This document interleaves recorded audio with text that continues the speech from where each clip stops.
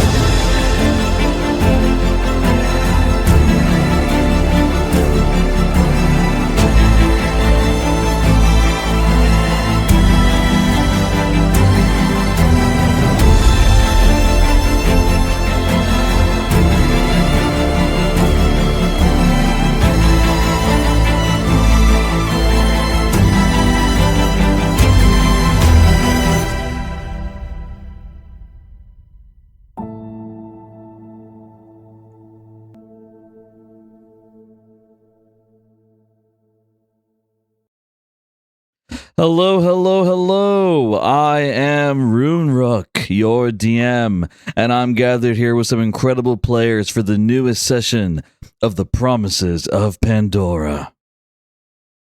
We're on session 55, and as always, we're going to do a roll call, and we're going to jump right into things. I'm very excited. We have a lot to do this session. A lot is going to be happening.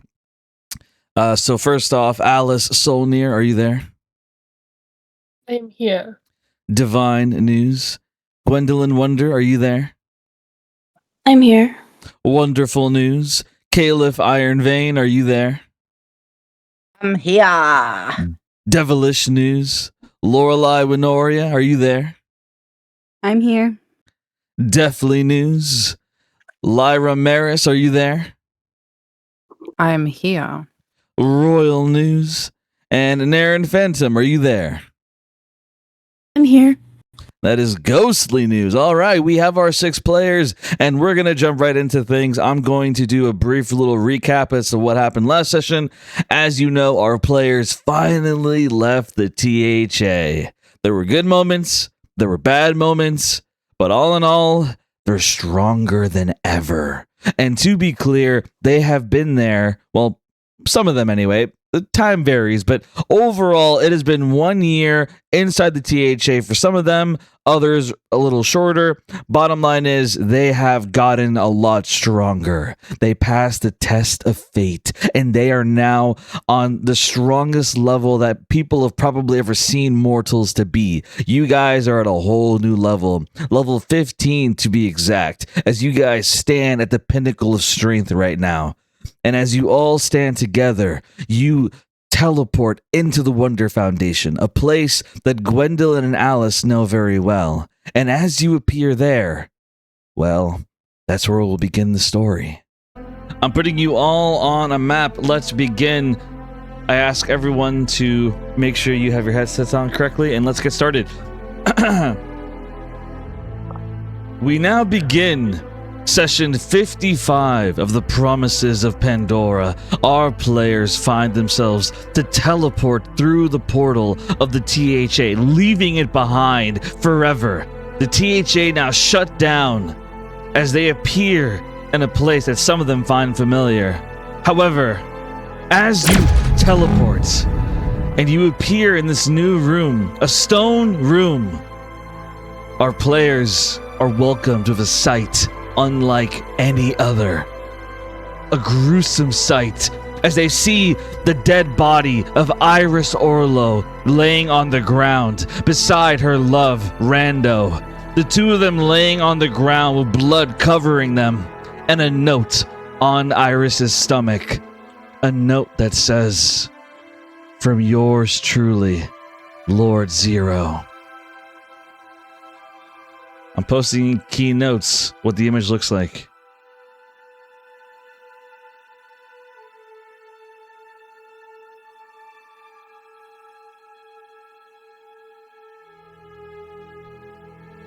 I'll put it on the stream as well.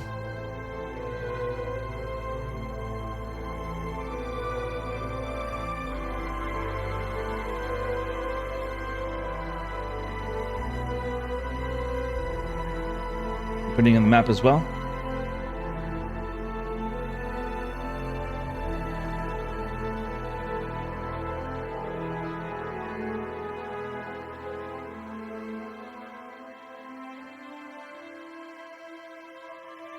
And so you all appear, Alice, Lyra, Gwendolyn, Caliph, Lorelei, Naren. You appear in the front, along with Asher, Adrian, Ventari, Shade, Calyx, Fang, and Rogue at the back left of you. Meanwhile, on the other side is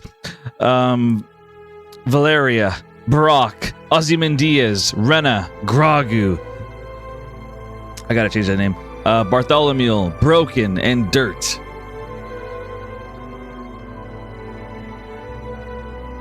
And you see Iris's dead body right there beside you. And as you appear in the room, you don't see anybody, like the room's empty right now. What would you guys say or do? How would you react to this?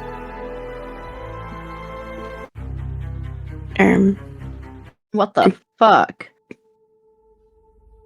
Gwen would be like locked onto the dead bodies, especially Iris, and she'd be shaking a bit and her fists would clench, and she would... Where is the body? So I don't have a token for it. Here. Okay, that's fine. Yeah, no, you're good. It's okay. I'll try to find one real quick, but go ahead, continue. No, it's okay. And she would walk over to it and kneel down. Is there any way to tell like how long she's been dead? Roll investigation.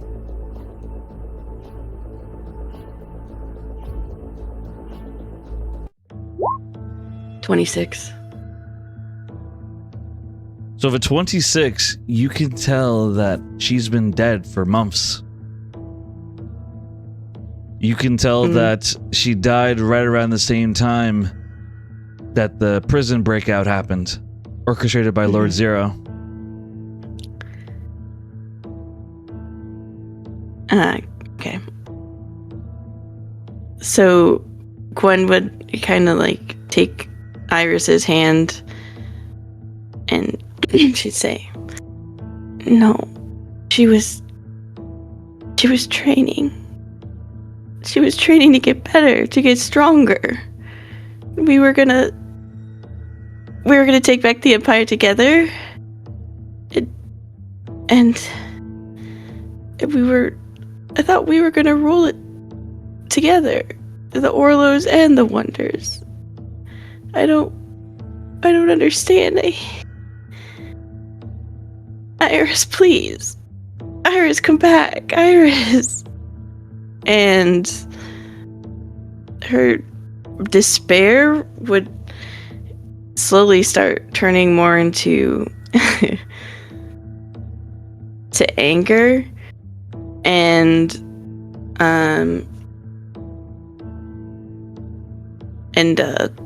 purple flames would kind of lick at her skin. I don't know if you need me to actually use a skill for that or if I can just flavor that. No, 100%. You can flavor it. Go for it. And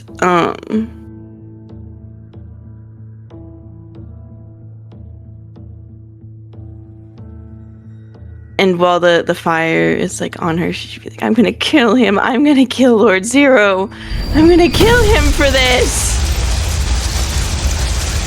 As you say that, you hear a voice in you, the Dark Phoenix. Good. Feel the anger. Use all the power you've gained. Use it to make him pay. And like as you hear that voice, yeah, go ahead. What's up? So you need to give it to me. You need to give me all of your power in her head. The Phoenix kind of just like nods, and the Dark Phoenix, he responds, I will. We shall devour our enemies and take their power for ourselves. As you just feel this power fluctuate in you, and this darkness kind of like embellishes around Gwendolyn as you guys watch this. And as you guys watch this darkness kind of surround her a little bit, Ozymandias, his eyes kind of raise a little bit as he mutters to himself. So she understands it as well. She holds darkness like me. While others are kind of like just watching you, Shade would walk up to you and he would place a hand on your shoulder trying to comfort you. And he'd whisper, Gwen, I understand your grief, but you have to control your power. Please, I don't want you to lose control. And I'm going to say that she doesn't immediately respond to Shade. The flames that are on her kind of jump to Iris and Rando. And I'll just say like it's a cantrip sacred flame, but her purple flames. And while it doesn't burn Gwen or Shade, it would start burning the bodies. So you just watch as the bodies get turned to ashes right in front of you guys. You guys watch as Gwen burns these bodies to ashes. Does anyone else have anything to say or react to this? All right, go ahead. Go ahead and continue. She would... the hand would essentially just like fall into ashes in hers, and she would stand at that point still looking down before she slowly turns and looks at Shade, and she just looks at him for a moment with a very hard, dark look. But she looks in his eyes and she can still hear what he said, and the flames on her slowly diminish and her face softens, and she would hug him. He hugs you back, and as he hugs you back, you guys begin to hear... You hear what appears to be walking. I don't have a better walking sound, but you hear walking like a boom, boom, boom, boom, boom, boom, boom, boom. And as you hear the marching of steps, you hear a voice calls out and says, Secure the room! Make sure you keep your weapons out. We have no idea what came out of the portal. As you see your aunt, Cuvis Wonder, along with Clever and multiple Wonder soldiers march into the room with weapons out. Gwen would turn and she'd say, No need for weapons now, Cuvis. It's just the Promises and their friends. So you stand there and you kind of like look at them, and they look at the ashes on the floor in front of you, and Cuvis kind of raises an eyebrow as she says, Identify yourself. Who are you? As she looks at Gwen. Gwendolyn Wonder. I'm the current interim empress of the Carven Empire. Roll persuasion.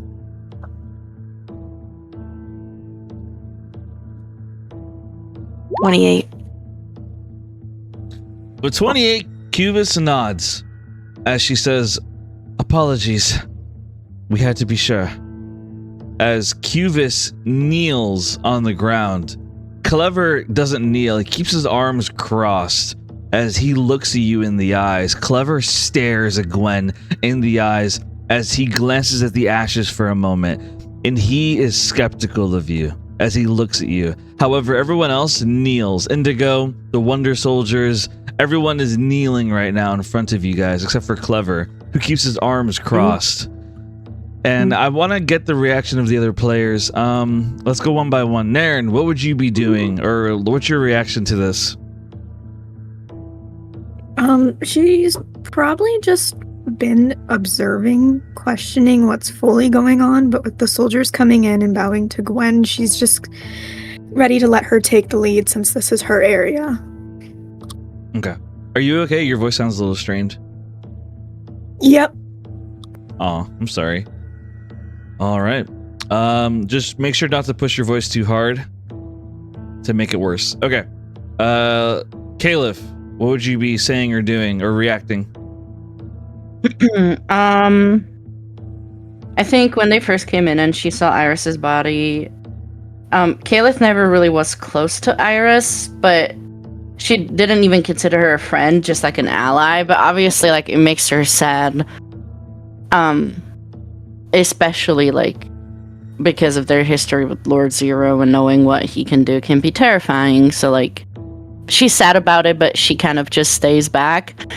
And now that Cubis and everyone else has come in, she's just observing, kind of staying back and, you know, just like Naren said, letting Gwen take the lead. All right. Lorelai, how about you? Like the other two said, she's definitely staying back and observing and like letting Gwen take the lead, not knowing who Iris really is and everything. All right. Alice, how about you? That's what I've been trying to figure out this whole time. Alice would probably be like trembling slightly at the sight of Iris, and she wouldn't like stop or intervene with Gwen and her like burning the bodies and stuff. She'd probably like grimace a bit like at the sight. I mean, she kind of assumed that Iris was already dead or something because we had like the promises were like quote unquote replaced or whatever, but like seeing it, she's like didn't think it was this bad or that it would be Zero that did it. But she would like rein herself in and keep from like overreacting, and also just kind of like Gwen take the lead. Okay. And Lyra, how about you? After seeing Iris, Lyra would like grit her teeth a little bit, very much on guard for any like oncoming danger. I think it'll be a case of her trying to turn off any sort of feelings in this moment, just purely because she doesn't know if they are safe here. And she's used to seeing dead bodies, so she's just trying to like steel herself. And she's got her hand on her hilt, like kind of near her sword, just kind of waiting, and especially watching these people, even though they've bowed to Gwen, she's still very skeptical, but it's not going to say anything or step out unless they try and do something. All right. Well done. And Slapjaw, you're completely new to all of this. What would you be doing?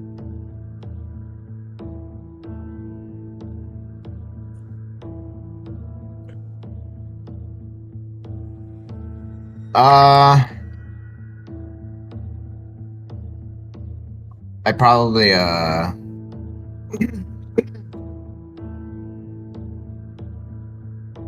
Slapjaw wouldn't say anything.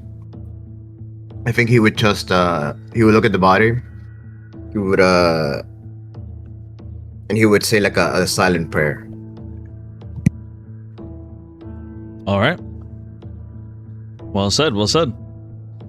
And okay, so moving forward, Gwendolyn, you see these people kneeling in front of you as everyone else is kind of like just huddled behind you a bit.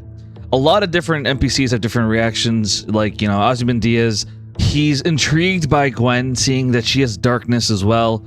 Meanwhile, Rena looks at Gwen like she looks very concerned. Bartholomew holds Rena's hand for comfort as she looks at Gwen because he's worried about her. Meanwhile, Brock and Valeria, forgive me, Valeria are standing together basically, and Dirt and Grogu are kind of talking to each other a little bit as they're having some kind of discussion between each other, whispering while this is going on. And Broken, he's just kind of standing there with his arms crossed, not really reacting or saying anything.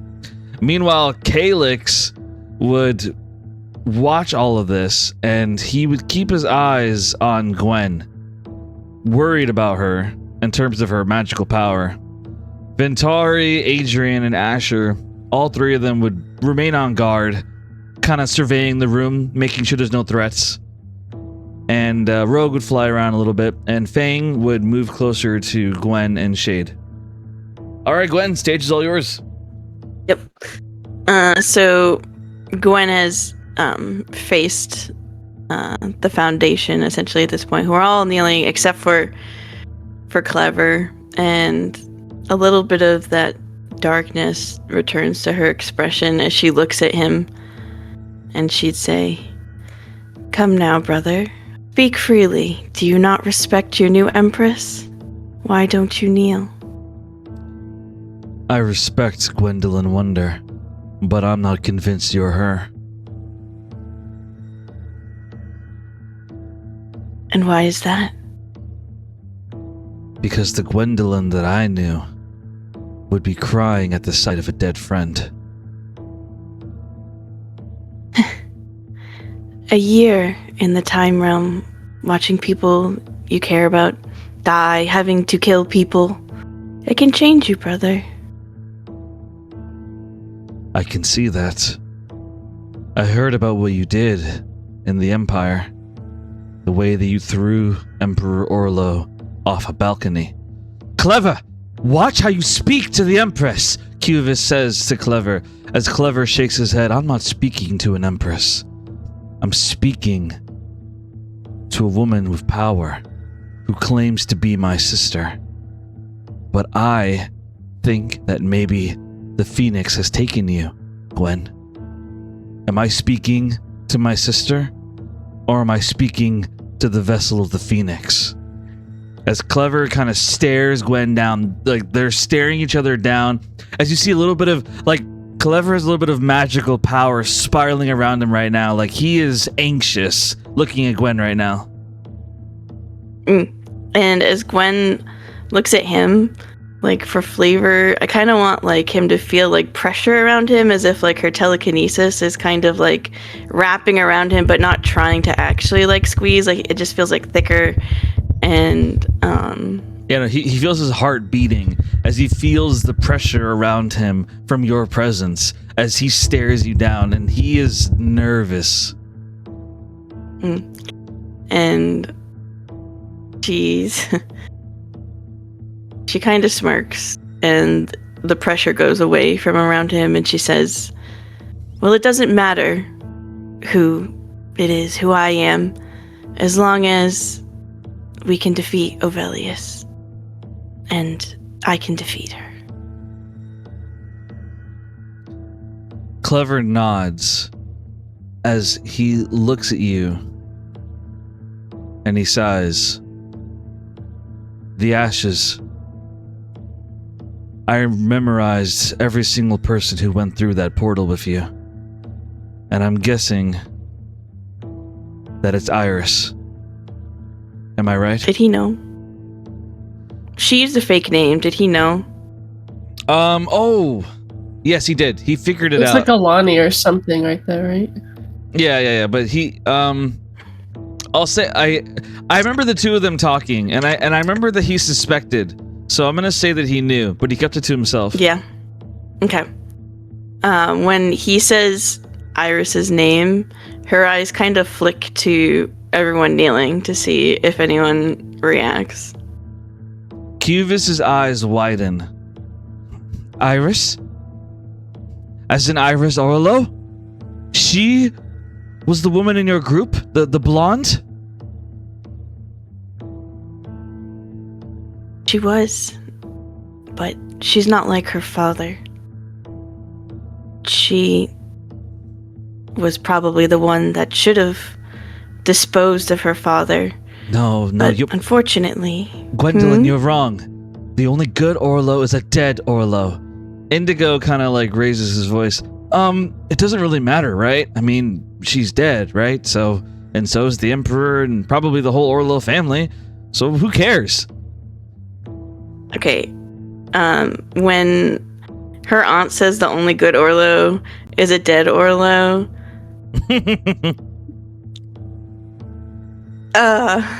Go for it. Gwen's Listen, you do eyes you. are Gwen's eyes are gonna narrow, and I would like to use telekinesis on Cuvis. In what way? Yeah. Are we doing Darth Vader, or what are we thinking? I'm trying to think exactly how I want to do this. This is crazy.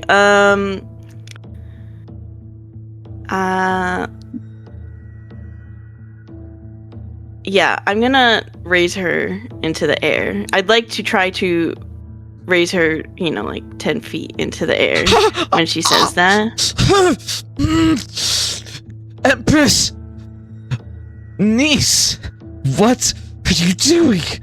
Cuvis struggles as she's 10 feet above the ground now, and it looks like she's being held like a doll as she her legs flail a little bit, struggling as she looks at Gwen, fear in her eyes.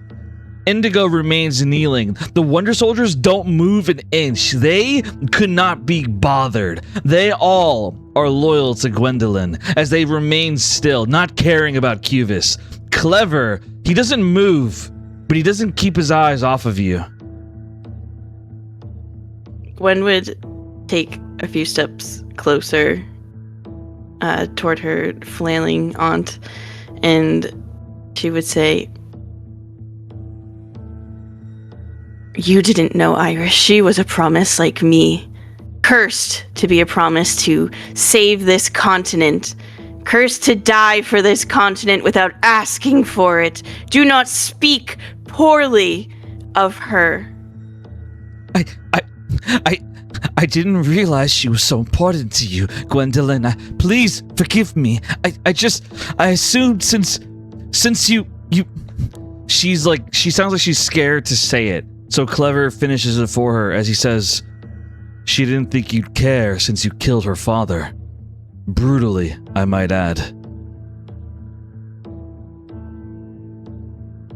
Gwen looks over at Clever, and she does put her aunt down gently. She clutches her chest so much power. She's and she's shook as Indigo kind of shakes his head, as Indigo kind of whispers to himself, I've never seen Cuvis so scared before. Please, I loved Iris. I thought she was cool when she visited, and I'm a loyal servant to you, Empress Gwendolyn Wonder. Indigo says a little bit in fear. Gwen's literally ignoring him, and she's just staring at Clever, and she says, "Was it not this very foundation that was chanting death to the Orlos when I arrived? Clever, is this not what you expected and wanted from me? Someone had to dispose of him, and clearly it's not going to be Iris because she is dead. Someone had to do it. And it would seem it's up to me to have to do the hard things now." Clever begins walking up towards you slowly, and then he stops halfway as he looks you in the eyes. "That's funny, because now you do sound like a Wonder, but not like Gwendolyn Wonder. You sound like Quell Wonder, or even better, I think you sound like your father." Shit. What the fuck? What in the soap opera is going on? No, I love it.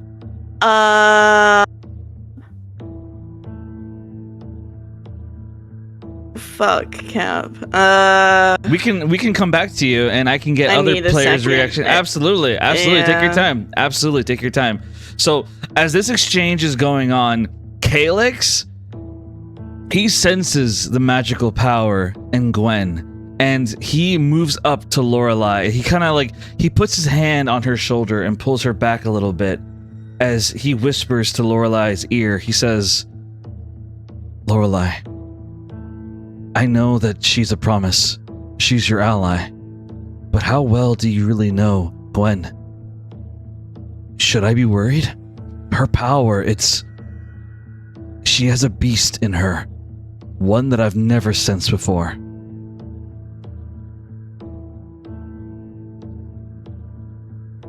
I don't think she would use it against us. She said so in the past.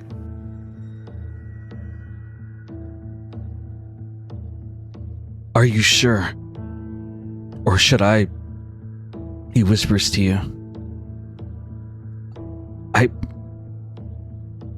I know of sealing magic. Perhaps I should prepare a spell? Or do you truly think she wouldn't hurt us? I don't think she would hurt us. I don't think you need to prep that spell. Roll persuasion. With advantage. Because he loves you. I knew you were gonna say that. Okay. Okay.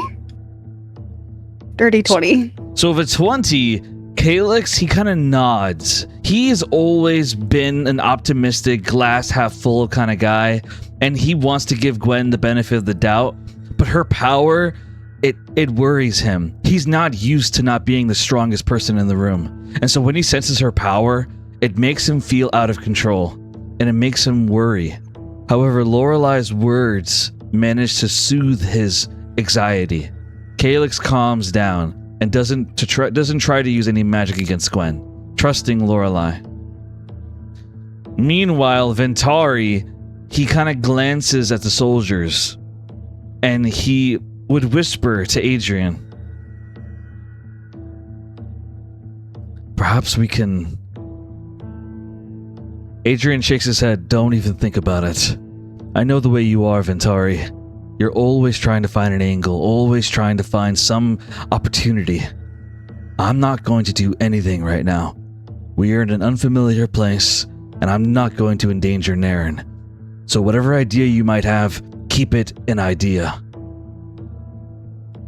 Asher nods as he says, "Adrian's right. Alice knows Gwen better than anyone. If she sees a problem, then she'll deal with it. If she needs help, she'll ask for it. Right now, we gotta be the support characters." Actually, he wouldn't say characters. He would just say, "Right now, all we can do is support the promises." Asher says, but he looks at Alice, kind of wondering what she's thinking. He's worried about her, but he keeps himself in the background, just kind of waiting to see what happens.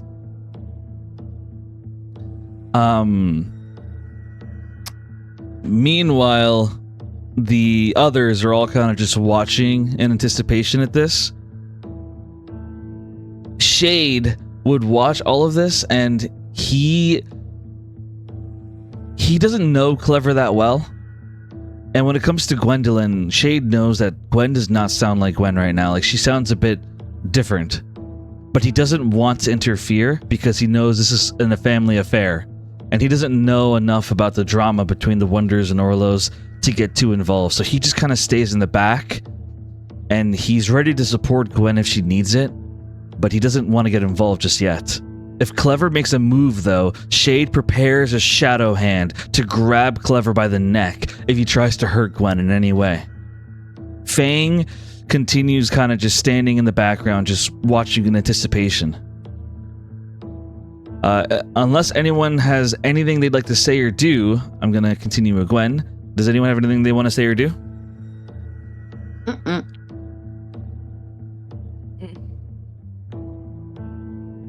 All right, Gwen, do you need more time, or what do you want to do? No, I'm just gonna YOLO. Immediately when he says, Pause. Sorry. just to like maintain the flow, I'm gonna repeat what he said. So Clever, he walks up to you and he says, "That's funny, because now you do sound like a wonder. You sound like Quell Wonder, or even better, you sound like your father."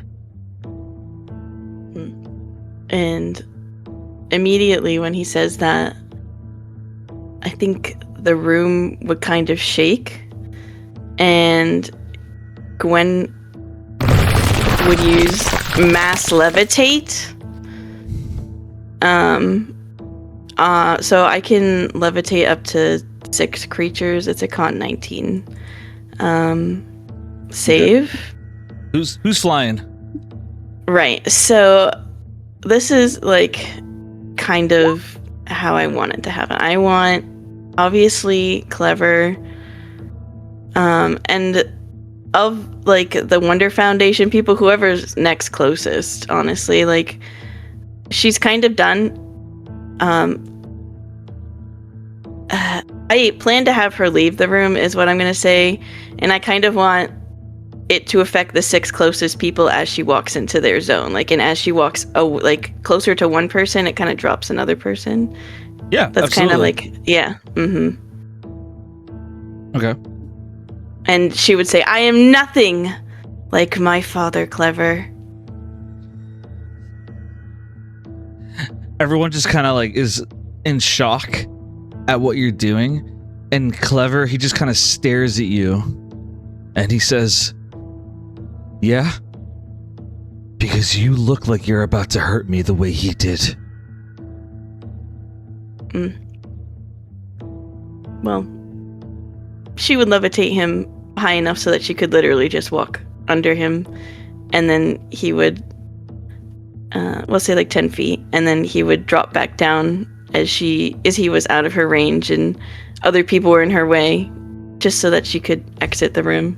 So the moment that you drop him down, Clever, he looks at you and suddenly you see his right hand begin to glow with magic as he tries to cast sleep on you.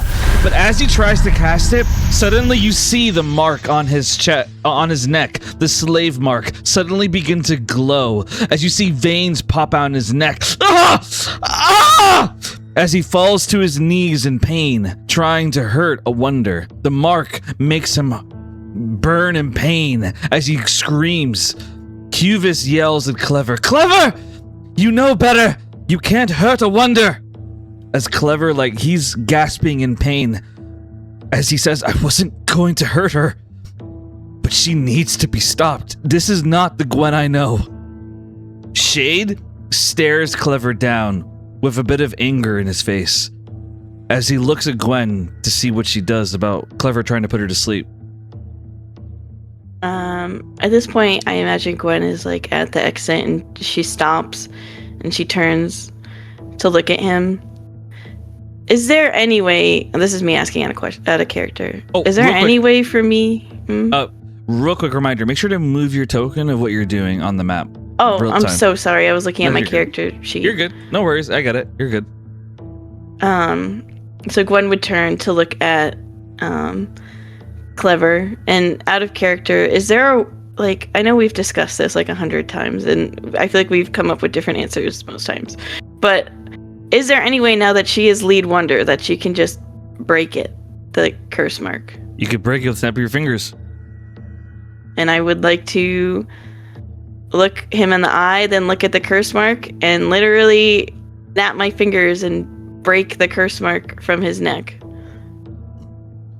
The curse mark breaks off his neck, and as it does, he gasps as he puts his hand over where it used to be. And he looks at Gwen, and you see a look on his face. A look that speaks partially of gratitude, but also of fear. He looks at you, and while he acknowledges that you must be Gwendolyn Wonder, he also acknowledges that you are not the Gwendolyn that he knew when you left. And she's... Oh, sorry, go ahead. As she's kind of challenging him to try it again. she's kind of, it's testing and challenging to see if he will. Clever, he finally kneels. He kneels to you as he bows his head. Forgive me, Empress Wonder. And Cuvis, she looks at Gwendolyn. Empress Wonder, how may we serve you? I must inform you that we had guests here recently. People who claim to be a part of a group called the Kaimari tribe. They said they came here looking for you and Alice and Iris. We locked them in the cells to be safe, but they've been treated well. Gwen would fully turn to look at Cuvis, and then she'd look back at Alice for a second, and then back to Cuvis, and she would say, we need to prepare for war, for battle. Our enemies are encroaching on us, and soon they'll surround us, and we'll be in a very difficult position. The Kaimari tribe are friends of the Promises. I think that we'll need to visit them in the cells just to be sure that they are who they say they are and that they have not been infected by the rotten. Your words are our commands. Or, sorry, correction. Your wish is our command. How about the Take others? us to them. The others, these strangers, are they all guests? What should we do with some of them, or all of them? The Promises, and she gestures, Naren, Lyra, Lorelei, Alice, Calith, and their friends. And she would introduce all the other NPCs. Yeah, I got you. The Promises will go to the Kaimari tribe and the prison, and find quarters for the friends of the Promises. Of course. Cuvis rises up, and the soldiers all rise up as well. Clever stands up as well, as Cuvis says, I shall escort anyone who wants to see the Kaimari tribe in their cells. As for the guests, Clever, show the guests where they may rest or put their things for now until we're going to leave. Clever nods very well, as Clever stands and says, who would like to join me? Rena and Bartholomew would walk up, and Valeria, she'd say, I could use a room right now. As Brock goes with Valeria, Ozymandias says, I'd like to go with the Promises. I have more questions. As Ozymandias walks up with you guys, Broken decides to follow Clever. Dirt walks with Clever, along with Gragu as well. And everyone else wants to go with you guys.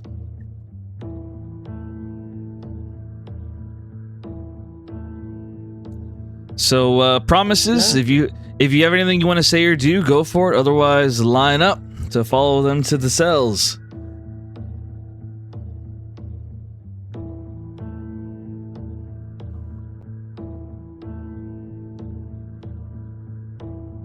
Oh, my bad. I'm being moved. We're being yeeted around, bro. For real. Yeah, actually. What is the I can walk song? in Line up, everybody line up. He's trying to order it. It's so funny. This is not an order. No, I just had the cleanup song in my head now, thanks. Clean up. You're welcome. Clean up. No. So reminder, you guys do have control of tokens that are yours. So feel free to move who you want to. That's a negative. Oh, my bad.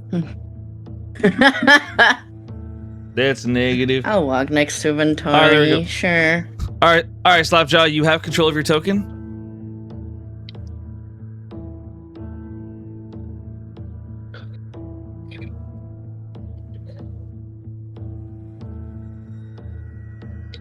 All right. So I assume you guys are all going? Mm-hmm. Yep. All right, perfect. We'll shift your guys. The way tokens this a little bit. lineup is actually stressing me out. Like, It's how not is lined up at all. This is At crazy. I hope there's enough room for like this I'll huge move ass group over of people. And then put like There we go. I think I got Caroline it. Calyx. We'll do threes. I got it. Yeah. Fang would walk next to Slapjaw, and Fang would kind of like sniff Slapjaw, and Fang would kind of like Take a huff. bite. Fang would like kind of like wag his tail and huff happily at Slapjaw. As Slapjaw, you feel Fang kind of brush his nose against your arm a little bit, like playfully. How would you react to this, Slapjaw? A giant shadow direwolf kind of, pressing his nose against your arm.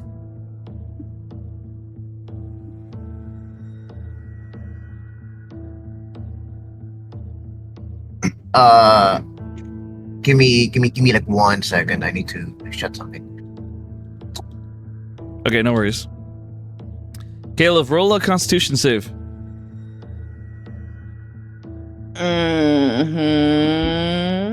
Okay, that was like 3 seconds. I'm sorry. Okay. Oh shit. It's Okay, 11. so Slapjaw. So I look at the dog. Oh, I'm sorry, the wolf. Mm-hmm. Well, aren't you a cute? Aren't you a cutie? Up at Fang. I haven't seen you in a while. I haven't seen one of you guys in a while. Like Fang's kind of just like relaxing next to Slapjaw as Fang's happy he's making a new friend. As you two are kind of just walking up, and Fang just kind of wags his tail next to Slapjaw as he feels comfortable around him.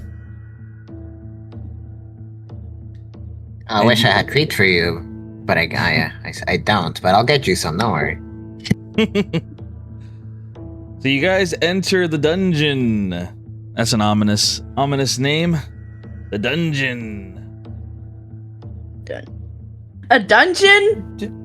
Dude, In what was that D&D? con save What? for? Ain't no way. Bring in the dragons. We got the dungeon. Oh my Yeah, god. for real. What's that con save for? Yeah. Yeah, What's what was that that con save for, Kat? What was that? Just checking. What was that? So I'm glad you asked. So the con save was so you see, Caleb, with an 11, you begin having a headache. It's a pretty severe headache as you feel your vision kind of dazes a little bit as you stumble as you're walking, and Ventari has to put his arm around your arm to keep you standing balanced as he whispers to you, Caleb, are you all right? I think Killis would put one of her palms and like press it to her temple and kind of like massage it. She go, yeah, I just got a really bad headache. I think I'm just tired and stressed. I'll be fine. And she would like kind of wrap her arm around his to hold on to him. All right. So Ventari would keep you balanced as you keep walking along, and you have that headache. And I'm putting you guys on the next map. So as you guys enter this dungeon, I'm going to describe it before I show it to you.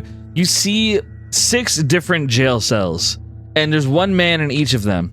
You see Francis Belvant, Mufasta Jr., Linton, Igneal, Curtis, and 4.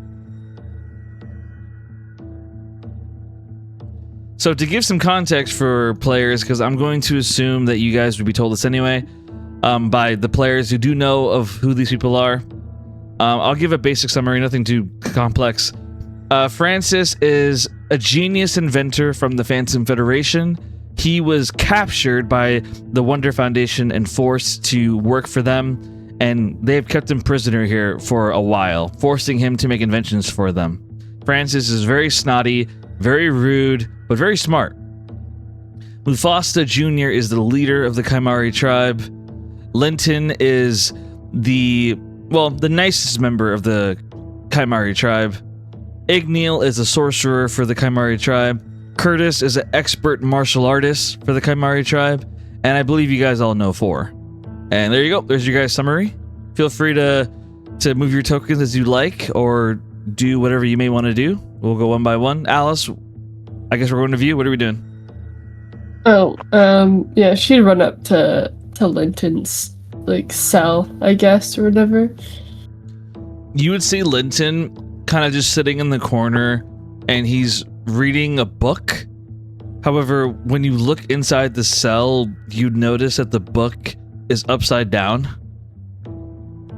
Oh god. Yeah, I'm going to the next... No. Brother. There's no way he's this stupid. She's gonna give him, like, a weird look and say, Linton, you feeling alright? Alice! Alice! Linton immediately drops the book and stands up. He runs up to the cell doors and he grabs the bar and it rattles. He's stepping back, like, out of his reach. Alice, it's so good to see you. I'm so sorry. I tried so hard. There was too many of them. It was too much. I wanted to save Percy, Nizora, Vera, but the Rotten, they set a trap for us. They surrounded us. They were monsters. They killed almost everybody. The people here, we barely escaped with our lives. I'm sorry, Alice. How do we know you're not infected? We checked. All of them are Okay, clean. you checked. That doesn't... Cuvis. Yeah, I don't know. So to be clear, Cuvis says that. Cuvis wonders. Yeah, I she don't says, trust Cuvis. That's okay. You can respond any way you like. But Cuvis wonders. She says, "We checked all of them. We used a detection device to see if they had any kind of infection on their bodies. They are all clean." I'm gonna look over between Gwen and Shade and say, can you guys try what you did in the THA with, like, the shadow stuff? That was a bit different, Alice. We were dispelling a spell. This is an organism. Could you do it to check? Like, like... I'm gonna look at Shade, like... Shade shakes his head. I might have been able to detect Lord Zero's magic, but when it comes to whatever this Rotten is, I have no idea. Great, alright,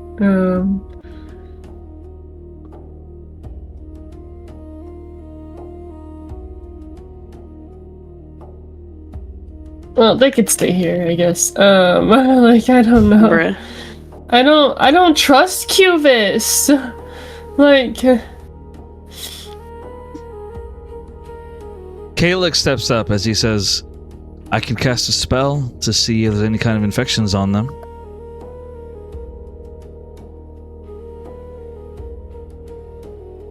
How guaranteed is that? And do you know the kind of why did I forget the word?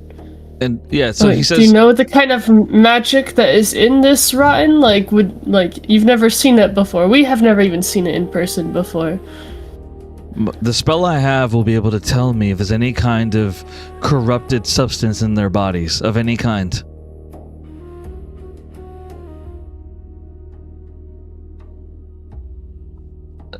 As you're debating this, Linton shakes his head. No, it's all right. She's right. Honestly, I don't know if I'm been infected by them. I don't think I did, but anything's possible. If staying in this cell keeps you and the Promises safe, then I'm okay with that. I'll stay here forever if I have to. I'm just so happy to see that you're alive. That you and the others are alive, along with all these new people. I don't know who they all are, but I'm just happy to see that you're alive.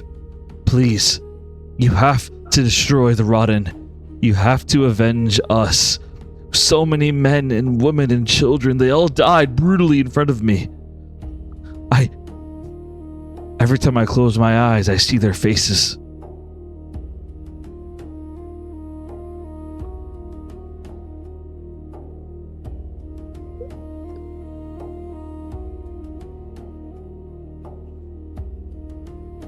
I'm gonna look over at Calyx and say, like, do it.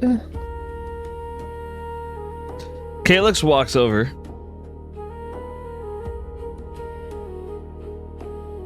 And as Calyx puts his staff out and prepares to cast a spell, suddenly you guys hear a boom.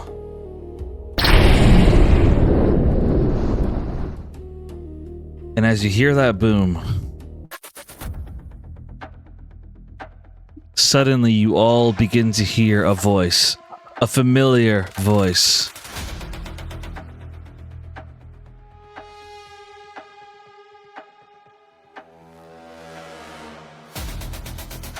One second. I don't like this. I don't like this.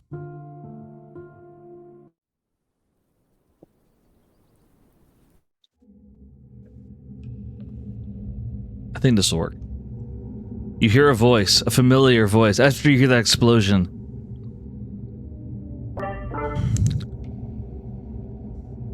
Well, well, well. It seems like you have finally returned, Alice Solnir. Are the other promises of Pandora down there as well? I certainly hope so. For all those under the ground that can hear my voice, I am Fealty, the goddess of faith, and I have a single message for you. As you hear that voice, you all see an image flash through your minds, an image of the goddess of faith. I'm posting in keynotes what it looks like. I'm going to put it in the stream as well.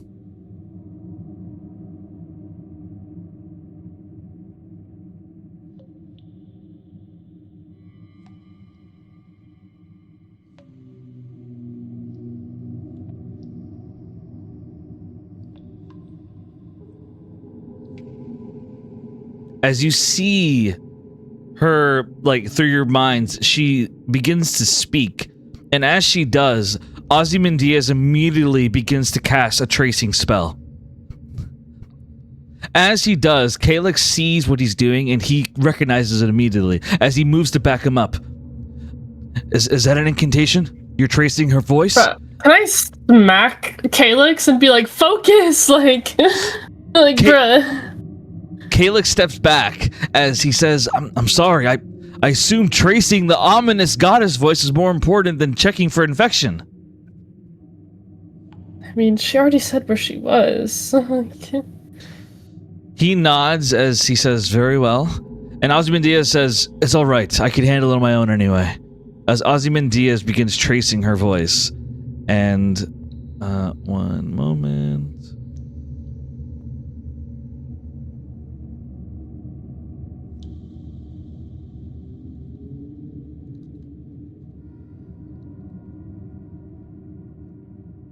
Okay, so let me change the music. Sorry about that.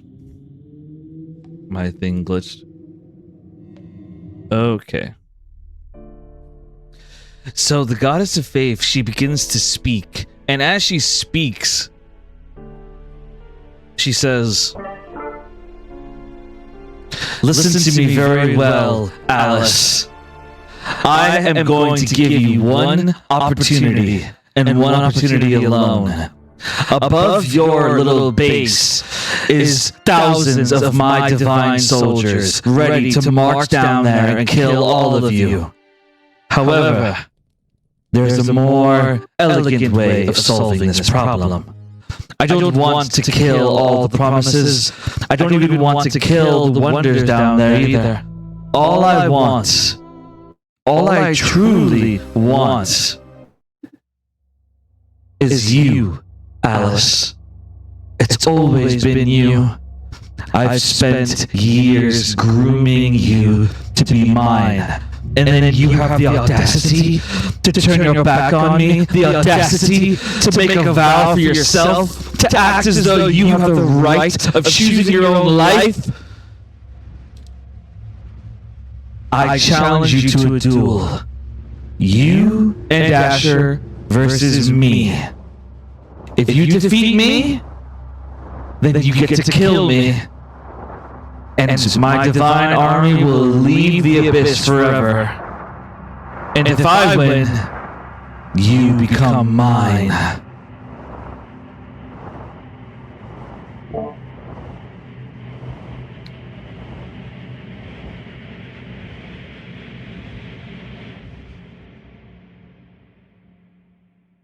I was about to do the same gift when. I'm guessing I can't even like respond to her. Yes, right? you can. Because she's. Oh, you can. How could she hear me? We're underground. She still has a connection to you. No, she doesn't, bitch. If anything, I'd say it's mass message, so anyone can respond to her. Wild. So anyone can Yeesh. respond to her, not just Alice. Anyone. Ready to take on all of the promises, Fealty. I wouldn't see a point in it. I only want Alice. Why bother with other promises, beings who are already favored by the goddess Pandora? I only want Alice.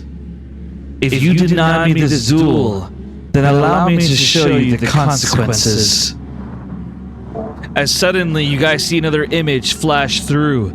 You all see an image of Fealty standing with a dagger to a griffin's neck. A griffin known as Aglaya. Aglaya has her mouth shut by a muffle as Fealty keeps a dagger to her neck. Aglaya looks terrified as Fealty smiles with a wicked smile. Posting keynotes?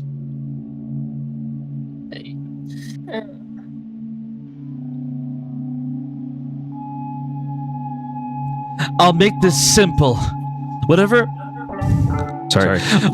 plots, whatever schemes you may have, cancel them, because I'm going to make this clear.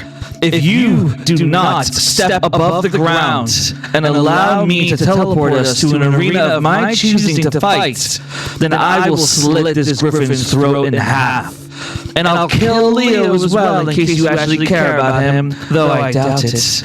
Either way, you and Asher, above the surface in 10 minutes. If you're not up there, I'll be sure to send their corpses to you. The message ends right there as she cuts off her connection. Oh. Yeah, go ahead. What's up? Oh, so I can't reply anymore? Roll dexterity. I'm gonna make the DC 15 because she would have been pretty fast and pretty abrupt. So if you want to give a response, roll a dex check. It's fine. Okay, and no, you could roll. I'm more than cool with that. You didn't say anything before, and she would talk pretty fast, so she wouldn't really she wasn't really wanting a response from you. Like she's not looking for her response is you coming upstairs or not coming upstairs. That's the response that she wants. So, but if you want to talk to her, you can, and just roll a dex check. It's okay. Okay. Are you sure? Yeah. Okay. Because you sound a little sad about it. Are you sure? It's fine. Alice would just... Yeah, she would just run out. I don't even know where the stairs are, but she'd just run out to go fight Fealty. Sorry. The music playlist is not doing me any favors right now, I swear. Okay. So Alice hears that message, and Asher is he's ready to run out of Alice, of course. He is ready to follow her. However, does anyone want to stop Alice or try to talk to her or anything?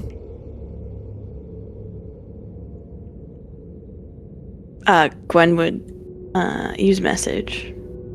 Okay, go ahead.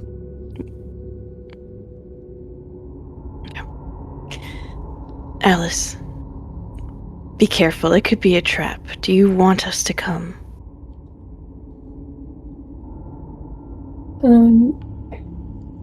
She'd be... As she's running, she would respond to the message, and she'd say it probably is a trap. But I've beat her at her own game before, and I could do it again.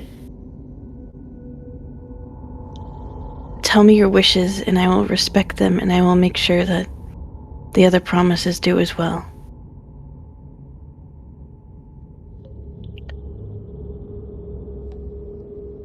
Sure. I don't know.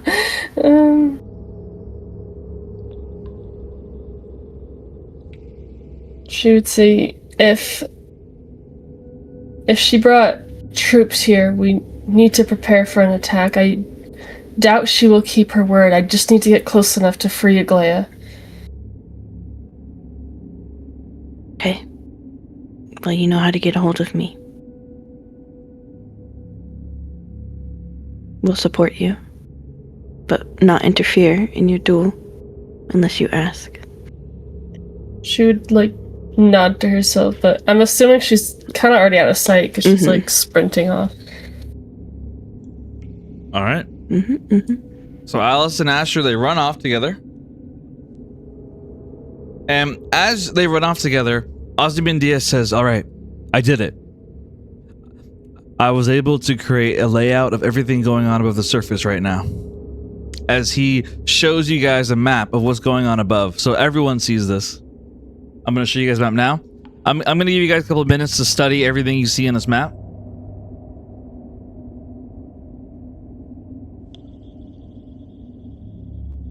So this is the surface.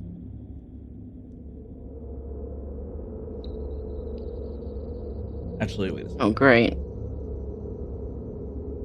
One second.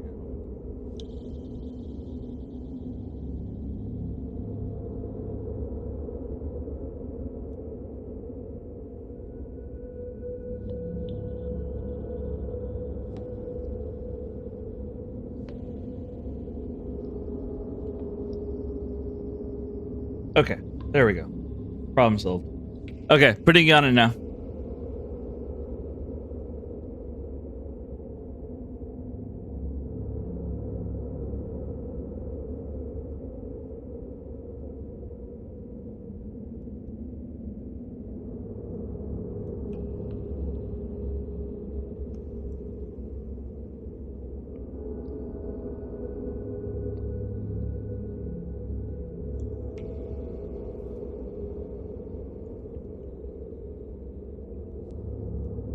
So you guys see that above the surface, you see what appears to be a teleportation circle that is slowly pouring in more and more divine troops. You see at least over 1,000 divine soldiers, along with over 1,000 cursed soldiers. You see the divine six all gathered around, focusing their magical energy on the teleportation circle. You see the goddess of faith standing in front of Aglaya and Leah, who are both netted right now. You see Prometheus standing beside Fealty. You see Nedwin standing and kind of just surveying the area. You see the Wind and Lightning Swordsman both standing, waiting around. And then on the other side, you see the Legion of Destiny, led by Tora, the possessor of the Everywhere Clock. As they all stand above the surface, Fealty hovers above, waiting for Alice to come up. The moment she does, she'll teleport her and herself to somewhere else to fight. So while Alice is running up, I want to get each player's actions and or reactions as to what's going on. Real quick. So you guys are in the dungeon. Alice and Asher are gone. They have dipped the fuck out. And as they dip out, what are the rest of you doing? Like what's happening?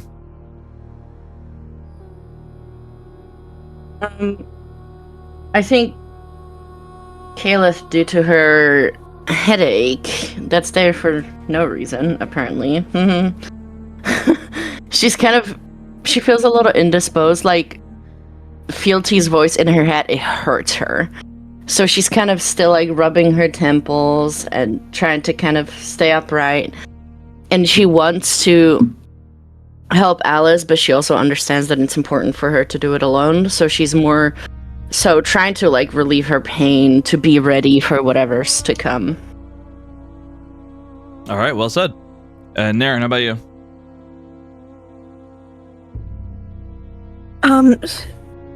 She probably would notice Kalith rubbing her head. She would kind of give her a look like, "Are you okay?" She nods, but doesn't say anything else. Okay.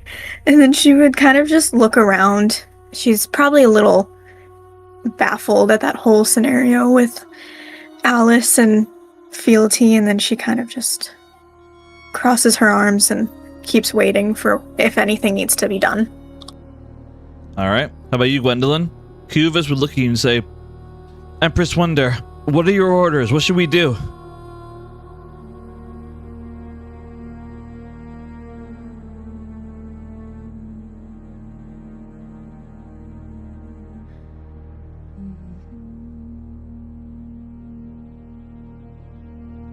Sorry, I was double muted. I know that you showed us the map, but do our characters know exactly?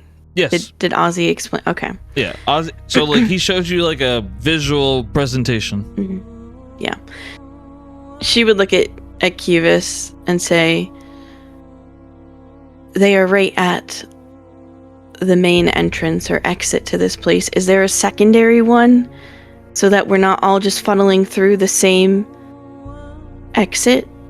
Cuvas It puts us in a very bad position. Mm-hmm. She says, there's an underground hatch to each of the houses, well hidden for each of them. Each house above has an entrance down here and out of here. Then I think we need to utilize that. I need to speak to the Promises more first, but perhaps some of us would go through the main exit as, bait or distraction, and the rest would attack from the flanks and from behind. I Just may have a... Prepare the soldiers. Oh? Cuvas, she says, of course, absolutely. I'll get them all ready. I'll make sure that they're all stationed and ready to go out. Ozymandias, he says, I might have a better idea. While Alice is doing her duel, I can teleport us. I can teleport us to potentially try to sneak and save Aglaia. Get her out of there so that even if Alice loses, at least her pet will survive.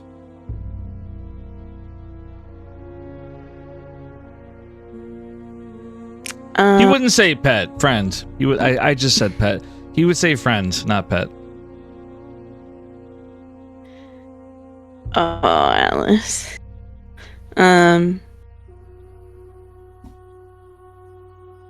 Point of clarification to Alice. When Gwen was asking like your wishes and the duel and all that, would she have specified anything about like helping Aglaia, like wanting to be the one to save Aglaia? No. Okay. At that point in time, Alice's only concern is basically, obviously she wants to save Aglaia, but she doesn't expect anyone else to do it. She didn't communicate to any of you any kind of plan to save Aglaia. She intends on killing... Yeah, I did. I don't remember you saying anything about that. Like, you yourself saving her, not anybody else. I specifically mentioned Aglaia as well. Yeah, yes. In terms of... Honestly, I don't want to debate it. If you want to rephrase what you said, you're more than welcome to. No, I don't care if other people save her. If that was what you guys were like talking about. Yes, I just don't want to take your moment. Alice does not think Fealty's gonna keep her word. She's like, just get, like, Alice at this point is like, oh, if I die, I die. Like, just get Aglaia out. Okay. And so, back in character. Gwen would nod at Ozymandias and say, yes, I think we should utilize that. We can free Aglaia, and Aglaia can either go help Alice or help us.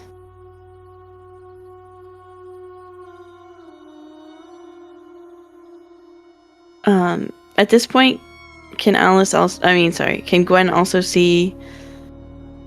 notice 4 really quick? Roll perception.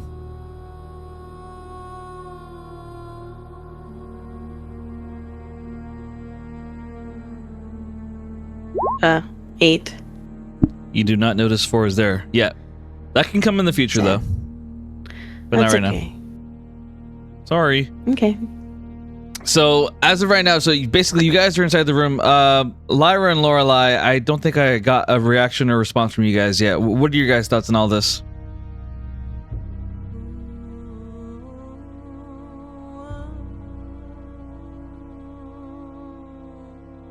Lorelai would definitely want to follow her, but listening to them planning to sneak up, she wouldn't immediately act yet.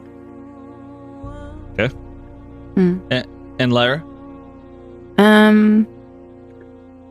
I think Lyra just seeing Alice run out, looking, I imagine she looked very determined to get out there. It was very much like, this is, even in like her own mind, kind of knew this is something that Alice needed to do herself, because she had an opportunity and then it was kind of taken away from her, from us being in danger. So she definitely wants to make sure we're all safe, so Alice doesn't have to like think about what we are all doing, so she can focus on defeating Fealty. Hopefully, don't die, Alice. So she's probably just walking around the room, kind of like surveying all the prisoners here, just trying to get a feel for the vibe in a way, to see what they're doing, and just make sure she keeps eyes on everyone in the room so no one else kind of goes out. All right, well said. Thank you. So, as you guys are in the room, to be clear, it's described that there's entrances to each of the houses above, along with the water well. So Alice and Asher, they rush up as they go up to the surface. Ozymandias, he describes the ability to teleport, and he could potentially teleport to grab Aglaya whenever an opportunity arises.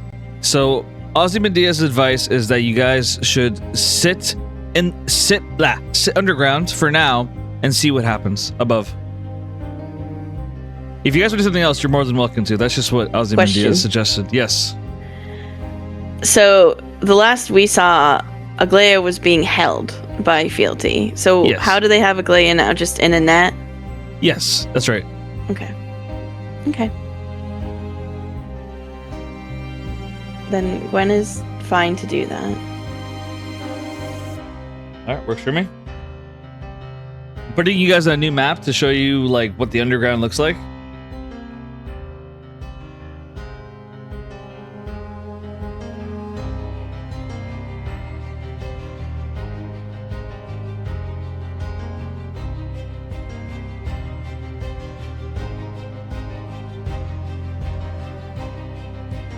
Is there anything Kaelith can do to kind of relieve her headache, like a spell or maybe drink a health potion or something? Roll medicine check. Oh, great. It's fucking intelligence, guys. No, it's wisdom. Okay. 15. So with 15, you would know that your headache is a bit of a migraine, and that basically, if you want to get rid of it, then you'll need either rest or a health potion. Okay, we have health potions, don't we? Mm-hmm. Okay. I think I would say the Wonder Foundation has a couple of them, so they would give you one for free. Okay, who can I ask? You could ask one of the Wonders, or you could ask Gwen, who's in charge of them. Okay. Yeah, Kaelith would come up to Gwen and be like, Gwen, I have a terrible migraine and we don't know what's going to happen. I need to be ready. Would your people have any health potions that I can take to kind of help with that? Gwen would give Kaelith a concerned look, knowing that we all need to be in tip-top shape, and she would nod. No, and she would look over at Indigo, and she'd say, Indigo, I need you to fetch a health potion for for my fellow Promise Caleth.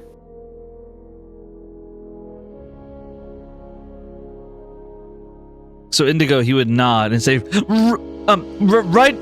right away, Empress Wonder! As he just kind of like runs off, like he is terrified of Gwen. As he runs off and grabs the potion for Caleb, he like hands you the potion, like shaking a little bit. Caleb is like, here, would you like me to pour it for you too? No, you don't have to do that. Thank you for getting it for me. And Are she you would just chug it. Oh, wow. Oh, okay. Oh, all right. As he just sees you just gulping it down. She needs it gone now. no, like he's impressed. He's like, oh, okay, all right. That's so funny. Yeah, she just gulps it down, and I assume she feels better. You do. So the headache goes away. For now. So the headache goes away, and as the headache goes away, you guys are all underground, and Ozymandias, he creates a mirror so that you guys can see what's going on up on the surface. So I'm going to put you guys back on the map. Is there anything you guys want to do before we go to what's happening with Alice? Gwen wants to just check on her mom really quick. Absolutely. So Gwendolyn, you walk like, you know, you're kind of surveying around, making sure all the Wonder soldiers are all ready. So there's multiple soldiers all ready to go up to the surface if called upon. And so as Gwendolyn goes to see her mother, you see that your mother is still in stasis. And as she's still in stasis, you stand before her and your power begins to fluctuate. As you look at your mother and you stand in front of her, Gwen, your eyes, they narrow. Roll a wisdom save. I'd like to not visit my mother. Kidding. That's not ominous at all. What the fuck? Oh no. 13. So with 13, as you look at your mother, you think about all the revelations you've had in the THA. You've learned so much about your life, about the Wonder life. You've learned more through others than you have your own mother. And while she did come here to save you, while she did help bring you out of the sacred tree, she was also the reason that you went there in the first place. Your eyes linger as you have grown to control the Phoenix, but not completely yet, as the power still fluctuates in you. You have the capability of taming the Phoenix, however, you're still getting used to being outside the time realm.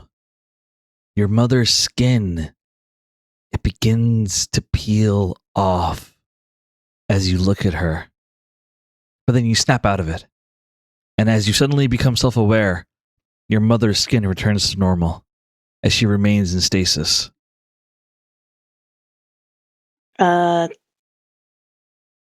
When you say it like returns to normal, was it more like she was kind of like hallucinating it, or it like heals? It heals. Jeez. Okay. Gwen has a very complicated relationship with her mother, as Cap kind of like just said. And Gwen would frown, and she would turn her back and go to the door, and before she leaves, without looking back, she would say, "You came back for me, and that means something. So, I'm coming back for you, Mother."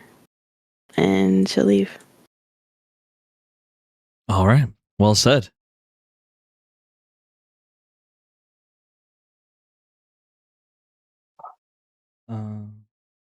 Slapjaw, I totally forgot to ask you, but is there anything you're saying or doing during all this? You're more than free to speak, my brother.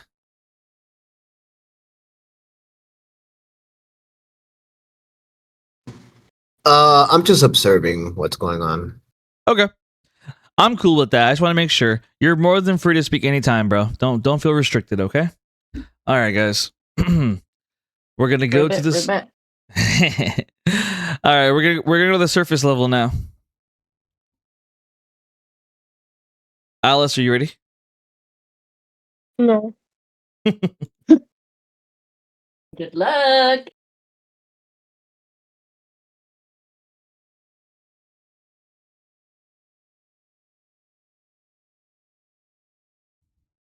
I'm starting the music. This music I personally picked because I love this song. I So just want Alice, inspire confidence. so Alice, you and Asher, you climb out of the water well, and as you do, you begin marching through the Wonder Foundation city. As you march, you see it's far off in the distance, but you still can see thousands of divine soldiers and cursed soldiers standing side by side. You see fealty standing there with power fluctuating around her. And you see Aglaya on the ground, netted in front of her. And as you walk with Asher, he whispers to you, Alice, if you want, I can fight her. And you can focus on saving Aglaya. Alice is not looking at him right now. As soon as she's like out of the well and like in the daylight or whatever time it is, she's like shouting on the top of her lungs, like, Let's hear it. oh boy. No, you don't have to. I'm just kidding. I'm like You don't trying to have think to. how I actually want to word it. I also don't even know if my mic's gonna like cut or not. But she'd like be crawling out like as fast as she can, like kind of racing in that direction. And she'd yell out, Fealty! As you yell that, Fealty would smile at you, and she would put her hand on Leo's shoulder, and she would say, I hope you don't mind, but since you get to have someone by your side, I think I want someone as well. As Fealty begins to morph Leo's entire body, his armor, his appearance, it all changes before your eyes. As Fealty opens a portal, Fealty, Leo, Asher, and Alice, the four of you, disappear with a teleportation. Gone, just like that.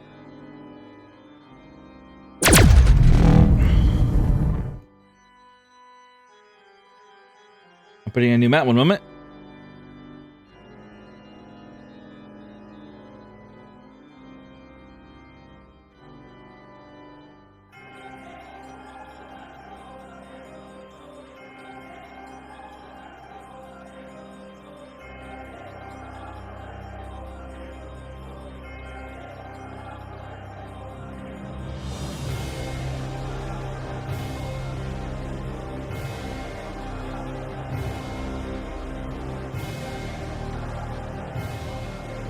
All right, putting in a new map. I'm also going to show what the new Leo looks like, along with Fealty as well. I'm posting in keynotes. So as you appear in this new arena, you see that Fealty and Leo have new outfits on. Fealty has armor with what appears to be 3 glowing stones on the armor. And you see her holding a giant metal sword, a holy sword.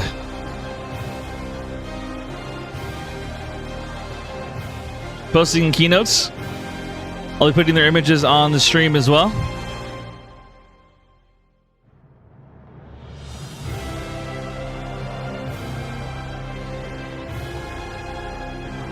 Ew.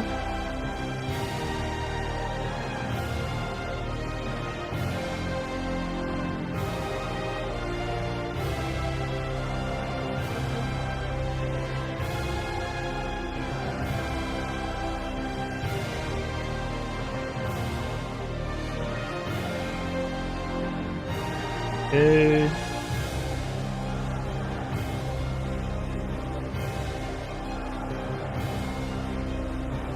All right, I'm putting a new map now.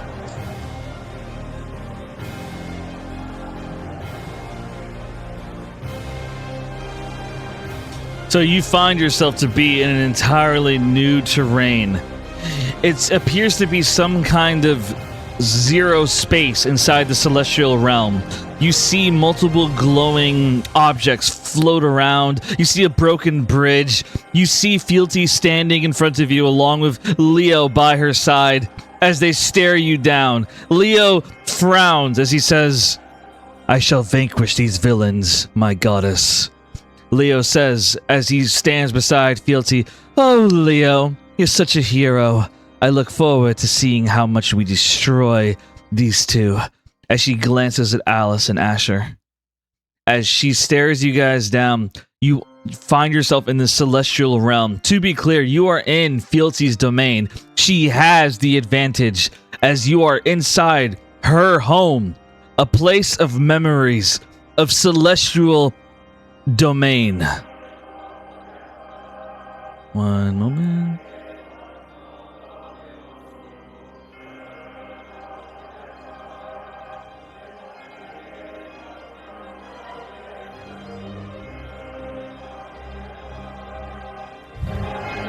The battle begins! Alice, roll initiative.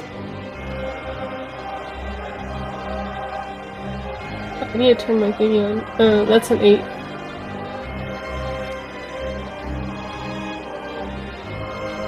Also, a reminder, Alice, you have control of Asher's stat block.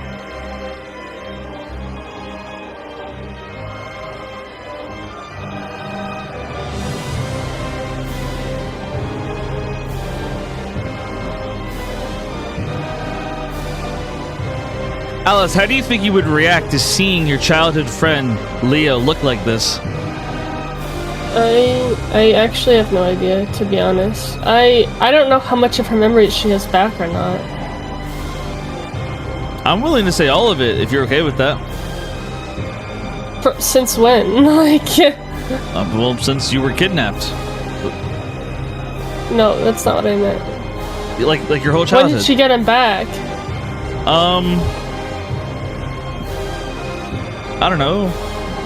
You could say that Agatha helped you get him back. Or maybe when your Golden Valkyrie mode activated. Sure. We don't have to. It's up to you. I don't care. No, I just don't know when is why, like, because... Well, yeah, I just told you. The Golden Valkyrie mode could have triggered it to where you get your memories back. Yeah, that's fine. Okay. You don't sound happy about it. If you don't want that, then No, it's we just don't Alice have to. would have reacted differently to Leo before, if she had those memories back. Okay, well, if you want, you can do that reaction right now. No, it's fine. All right. Do you want me to roll for Asher for initiative, or do you want to? You can do it. Okay. Is there any modifier for it? I'll do it. I'll do it.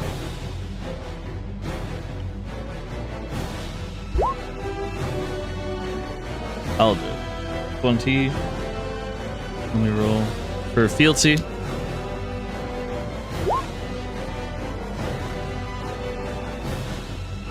And let me roll for Leo.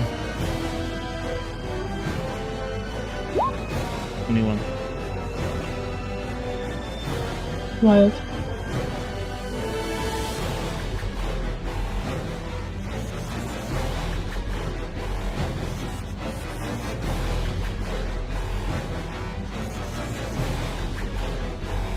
All right. Let the battle begin. First up is Fealty. I'm gonna take a look at what she can do.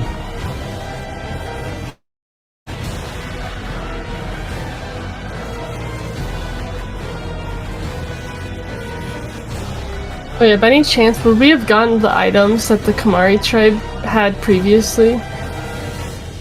Yes. So I could have the Eye of Foresight? Yes, you can have the Eye of Foresight. Lidton would have given it to you. Oh my gosh. For context, for those who are not aware, the Eye of Foresight is a magical item that allows one to see the potential stats of their enemy. Well, they can only do it one time per long rest. I don't know where it is. It should be pinned.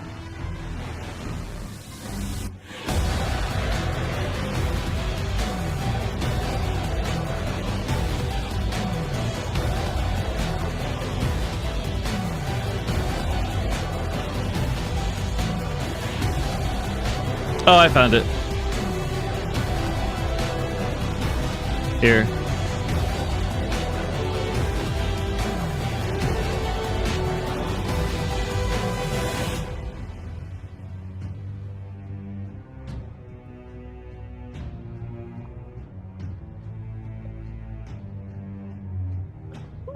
I'm gonna paste that in banter. Okay, yeah, it's fealties first. All right. So fealties first. So as fealty is up, she is going to use. Let's see.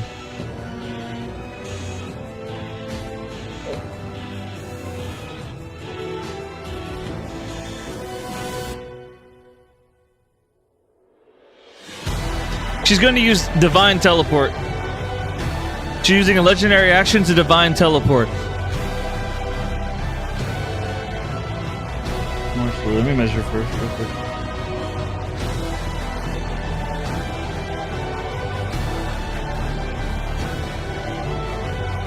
Oh, great. It makes me so I don't have to come to her. So yeah, so she flies 40 feet, and then she uses Divine Teleport to do 60 feet as she gets right in front of you and Asher. And as she appears in front of the two of you, she uses Radiant Burst. She releases a burst of radiant energy in a 30-foot radius. Make a Constitution saving throw.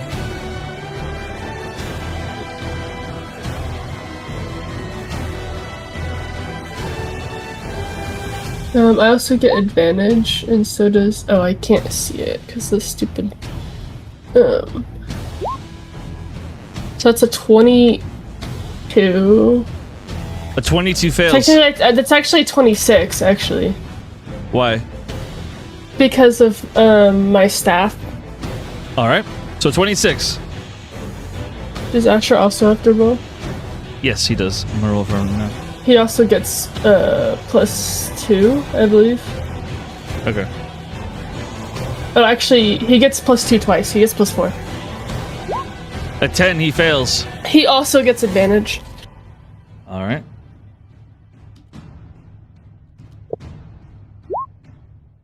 Oh, whoopsie. 19. Both fail.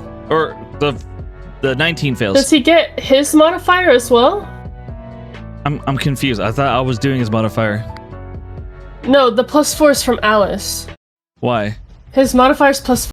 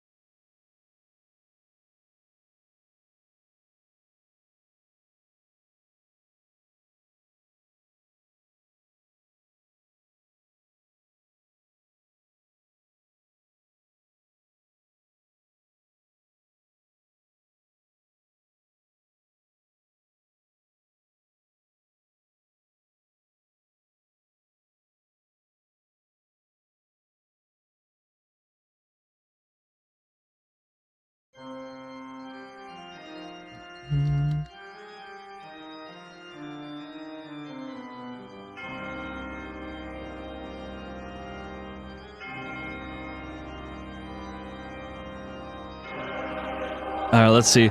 So... Oh, images are still on stream. Thank you so much, Lorelei. God bless you, Lorelei, for telling me. Seriously, thank you.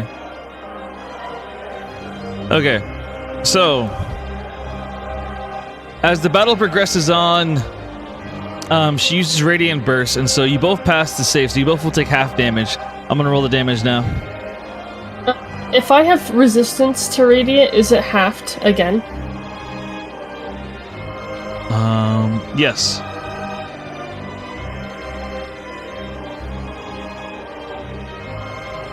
Okay, I'm rolling damage. 68, so that's 34. 34 to him, 18 to me. All right, so Asher takes 34 damage. I could update his token. Thank you. I appreciate that. A lot going on, so I appreciate it. All right, so after Fealty does that, she just kind of stands in front of you. And I'm going to say that's it for now. Let's end the Fealty's turn. Alright.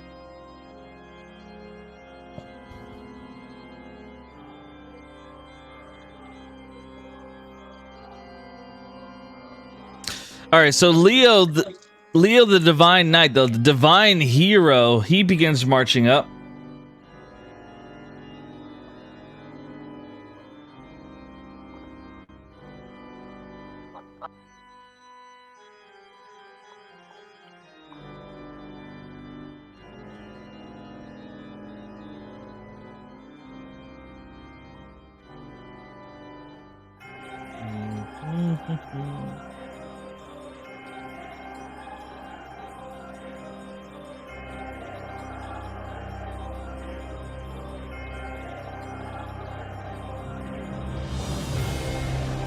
Okay, so Leo, he begins stepping up, and as he steps up, he begins to cast a spell called Starfall Judgment, in which a 60-foot line appears around you guys. So basically, stars are literally falling from the sky above you as Leo begins to cast this spell. You and Asher both need to roll a Constitution saving throw. It's radiant damage.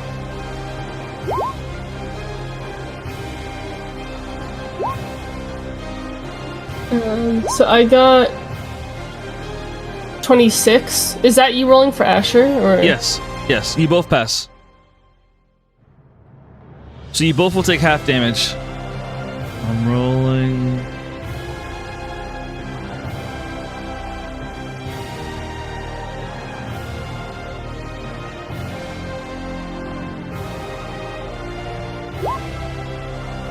So Asher takes 24 damage, and you take 12 damage.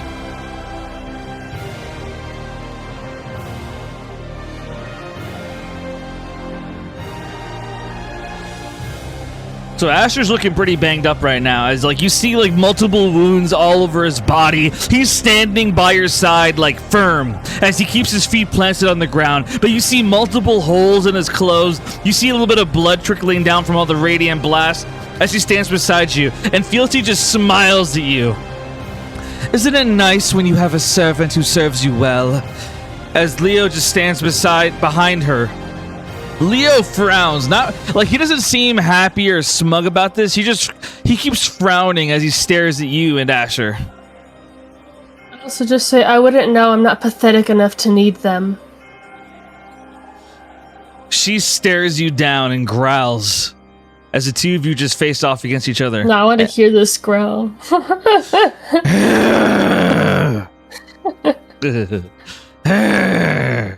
All right. Luckily for you, Leo does not have anything else to do right now, so that is the end of Leo's turn. And it is now... Let me see. It is Asher's turn. What is Asher doing? Turn. Oh, good question. Okay.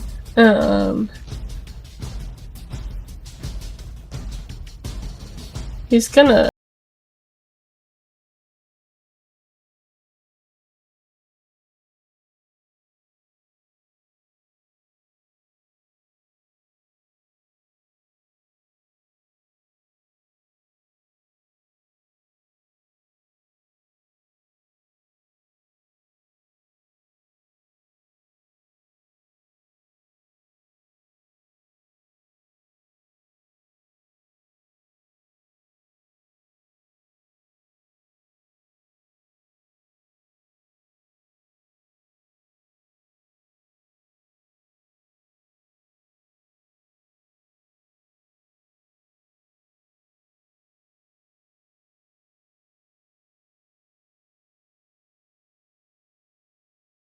All right, go ahead.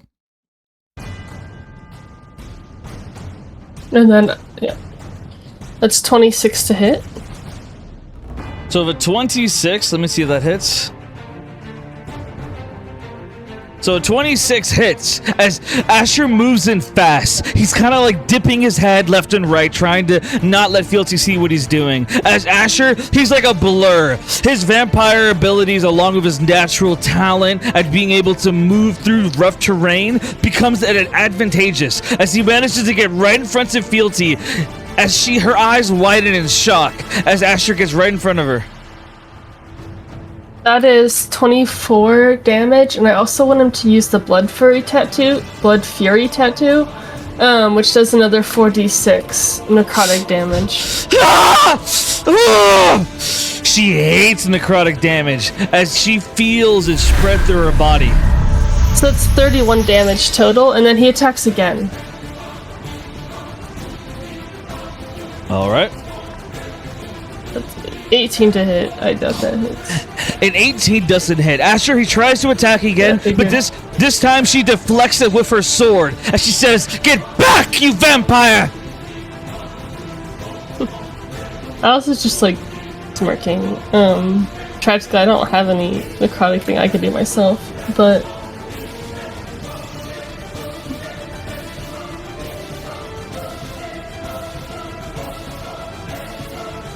So what's happening now? I'm reading one of his things, but I don't know if I'm actually reading this right. You're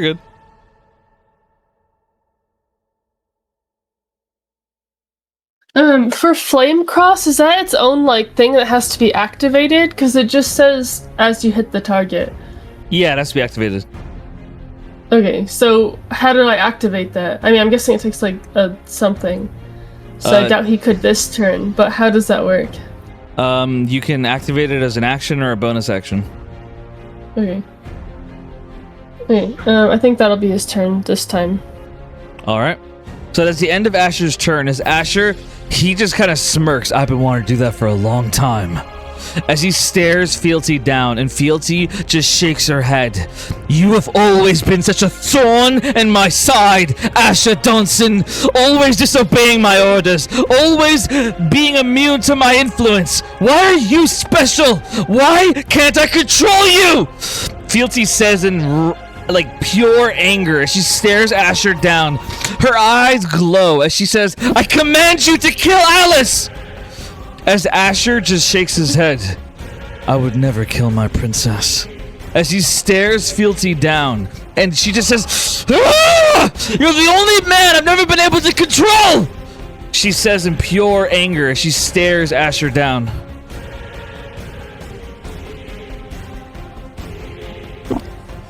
So as that happens, that's the end of Asher's turn. So now we go to Alice.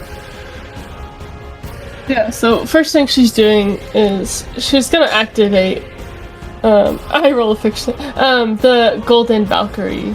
And also as she does, it's gonna like awaken her other wings as well. I got you. So Alice, I also have art for her with her little wings. Oh hell yeah, absolutely. Put it in keynotes and then I'll put it on the stream. But Alice, she has been learning to control the Golden Valkyrie, and so she finally manages to release its full potential.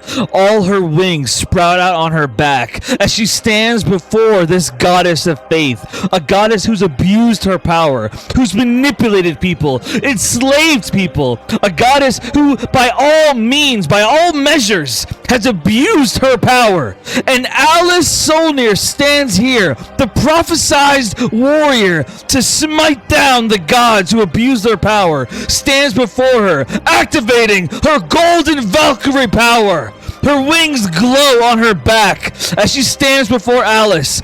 And Fealty, her eyes widen in shock as she looks scared for the first time. She looks at you and she says, It can't be. No, it can't! As she stares at you in fear. I'm gonna grab your art and put it in keynotes. 1 moment.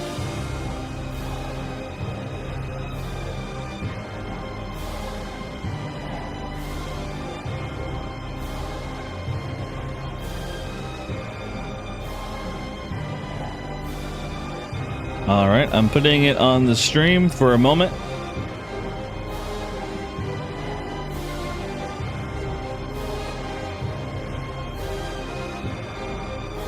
I'll keep it up there for a bit.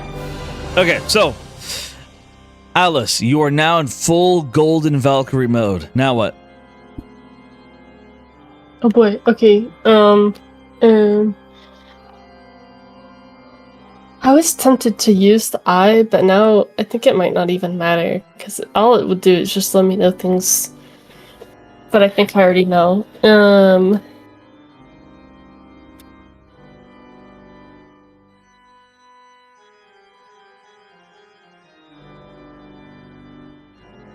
And then this is also the updated one, right? Yep. Okay, are you gonna post it as well? Yes.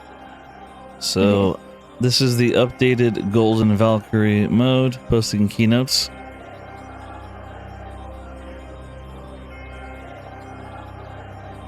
I also realized I want to do like Radiant Alliance to Asher. So Asher, he feels this glow on him.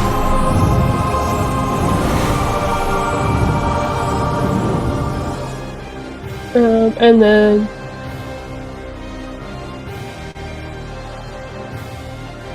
I think I'm just gonna attack her with my sword. Alright. So Alice, she's currently floating in the air. Both her and Fealty are both about roughly 30 feet up in the air as Alice just flies right at Fealty with her sword as she swings. So scared. 17 to hit. That does not hit. So Alice, she swings. Yeah, go ahead. What are you gonna say? No, nothing. So Alice, she swings with all her might. However, Fealty's able to block the blow. And as Fealty blocks the blow, she just stares you down. As she says, even with that mode, you still are nothing to a goddess. As she just stares you down, her power fluctuating around her. Yeah, I'm swinging again. Roll to hit. 21.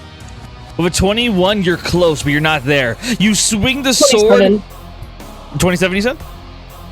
Mm-hmm. Okay, my bad. I misheard you. So 27, you hit. Go ahead, describe it. Oh yeah. I'm gonna roll all these damages real quick. 13 and 9. So, and then also does a d6. And then I also would like to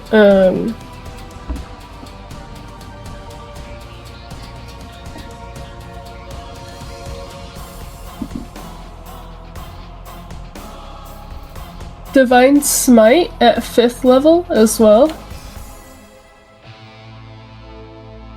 Alright, go ahead.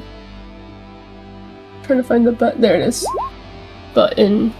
Okay. So you cast Divine Smite as thunder cracks through the air as you cast Divine Smite on this goddess.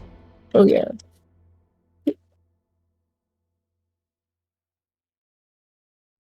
Okay, so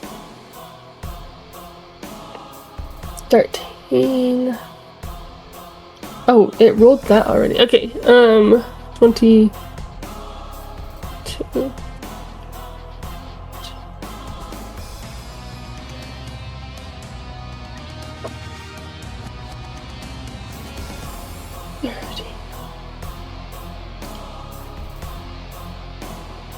That's 32 damage. Sorry, I was counting. No, you're good. So you deal 32 damage.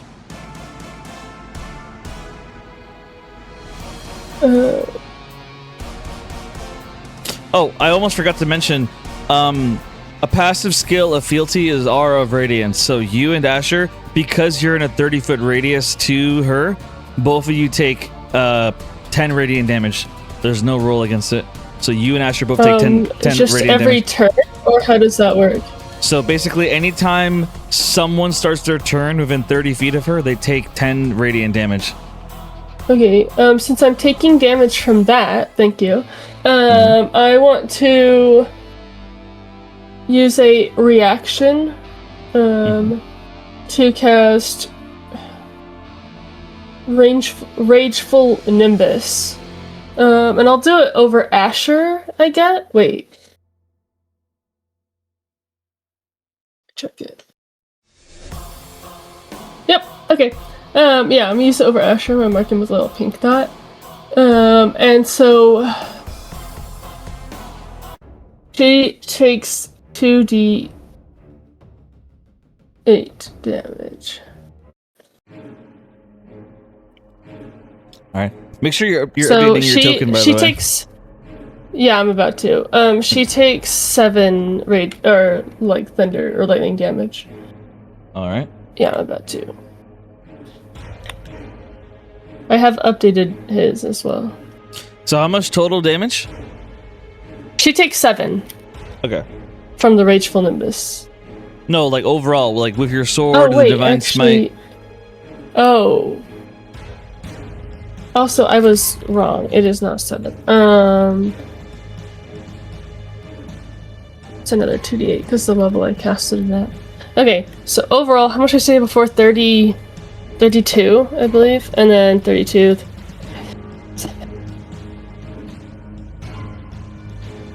It's 50 total damage. 50? Okay. Mhm. All right. So as you deal 50 damage, you watch as one of her stones on her armor breaks. And suddenly, the entire room flashes. It begins to flash as a memory of hers begins to fill the room. And suddenly, everyone is stunned as you see a memory. Before we get to that, is there anything else you want to do for your turn? I think that's it. That's my action, bonus action, even a reaction. So yeah. Okay, perfect. Just making sure. So basically, here's what happens. So as you manage to deal this damage to her, you see one of her golden stones breaks. It crumbles onto the floor. And as it crumbles onto the floor, you hear thunder fill the room. And as you hear thunder fill the room, suddenly you see a white light shine before you. And as the white light shines, you begin to see a memory flood through you. And I'm going to show you the memory in a moment. A memory of Fealty's past. I set it up to where you guys can see it in roll 20. So you see a memory. I'm going to describe it first. You see a memory of Fealty. She is wearing ragged clothes. She has wounds all over her body. And you see her standing in front of a bunch of other men. She appears to be in the desert. It's a memory of her past, before she became the way she is today, before she became the ruler of the Divine Union, before she became evil. You see a battered woman being abused by the men around her.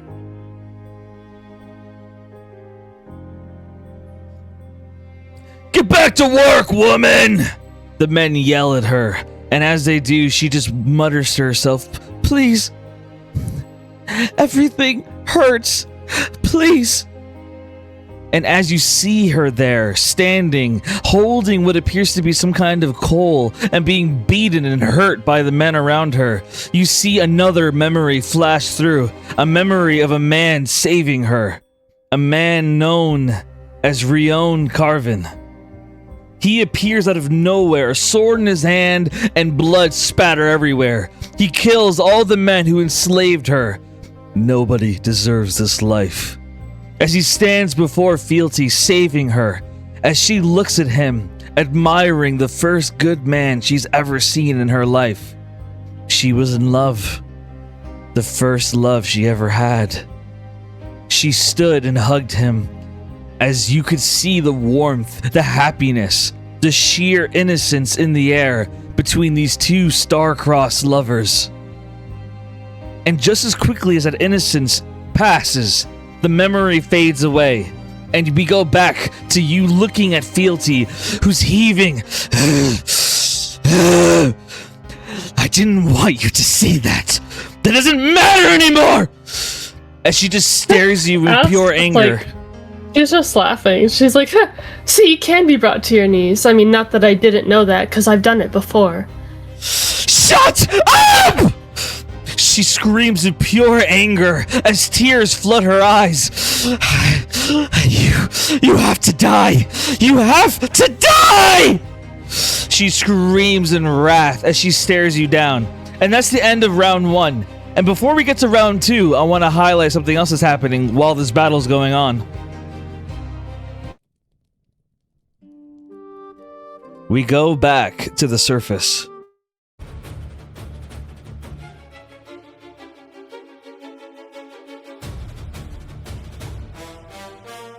Let me get Alice and Asher's tokens off the field.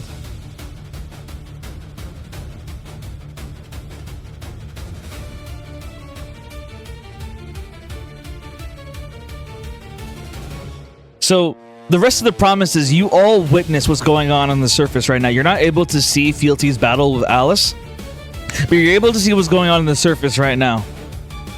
As they all kind of just stand around, Prometheus suddenly says... Here, let me make sure I got his voice for this. Prometheus, he says...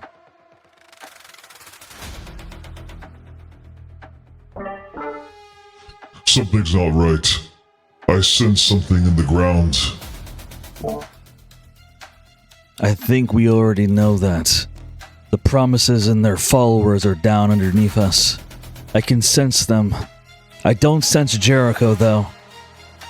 Nedwin says as he stands beside Prometheus. Prometheus shakes his head. No, it's something else. Something more sinister. Everyone, stand at attention! Suddenly, all the divine soldiers begin to get in formation, along with the cursed soldiers. They all begin to march forward. He calls over to Tora, get your troops in front of ours, now! Why? What's the issue? Just do it! Fealty left me in charge while she's gone. Obey or die! Alright. I swear you're lucky that I need your help, otherwise... I would have killed you back in the Divine Union. Move forward, cursed soldiers! The cursed soldiers begin marching ahead as well, as they get in front. And Tora, she calls out, "What is it that we're so scared of?" Suddenly, you guys see the ground begin to shake. And you see a hole suddenly form open.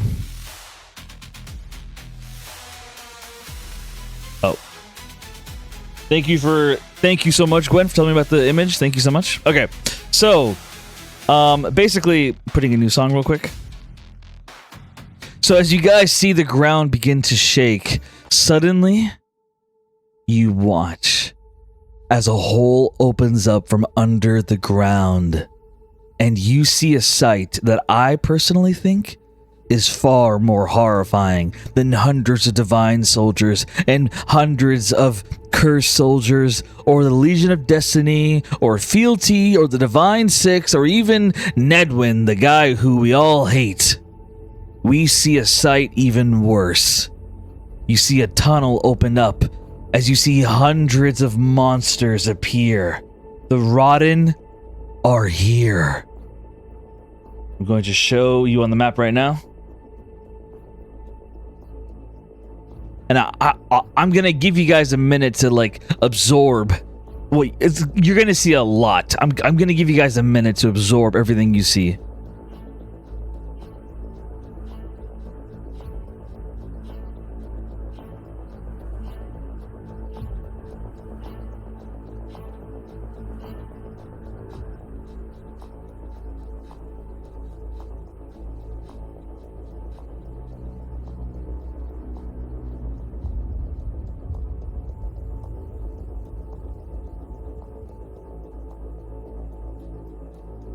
All right, you guys see the map now. Go ahead and look down. Reactions or commentary is free. Oh! Ha!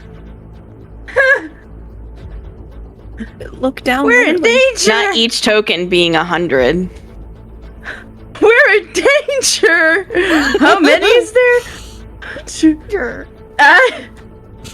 The carrier, is it just one per token? That's right. Is the scale off on this, Cap? Probably. Let me fix it. Thank you for telling me that. Let me fix it. Yeah. So there's around think this is more 54, if I counted right, 54 rotten tokens. So that's what? I don't do math. 540? No, that's more. 5,400? That's right. Am I doing math correctly? I'm gonna post in keynotes what the new people look like that you guys haven't seen before. So these are the 3rd generation Rotten. They are new.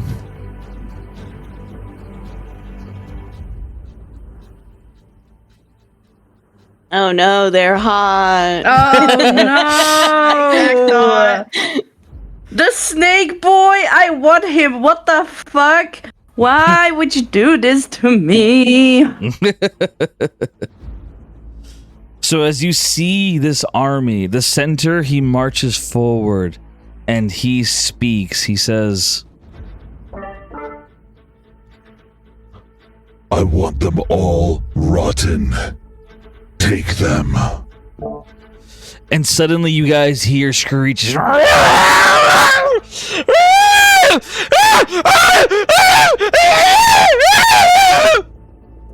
You hear multiple rotten creatures screaming.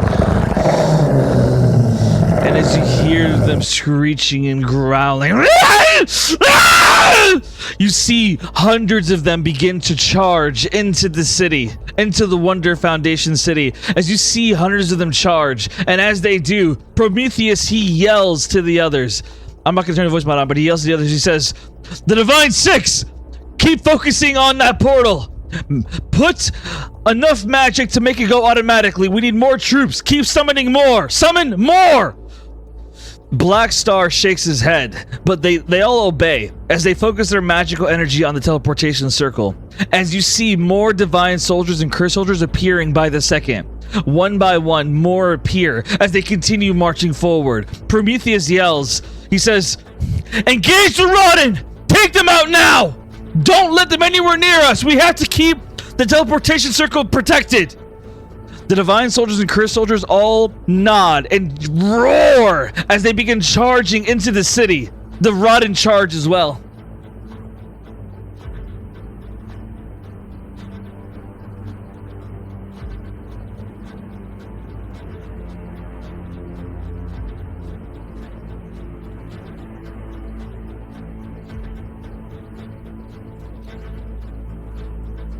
Unlike the Rotten, they move sporadically. They move like wided and divided. However, the divine soldiers and cursed soldiers, they have a formation. They keep their swords and shields up as they move in what appears to be a Spartan line formation as they keep each other covered with their swords out ready to stab the Rotten as they get close. They keep themselves in a tight formation. You watch as more divine soldiers spawn and march forward. So this is the newest shipment of divine soldiers that have come in. As shipment, did you say? Yes, shipment. I know what I know what I said. I know what I said. I'm not saying you don't know what you said. I just find it's funny what you said. Yep. So you see as the Rotten and the Divine and Curse all engage with each other. Meanwhile, Torah and the Legion of Destiny, they begin pushing forward into the city. Prometheus calls out to the Divine Six, "Move in, engage," as they all obey and they begin moving into the city as well.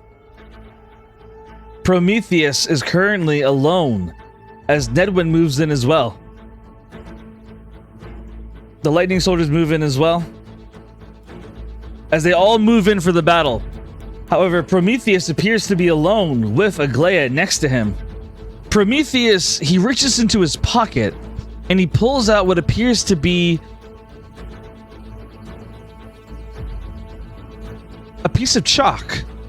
And he drops the chalk on the floor. And he crushes it under his boot, turning into dust as he stands beside Aglaia. Ozymandias calls out to you. He says, "This could be our chance. Prometheus is alone right now with Aglaia." I'm going to switch to the Promises map, and you guys talk about this a little bit if you want to.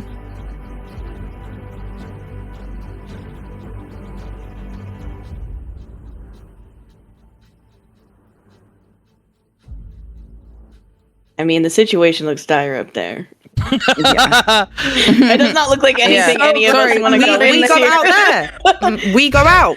You want me to go out into the middle of that? Nah. Just let him duke it out. Guys, listen to life. For a little bit. I hear living underground is the new fashion. What if we go up there, get her, and then go back down? I can teleport us. Ozymandias, he says, I can teleport us in and teleport us out in a matter of seconds. I'm a master when it comes to teleportation magic. I can easily, it'll take us less than 5 seconds. I just want to have backup in case anyone tries to attack me while I cast a spell. All I would need are the promises. Okay. Ooh, sorry, that's very What is the net made of? Were we able to tell that at all? The net is made out of metal.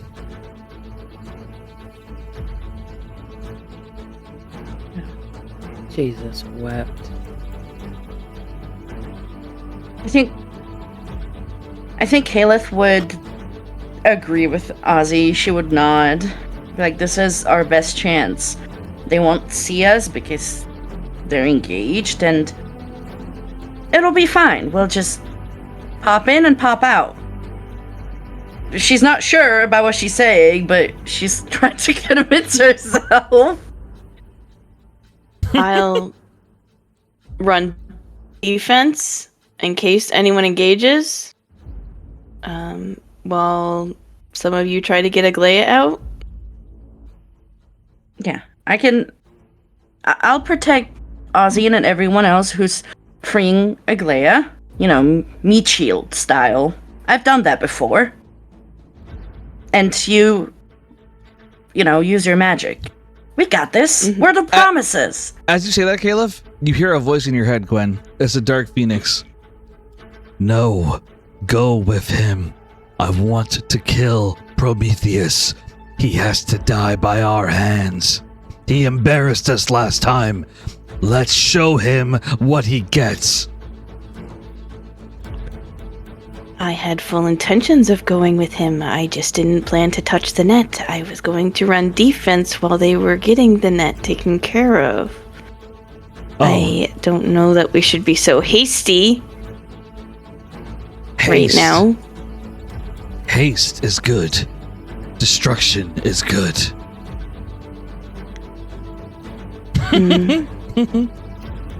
The Light Phoenix chimes Jesus, what? in. Light Phoenix chimes in. She's like, destruction isn't always good. Remember, she's not doing this to kill Prometheus. She's doing this to save her best friend's friend, Aglaia. Yeah, that too.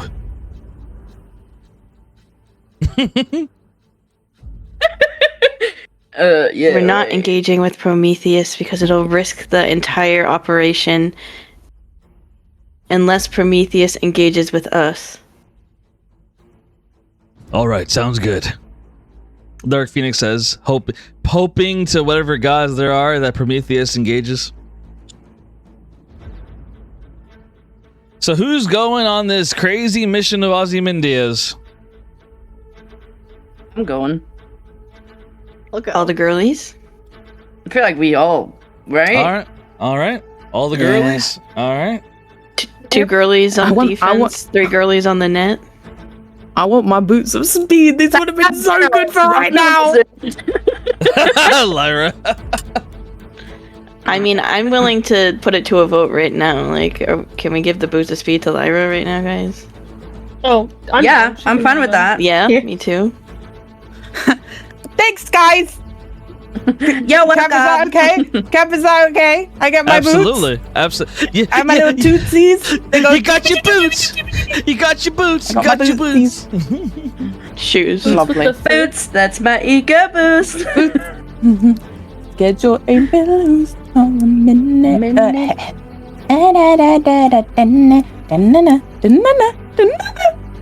So Lyra as, sings this as she zooms around. Yes, she does.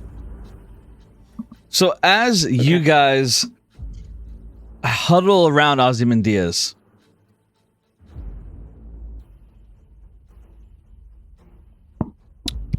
he looks at you and he says, all I need is 5 seconds. Once we get there, free Aglaya, gather around me. I can teleport over 20 people at the same time within 5 seconds as long as you're all within 30 feet of me. If you're within 30 feet of me, we'll get out of there. Sound good? Perfect. Okay. Yes. As the girlies are like all like ready to do this, the boys walk up and you already know what they're gonna say. Shade's like, Boy.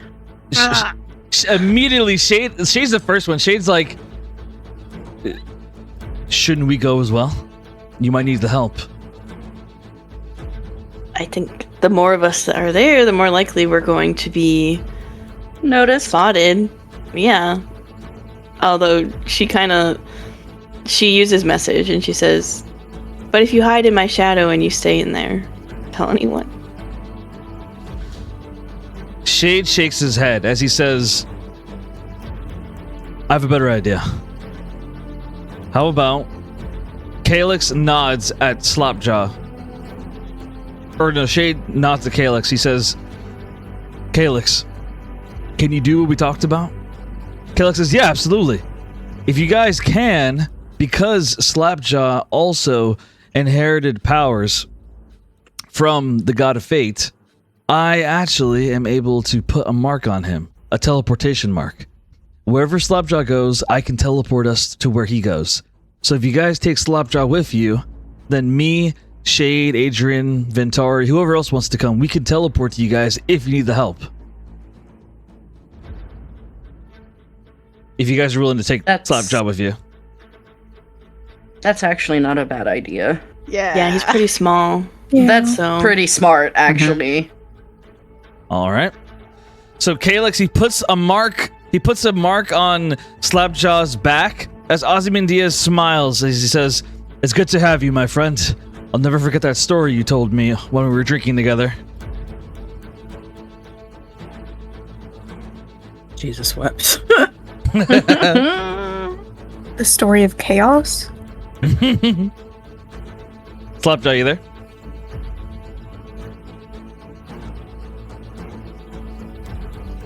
Here, let me ping him.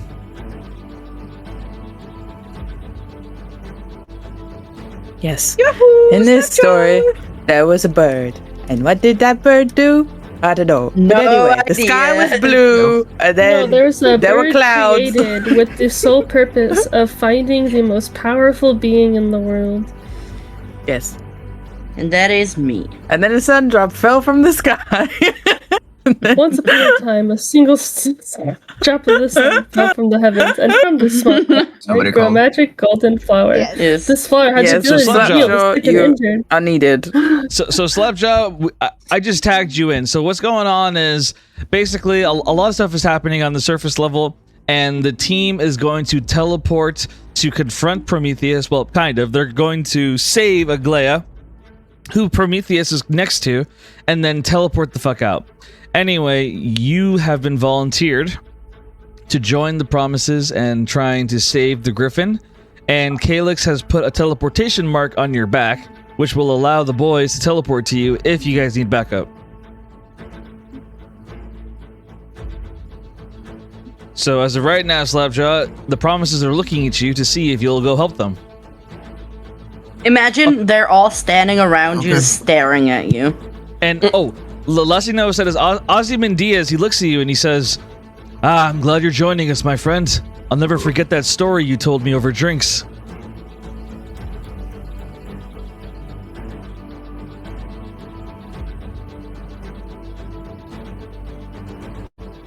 I'm waiting on your response, Slapjaw.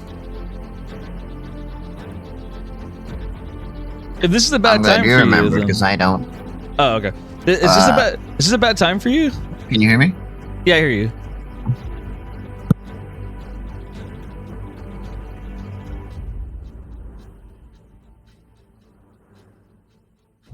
Okay, we're gonna move forward. Okay, good. Yeah, what's up? Is your mic working now? Because say something. Yeah, what's up? Yeah. Something is wrong with my Discord. That's okay. Just we'll sort it out later. Okay, let's do this. I'm bringing him along.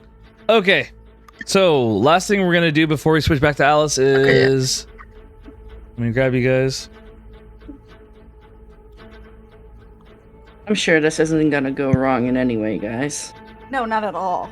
Not one bit. Not at all. Not from the fucking teleportation master, as he has said so. So if anything does go wrong, no, I'm joking. I'm saying if you guys get Glea killed, Alice is going back to her vengeance oath. Yeah. We all like Alice comes out, Glea's dead on the floor. It's like, who? And we just look at Ozzy. Like, it wasn't me.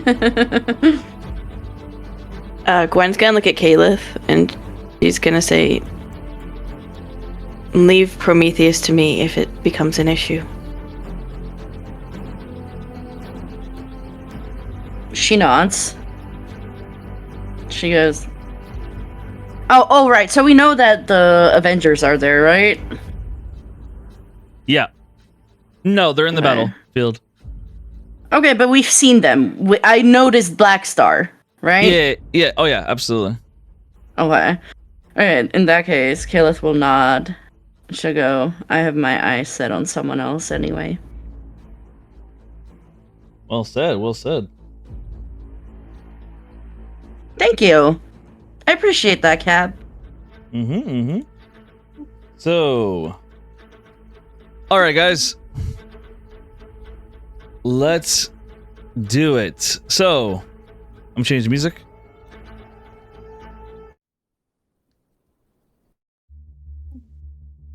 Alright, here we go. Guys, do you remember how we wanted a Suicide Squad? I think that's just us. We are the Suicide Squad. Yeah, 100% we are. So here's what happens, okay? So you guys you see electricity sparkle around you as Ozymandias casts the teleportation spell. And suddenly you all teleport. And as you teleport, you appear on top of what appears to be a glowing circle. And as you do, suddenly you see Ozymandias scream,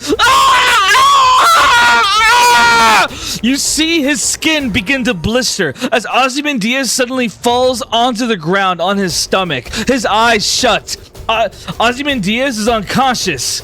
And as he's unconscious, you see that you guys are standing upon some kind of hidden circle. It's glowing red as Prometheus looks at you guys. His arms cross, and he looks smug as he looks at you and he says, So I was right. I did sense a powerful wizard down there.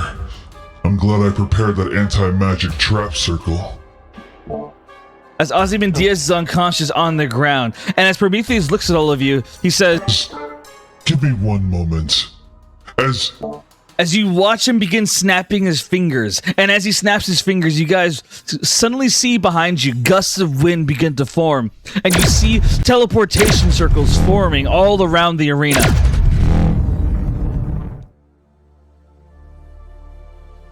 Oh, whoopsie, my bad. Forgot to because of the map. There we go. Oh, he can have his fucking minute. I'm gonna kick the shit out of Ozzy. We just have to be the heroes, huh? So Prometheus, he stands there, and I'm gonna show you guys what's happening on the map. One moment. Yeah, Lyra's kicking the shit out of him.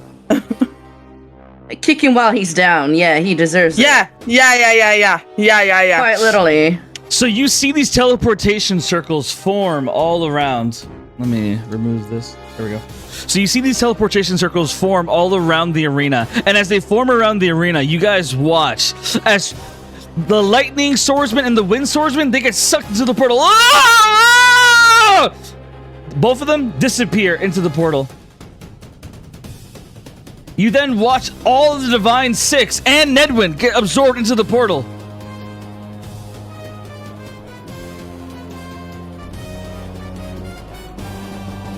The fuck?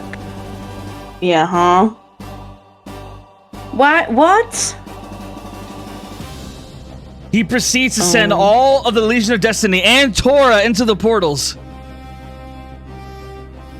And then you watch on the other side of the arena of this insane battlefield, you see what appears to be portals appear next to the center, next to the Rodden.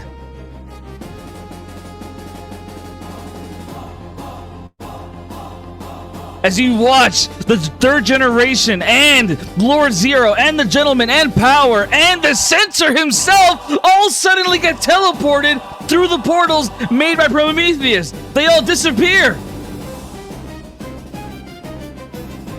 Point of As this- clarification. Yes, go ahead. I'm sorry. Where the Never fuck mind. are Keep they going. going? I don't want to screw up the. It's okay. What's up? He's in. Is the red the anti-magic field? Yes, that's right. How is Does it he not- casting portals? I'm very confused. So it doesn't apply to him. So earlier I commented that he broke chalk. The chalk sent off a fragrance around himself, which made himself immune to the anti-magic circle. Plus, he's the one who drew it anyway, so he's immune to it basically. So only he cannot use magic, or can use magic in the circle. You guys cannot. And so Prometheus, he stands there in front of you. Good question though, Gwen. Good question. So Prometheus, he stands there. that. Oh, that's right. Let me get shade out of there. My bad. Whoopsie. So you guys appear. What are you doing here, Shade? So you guys appear in front of all of this as you see this going down, and Prometheus, he just stares you guys down as he says, I'm not on Fealty's side. I'm not on the Rodden side. I'm not on your side. The only side I'm on is on my own. And as of right now, you have two choices. Watch me kill this griffin, or step through the portal behind you. Do it now! Prometheus yells as you see a portal open up behind you guys. A portal that you can't see what's on the other side of. A portal that has winds spiraling around as Prometheus stands in front of you. He puts his hands right in front of Aglaia. Aglaia is unconscious on the floor as Prometheus puts his hand up to her, and you see him charging up a scorching ray in his hand, ready to burn her alive if you guys make any moves that he doesn't want. You guys have your moment now. What do you guys want to do? Whatever you want to do, whatever you want to say, it's all yours. Go ahead. What's up? Guys, Can I sorry. roll insight to see if he's lying about, like, you know, he will keep Aglaia safe if we do jump in? Yes, absolutely. Roll insight. Oh shit, that was almost a 20. It's 15. So the 15, as far as you can tell, Prometheus would burn Aglaia alive if you guys cross him. Okay, but what I'm saying, if we do what he says, he's gonna keep his word. He's gonna keep her alive. Yes, he has no intention of getting rid of his bargaining chip if he can help it. Okay. and if I ran at him, just if, would he then have to do dex to see if he could react quicker than me? So what I would say is that because you're so far, How So- far is it, Cat? let's see. So I'll tell you right now, I've clicked my heels. I am Dorothy. My movement's now 80 feet. My movement is now 80 feet, and I can dash. I'll say Dex contest. But like, if it doesn't, oh, I have tokens. Okay, guys, should I, or what are we doing? Should we risk it though? What if, like, we can use any magic? Us, No like, magic. Yeah, like, even if that works, how can we be sure that we can keep Aglaia safe? Like, Can You guys I better roll learn too. Arcana? What, Gwen? What's up? Yeah, roll Arcana. Can I roll Arcana? My guess is that if the chalk circle is disturbed, that it would ruin the anti-magic field. Is my theory. Roll Arcana. It's a 29. So if a 29, you're yeah? right. If a 29, you're right. If you manage to find the incantations that's drawn underneath the ground and put a scratch in it, then the anti-magic circle would dissipate.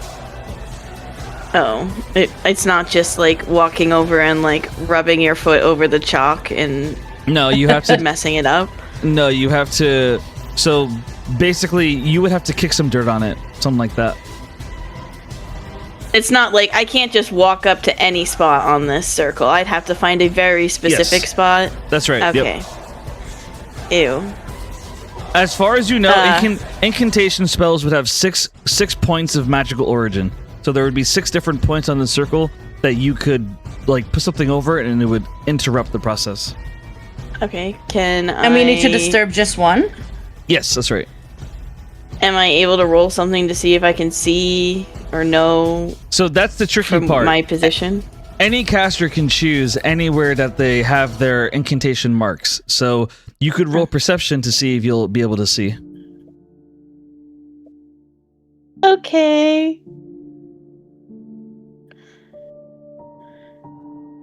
Nope. Can I 5? say You have no idea. I'm trying to find it too, so she gets advantage? Like we're both looking around? Gwen, communicate to the others what you're trying to do, and I'll give you advantage because they would help you naturally. Okay. Well, Gwen will kind of say under her breath,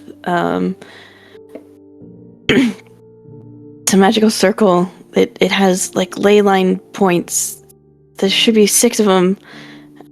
Do you see anything? Do you see any breaks in the pattern?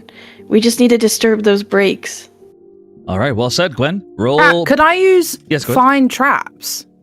Yes, you could, absolutely. Although, does that require magic? It's a spell, isn't it? Fuck. Yeah, it's Yeah. casting. Yeah, sorry. Yeah. No, I thought it was a hunter's, like a ranger's thing. Nah, don't worry. No, you're good. Listen, it's a good question. It was a good idea. So, yes, Gwen, with a 14 perception, I will allow you to see 3 of the marks. Oh my god. Hell yeah. I'm going to draw a blue X, or not an X, a blue cross, like a line through each mark. Oh, sorry, wrong thing. Whatever, that'll work.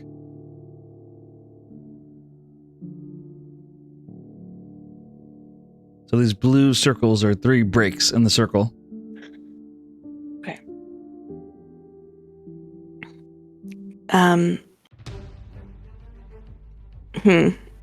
Okay. I mean, I have a plan, but I don't know how we would do it fast enough before he's just like, why aren't you getting in the portal? Yeah. Am I allowed to out of character talk about it, or are we just going to... Normally I would allow... okay. I'll give you 2 minutes of IRL plan time. 2 minutes. That's all you get. Starting now. Yep. We need someone that can throw to try and hit the mark. Okay. Lyra, maybe, since she has lots of movement and speed, to try and go for Aglaya. And we might need a couple people trying to hit the mark just in case. Mm-hmm. And maybe even like Naren could try to hit this one. Like maybe try to hit a few of them. I was gonna try and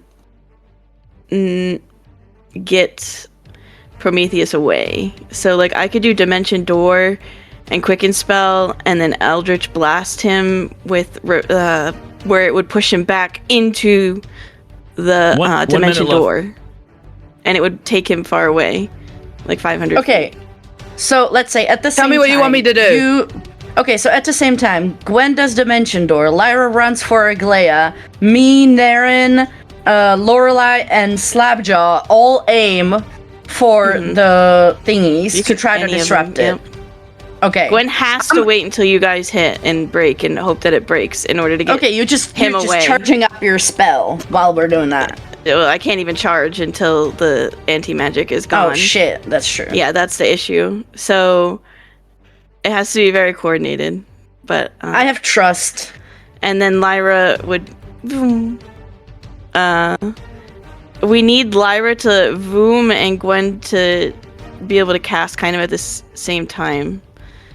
So I think, yeah. Is everyone okay with that plan? Everyone's I'm fine involved? with it. 1 minute is up, so they better be.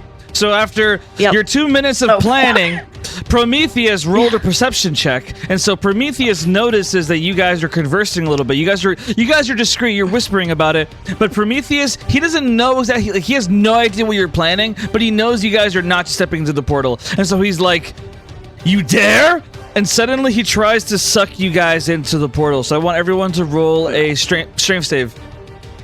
The DC is, well, I won't tell you. It's a surprise. I'm gonna re-roll. Oh shit! Those are bad rolls. What is happening? I'm gonna reroll. I'm re-rolling. What the fuck is going on? Oh, I can't. So- There's a dice in there. I think we're going through, guys. So let me check here. So make sure you guys are -2. okay. So you use 2 tokens, correct? I've used I one even put it in the token. chat. Okay. So Lyra used 1 token. Gwen used 2 tokens. Naren, I used one. Naren, you already rolled. No, You mine don't have to roll was again. lagging. Sorry. Oh, okay. No, you're good. You're good. Okay, so Lorelai. So I'll just say the DC is 14. So Lorelai passed. Slapjaw passed. Gwen and Lyra both used tokens. Caliph, did you use a token? Yeah, you I did. used a token. Yeah. Okay, go. Make sure you guys mark those off. Thank you. Yep. Ozymandias, since he's unconscious, he fails automatically, and he begins to get pulled towards the portal. However, thanks to Lyra's nat 20, I'm gonna give Lyra the opportunity, if she wants to. If you want to let him, fly through it. Stamps on him. So Lyra stomps on him and keeps him down to the ground, stopping him from flying through the portal. Okay. Yes. So you guys managed to defeat Prometheus' wind-sucking portal, as you guys can now do your plan. Now or never, guys. Okay, what do we roll to? I assume we would first. Run. Roll. Or yeah. hit from far away. No, we can literally run to it. It's like 30 feet away. I'm the only one who's like For 45 me. feet from every single one. You can dash. Just dash. I think you're 30. I think you can make it. Yeah. Oh, Lorelai, I'm so sorry. Yeah, no, you're good. I'm sorry, girl. I mean, can she dash? Yeah, she can dash if she wants to. Dash. Now you got 60 But then she feet. can't do anything. Yeah, that's the thing. Oh, that's true. Since the portal is pulling in that direction, can she use the sucking of the portal to accelerate herself to get to it to hit it? Please, Dion, please. I like the way you think. Oh, benevolent I will allow it. Oh. I will allow it. So Lorelai, you feel the wind trying to suck you in, trying to bring you into the portal, and then suddenly you see you're like, oh shit, I'm actually pretty close to the mark now. As you manage to run on top of it, Lorelai. Now what?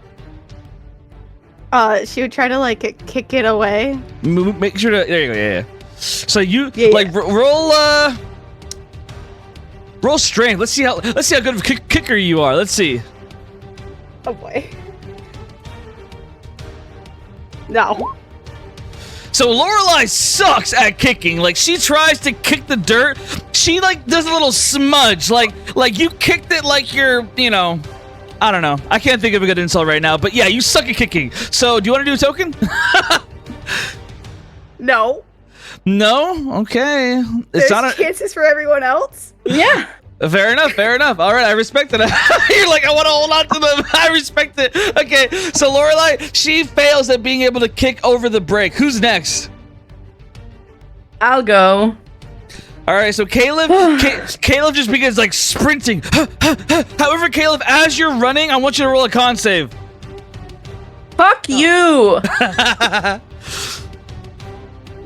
Bitch, that's a 25. So the 25, Caleb, you're completely fine. But for some reason, you have a strange desire for carrots. You don't know why, but you have a weird desire for carrots right now. But anyway, you manage to run all the way towards the mark as you begin to kick. Roll a strength check. Fuck.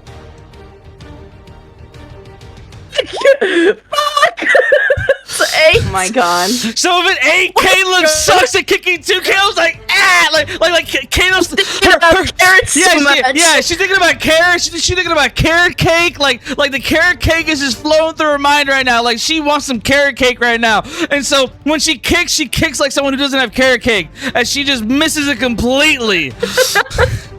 And so as Caleb misses it completely, who's up next? Me? All right, Naren, Naren, the spoiled secret agent princess of the Phantom Federation, who's never been in a situation like this before. She just quickly runs to the corner of the circle, tries to kick it. Let's see if she can do it. Roll strength check, Naren. Come on, dice. Come on. Please, Darren, please. Please. We still have Why is it not Slapjaw loading? too. I see 50. Yeah.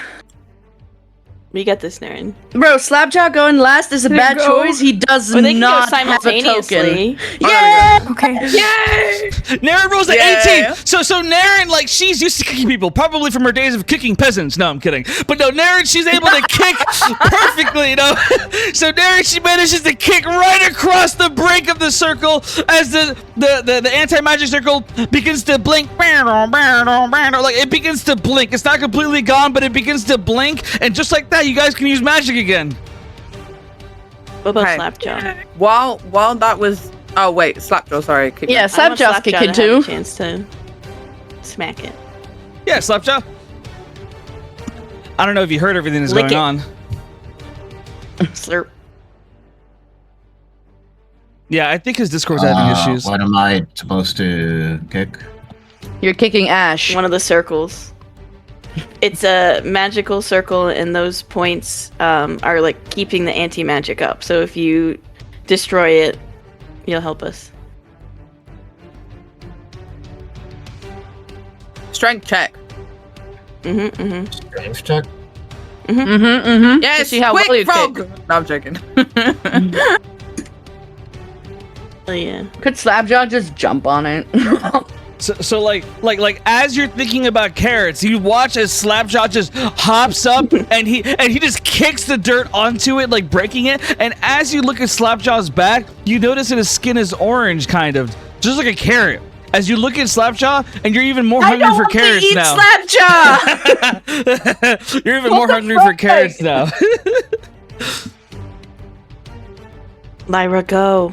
Okay, while that was happening, Lyra, I don't even think I need to dash for this, because, yeah, that's not even 80 feet, yeah. Okay, so her heels have been clicked, she runs up, and I kind of want to make it like a charge towards where I'm like trying to tackle Aglaya and roll her out of the circle, like away from Prometheus. So I will that remind you, yes, it's definitely possible, but I will remind you of two things. One, it's a fully grown griffin. Griffins are large creatures. They're heavy. Not only that, but there's a metal. Am I speedy enough? You're definitely Can we speedy say the enough. speed helps? You're definitely speedy, but listen, you Well, then I need want some to strength too. buffer. So horse. there's also a metal net around her as well. So what I want you to do is roll strength check. Oh, fuck. Oh, my strength is so bad. Okay, tokens. Ooh, maybe not dirty 20. Does dirty 20 do it? So Lyra, she runs fast. Her boots click as she's running as fast as she can for Aglaya. And even though she isn't really the strongest person around, she uses her speed to get momentum. And she thinks about all the muscles of the Republic of Jericho as she manages to push Aglaya. She manages to push Aglaya forward, gently, not hurting her, of course, as you manage to push her away from Prometheus. Yeah!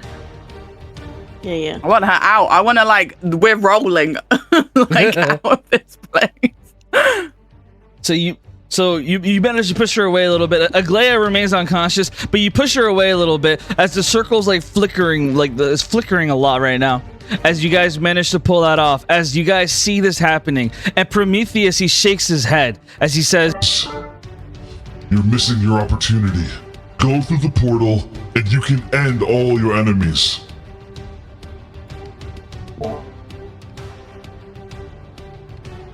And what about you? Are you not our enemy? I'll face you one-on-one. Gwendolyn Wonder, I can sense the power in you.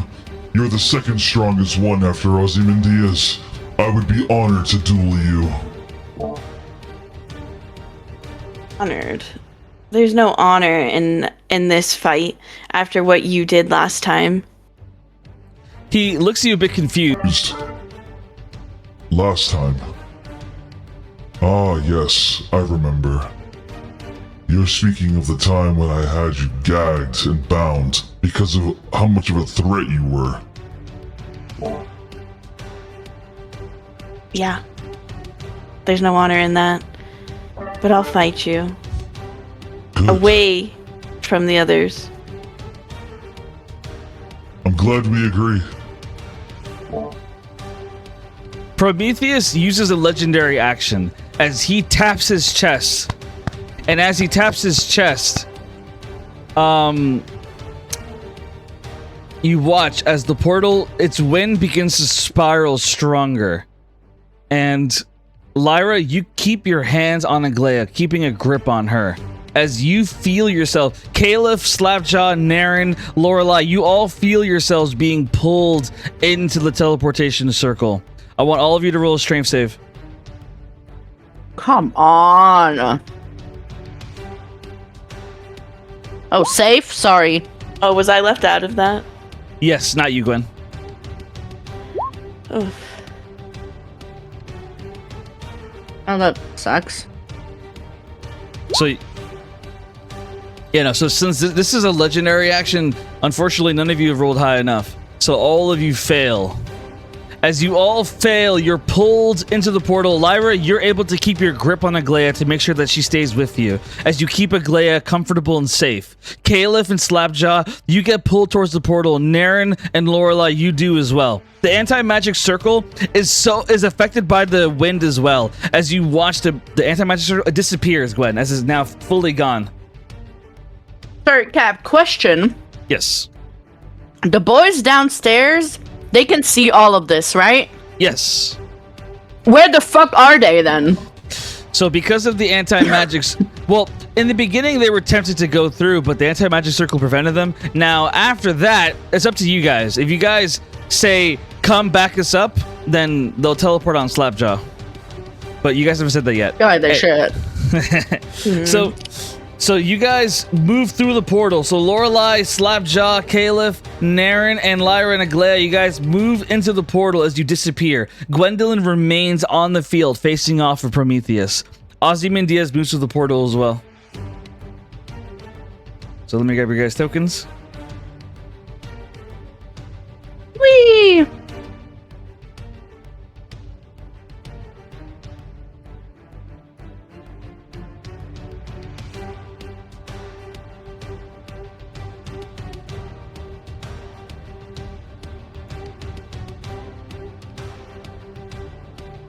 Give me 1 second. I'm gonna put you guys in a new map.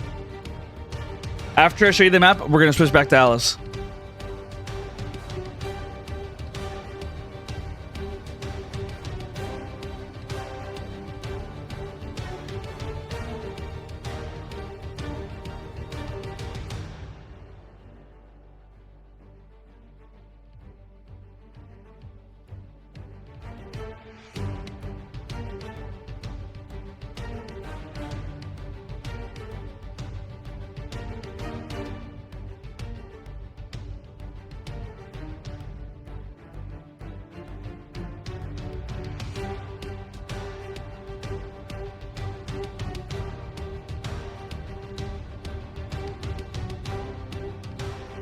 Almost done. 1 moment. Sorry for the wait. Okay, so I'll add more numbers later. I forgot to add the numbers, so that's my bad. But I'm going to show you guys where you've gone. 1 moment.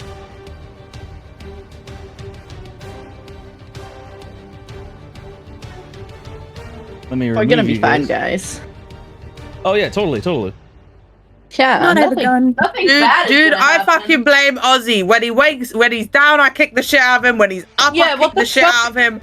What the fuck do you mean you're a super powerful wizard, but you don't feel a super powerful teleportation circle? What the fuck? Anti-magic. Sorry, and Anti-magic he field. fainted, from an anti-magic circle. And what? We're fine. Yeah, bro is the weakest quote-unquote strong wizard I've ever seen. He is the squishiest wizard I've ever fucking seen. To be fair to Ozymandias, what I will say, to be fair to him, is that the anti-magic circle... there is no fairness. it attacks anyone who casts a spell inside the circle, which he did. That's why I attacked him. It didn't attack you guys, though. If you guys attacked it, then... no, he's useless. I kicked the shit out of him. He also couldn't detect it, even though teleporting into it, like...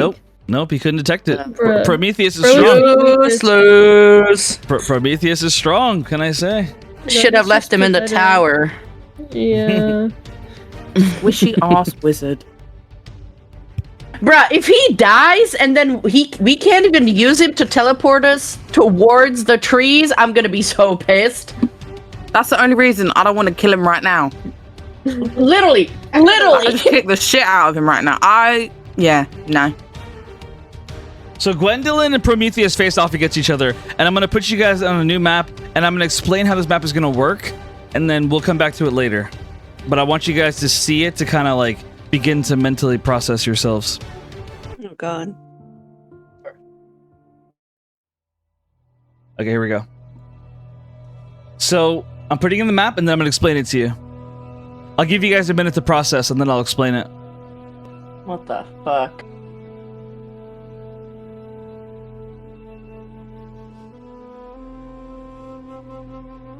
It's like a parkour thing. What the fuck?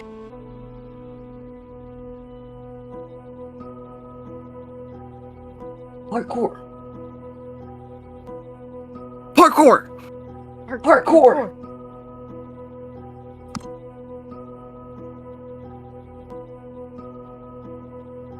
So the way this is going to work, this arena, as you can see, this is Prometheus' personal dimensional pocket.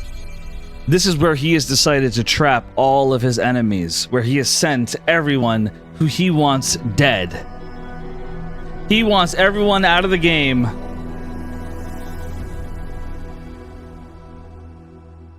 And so the way it's going to work is I will roll a dice, a D30.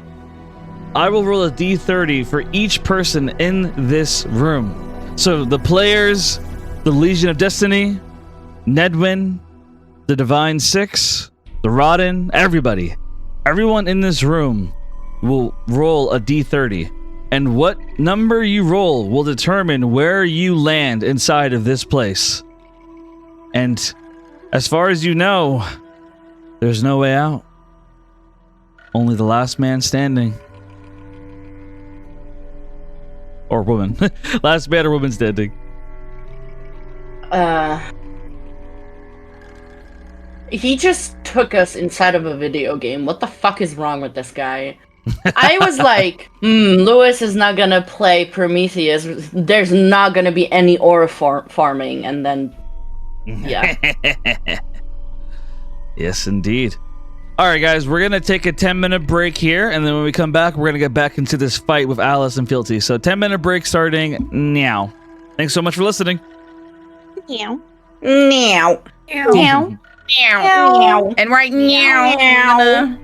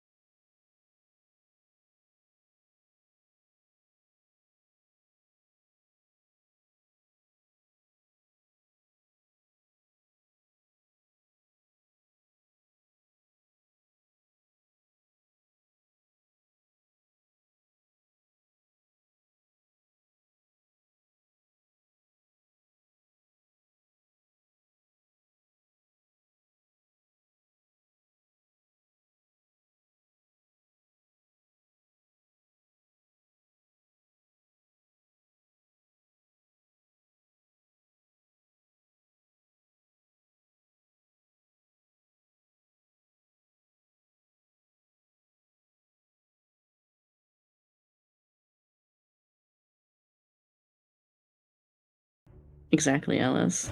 All right, we are back as we resume session 55 of the Promises of Pandora. We return to the battle between Alice Solnir, the Golden Valkyrie, the chosen one amongst the Asimars, against the abuser of mortals, a goddess who believes all men belong, or let me rephrase. The goddess who believes that men are better seen and not heard, as she rules over a nation in which all the women are in control. However, she controls the women as well, and she manipulates their minds, their memories. And so Alice, who has been abused by Fealty, manipulated by her, now faces her off in this epic battle.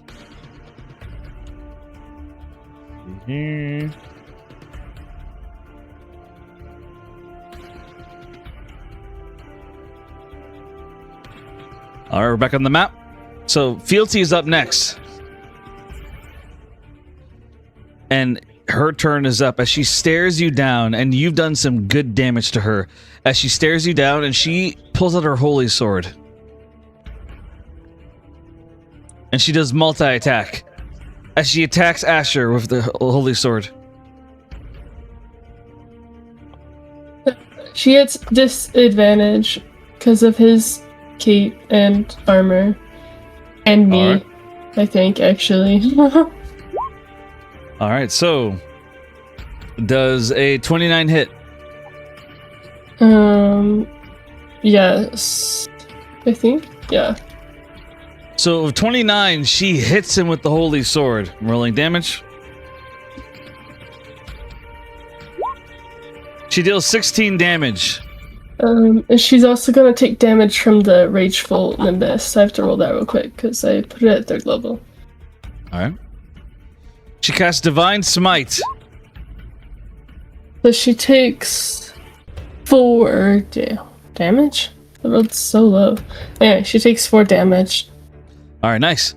As that happens, she deals she does Holy Smite as Asher gets hit by a bolt of lightning, as the Divine Smite does. Oop, I rolled that wrong.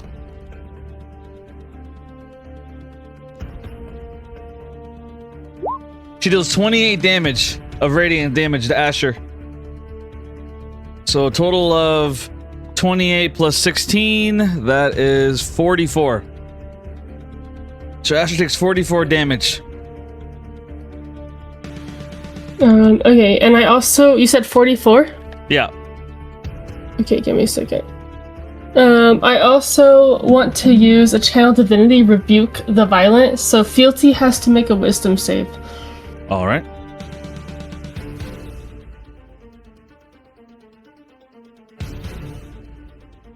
I'm rolling. A nat 1. However, luckily for her,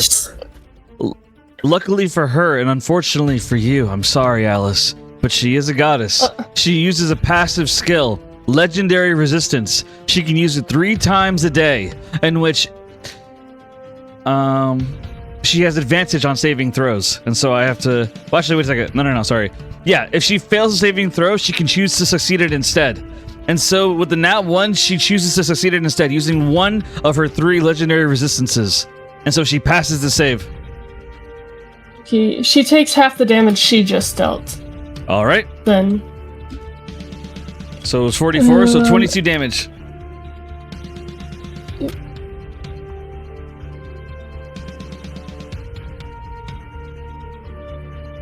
So she takes that damage then. So she takes 22 damage and she screams in pain. Ah! She stares you down as wrath fills the air, and she just continues trying to take you down. And so after that, she stares at you and she says, I want you to know how it feels to lose the one you love. As she swings her sword for a second attack on Asher with the holy sword.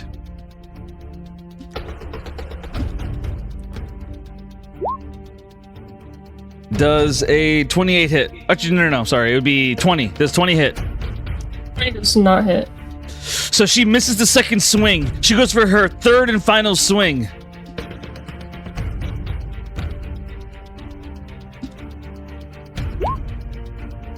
Does a 21 hit? That misses. So for 21, she misses. So Asher, he begins dodging her moves left and right. Why do you move like that? No one's been able to dodge me like that until him! As she keeps swinging left and right, and Asher just dodges his moves as though it were nothing. He just laughs at her. What's wrong, Fealty? Starting to feel like your victims? Powerless? As Asher just dodges her moves, staring her down, his eyes red with power. Fealty yells in pure wrath. She looks at Asher, and she decides to use a legendary action. To be clear, she only gets 3 legendary actions, and she gets 3 legendary passives. This is her second one. Yeah. Okay, so she uses her holy sword. She attacks one more time with her holy sword against Asher. In pure anger, she's using a legendary reaction just to attack Asher again.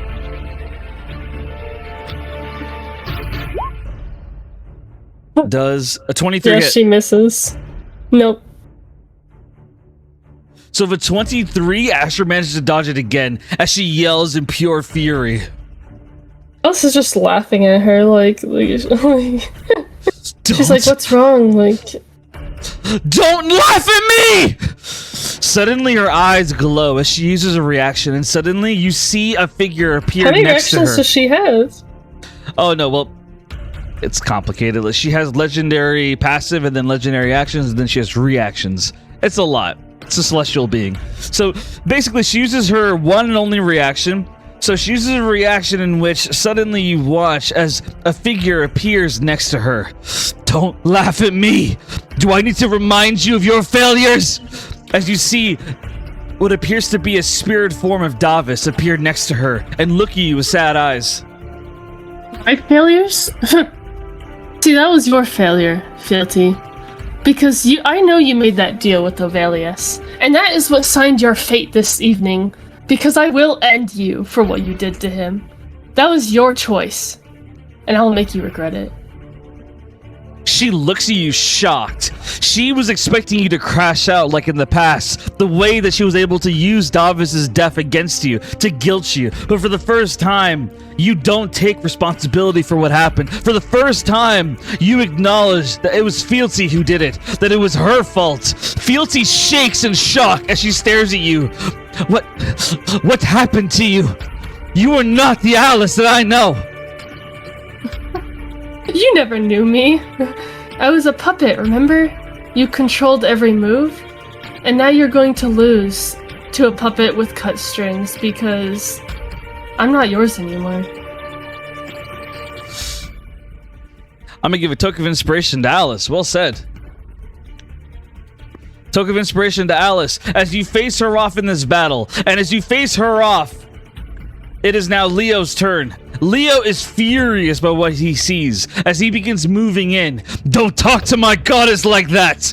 As Leo begins charging forward. He's gonna use a bonus action to dash.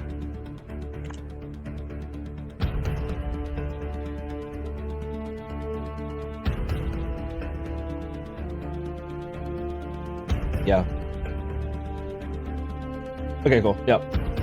So bonus action dash. So he uses all 70 feet to move up in front of Alice. There we go. To move up in front of Alice. And he says, don't talk to her that way!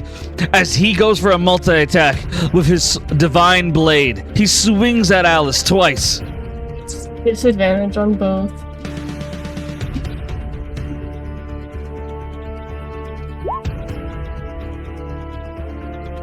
Does 18 hit? Nope. All right. Let me roll again.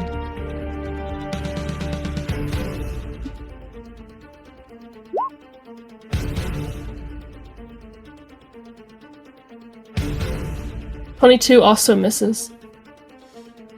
So with a 22, he swings twice, but he misses both times as he stares at you in anger. And as he does, he shakes his head. How did I miss? You're asking me? Ask yourself. I'm just standing here. As you see Leo standing in front of you, you can see that his eyes, his whole demeanor is not the boy that you grew up with. And behind his eyes, Alice, you see something familiar that takes you aback for just a moment. You see yourself. The way that you were controlled by Fealty, the way that you were manipulated by her, the way that you were turned into a living weapon by her. You see the same on Leo, the same boy who just wanted to protect you, the same boy who lost his wings trying to save you. And now he stands here trying to kill you because of Fealty. That is the end of Leo's turn. It is now Asher's turn. What is Asher doing, Alice? Dear Asher, he is going to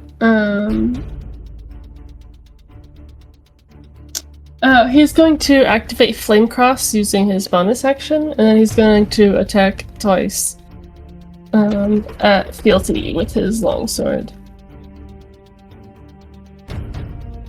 All right. So that first one's a 20 to hit. I don't think that's a Leo or Fealty? On Fealty.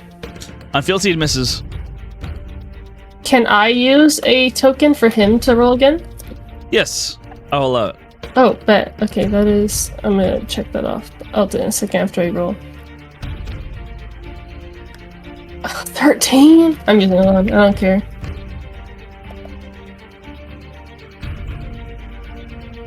$27. 27 hits. Alright. And then I want him to use another charge of the thing, and then also the fire, and he also gets my radiant as well. So give me a second to calculate all the damage. Yeah. So it's 3... Okay, let me do the sword damage first. 3d10 plus 10. And then also 4d6. And also a d6 from me. And then also a 3d6 from his fire. So that is...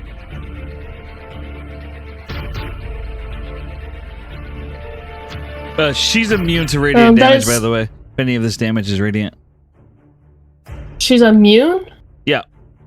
Oh, then some of my damage earlier wouldn't have done anything to her. That's okay. That's my fault. We'll keep the damage. But from now on, she's immune. That's the d6. Is his only... Wait, she's immune? Fuck me, I guess. Yep. So minus... I think only 2 of his is radiant. Yeah, so... Wait, right?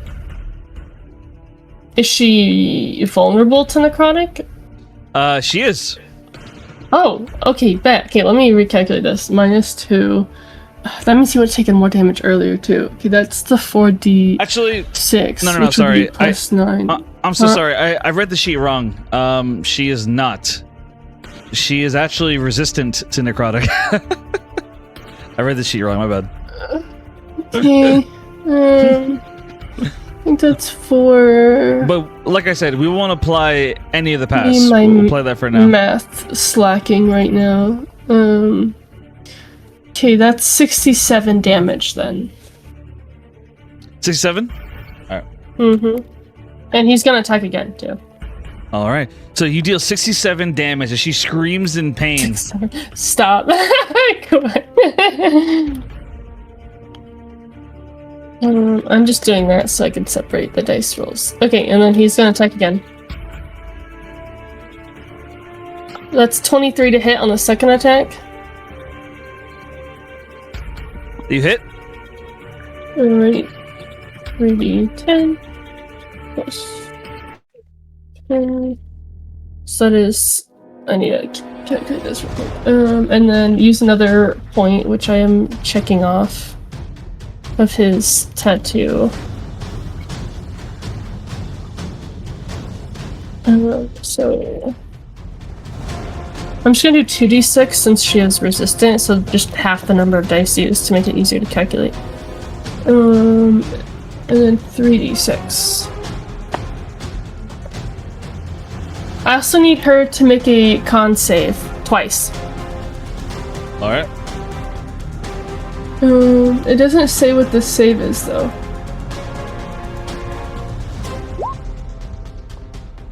23 and 17. Probably passed. Yeah, it doesn't say what the save is. I'm gonna say 17 would pass.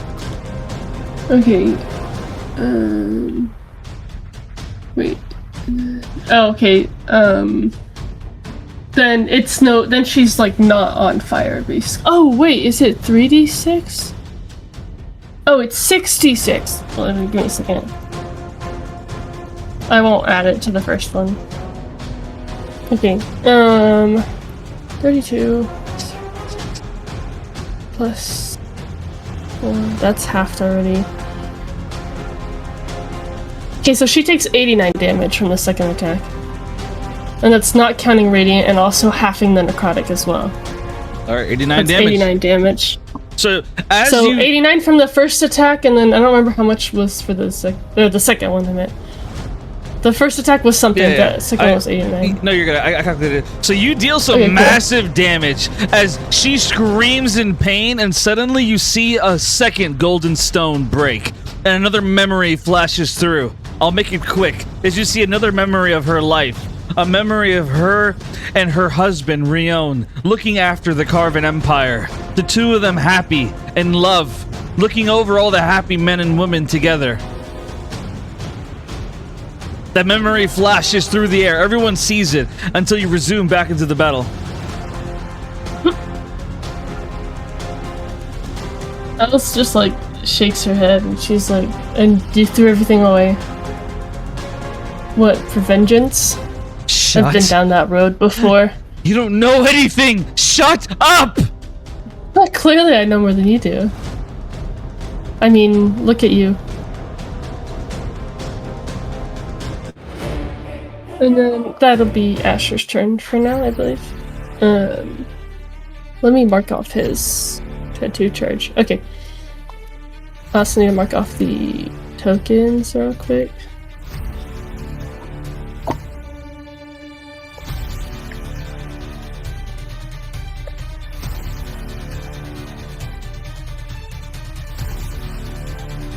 All right. Your turn, Alice. Sorry. I'm marking off the tokens so I keep track. Okay, cool. My turn. So she's immune to radiant? Yep, she's immune to radiant. Okay, so we're taking a different approach then.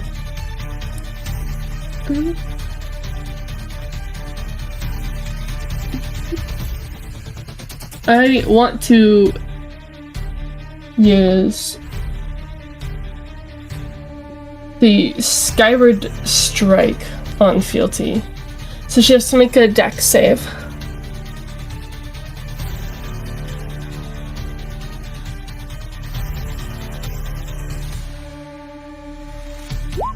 $28. She passes, so she takes half damage. So Alice, she like raises her sword to the sky as like lightning cracks and it hits, I guess, near Fealty then technically, because she passed. So she takes half of the damage.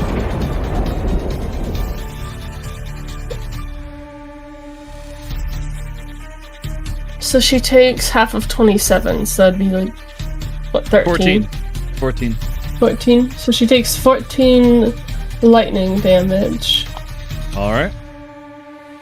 And then... Luckily for you, lightning is a weakness for her, so she takes double that. So 28 damage. Oh, that is good to know. Okay. You know what, then wait, then she would have taken double from my Rangeful Nimbus as well. Earlier. But it's okay, I'll just keep that in mind. Oh, wait. Forgiveness goes both ways. I let you keep the radiant damage and I know, the I said thunder. it's fine. I know, yeah. Forgiveness goes both ways. That's what Anyway, I said continue. I'll keep in mind for the future. Yeah, no, you're good. Sorry. So Alice and Fealty are back and forth. Their blades clashing, their powers looming in the air. The entire ground shakes as these two People float in the air, their power evident, everyone staring it down. And as the battle continues on, suddenly, you realize that there's something in the corner. Some kind of mirror floating up in the air. You don't know what the mirror is, but it's floating in the air nearby. Okay, I want to use the Staff of Power, and I want to quicken spell it. So it's a bonus action. And so let me mark off the slots for that if I could find them. There it is.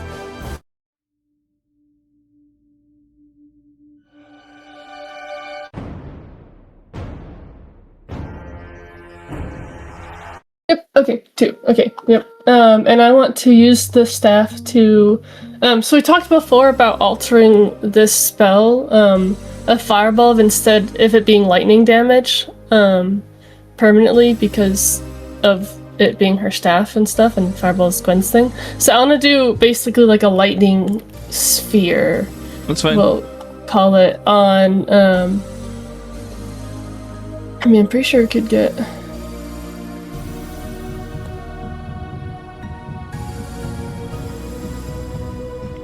Oh, whatever would. Whatever would get both of them. Yeah, like that. And I want to upcast it to 9th level. 3, 4, 5, 6, 7, 9. Basically.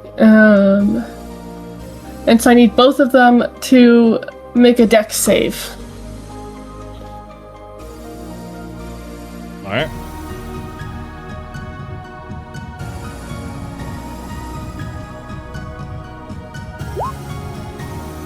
So she failed, so she's going to choose to use her second passive legendary skill, which allows her to automatically succeed. So she has one more of that, so she succeeds that. I'm rolling for Leo now. And that one. So he takes double damage. She still takes the same because this is lightning damage. So her damage would be 26, and his would be 54.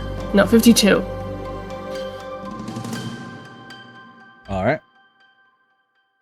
So he takes 52 damage. So Leo takes the first amount of damage in this battle as he kind of gasps in pain.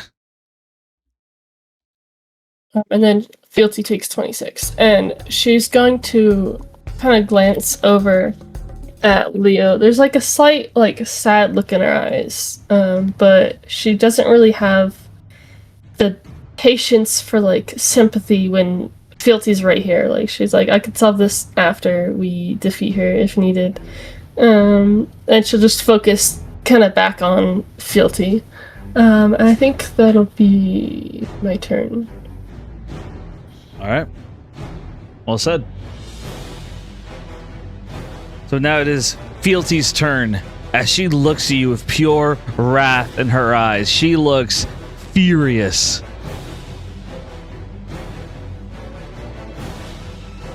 Let me see what she would do.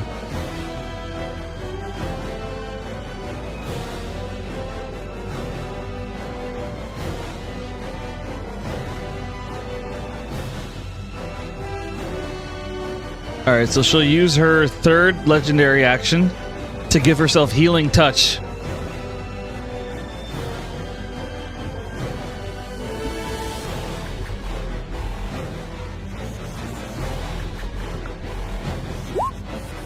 Giving herself 130 HP back.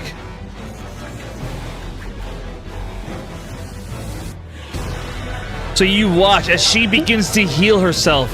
Her wounds begin to heal as she gets 130 HP back.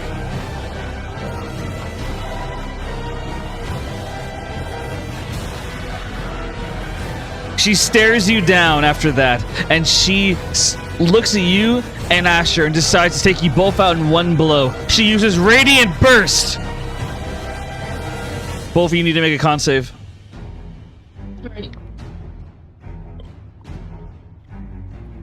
Oh, I can roll on my sheet. Me forgetting I have a sheet I can roll on. So that is 22 or 23 for me, and then let me roll for Asher.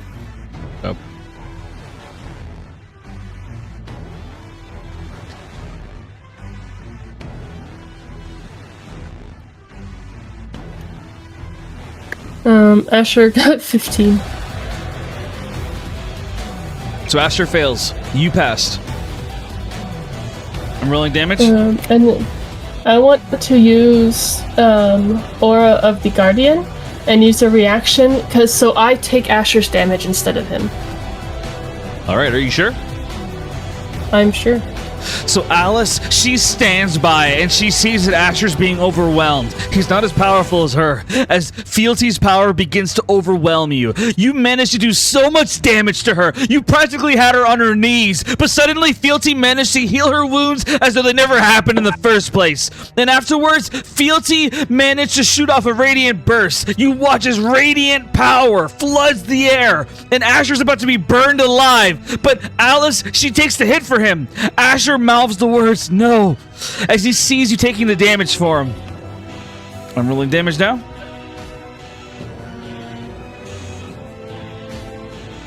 So for you, 62, so 31 damage. We chillin'. Oh, actually, no, wait, that's wrong. So that was for you, and you passed. So 31, and then because you're resistant to radiant, it's halved again. So 31.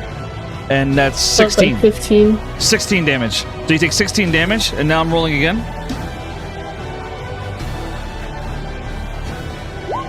$67. That's from Asher. That's a full 67, so you cut that in half. That's 34. You take 34 more damage. It's okay, guys. I'm chilling. I say even though I'm not chilling.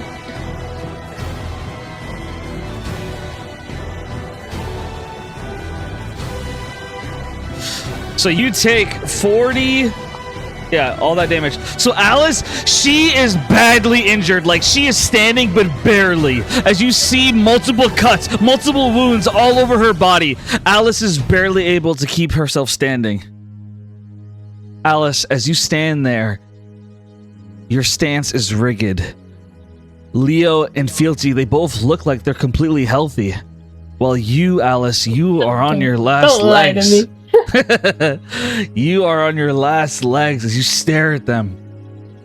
Asher looks at you. Alice, why? I could have taken it.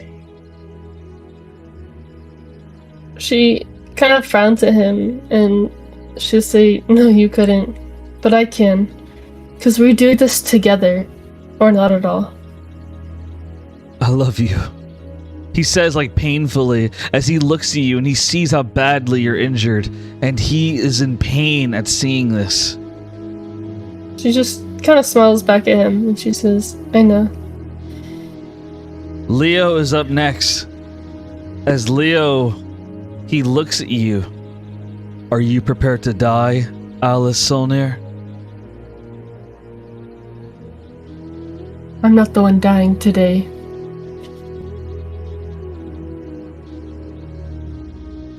He raises his sword, a divine blade, and he looks at you.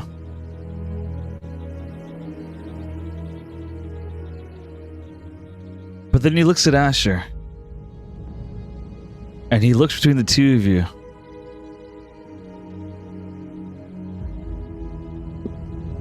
And instead of using his sword,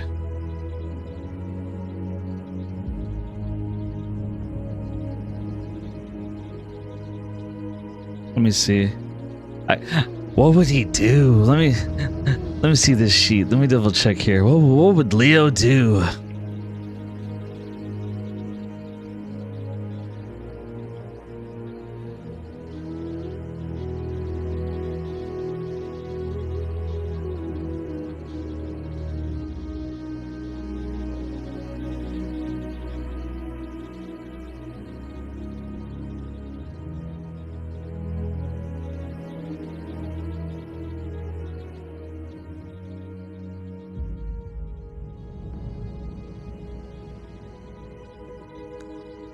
I'm gonna roll dice to decide. I can't decide what he would do. I'm gonna roll dice to decide. Can I goad him?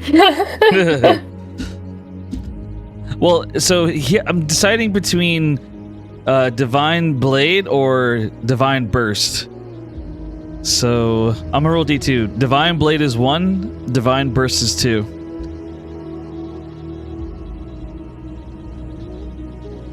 Alright, so Divine Blade. So he goes for Alice as he swings with his Divine Blade. I'm rolling to hit. Disadvantage. He gets 3 attacks. I'm doing multi-attack.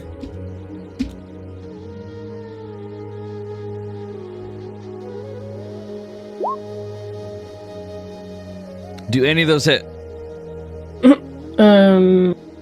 No. Alright.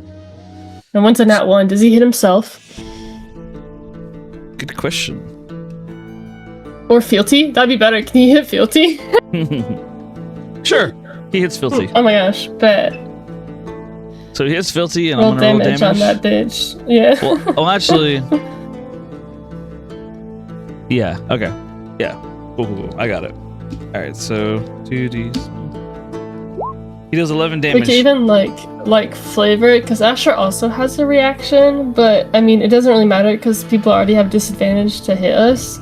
But basically, he could use his reaction to impose disadvantage on an attack roll, so he can like deflect it into Fealty. Like, yeah, we can flavor it that way. I was gonna flavor it as like maybe like Leo, like some part of him still in there, and he doesn't want to kill you, and so he swings the sword of Fealty instead. But we could do it with Asher instead. Up to you. We'll do the Leo thing. So Leo, he looks at you and he hesitates for a moment. For the first attack, he hesitates as he swings and hits Fealty. She says, "What are you doing? Kill her!" As Leo, he snaps out of it as he resumes back to trying to kill you. As he swings his sword at you twice, but you manage to block both blows. Leo's eyes begin to shimmer with tears as he looks at you. "I've been looking for you for so long, Alice. I never stopped looking for you." I wanna first glance at Fealty and say, perhaps he realized who the true enemy is. And then I wanna look back at Leo, and her eyes kind of soften for a moment. And she's like, "Leo, are you still in there?" I can't control my body. I have to fight you. But I've been looking for you for so long. I wanted to find you, Alice, because I wanted to tell you that I'm sorry. I'm sorry that I let them take you away that day. I'm sorry that I couldn't protect you. I'm sorry. I was weak. And I wanted to show you how strong I was. I wanted to show you that I could protect you, that I could be there for you. And look at me now. I'm being used as a tool against you. Make it stop. Let me go, Fealty, please. Shut up. You're nothing more than a tool. Now shut your mouth, you stupid man. Leo's mouth goes shut as tears continue rolling down his eyes. He looks at you with sadness in his eyes.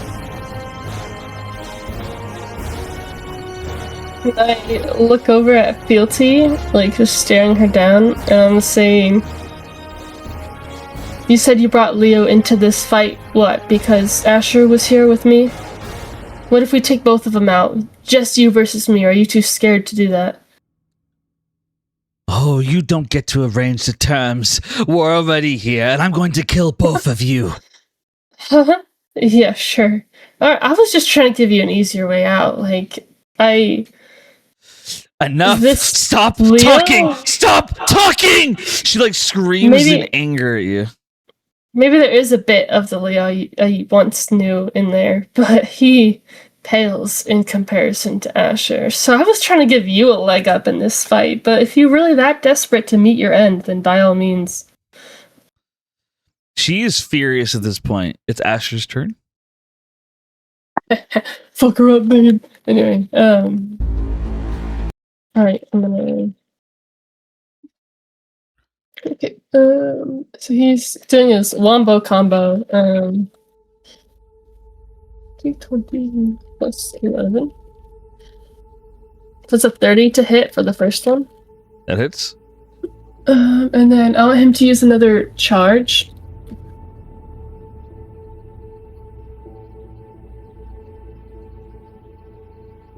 Actually, let me do damage first. Let's do this in the proper order. That is.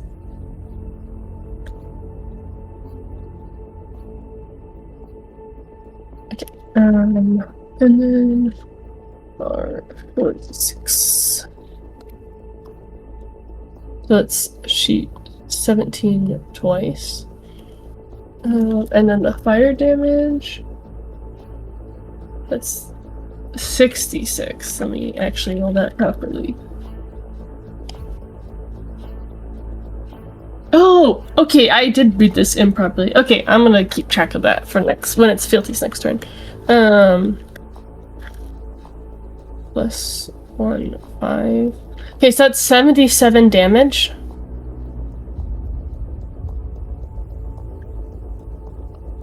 And then he's going to swing again.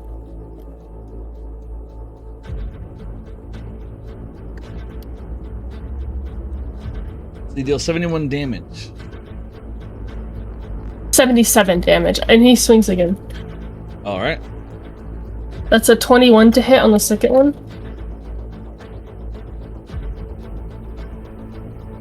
21, you said? That misses. Mm-hmm. Okay, I'm gonna use a token inspiration.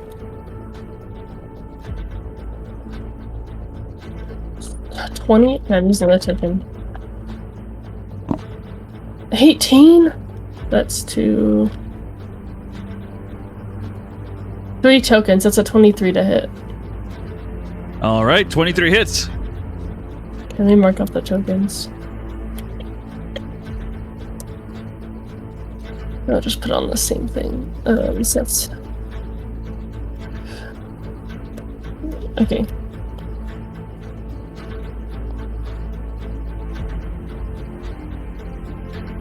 Alright. Okay.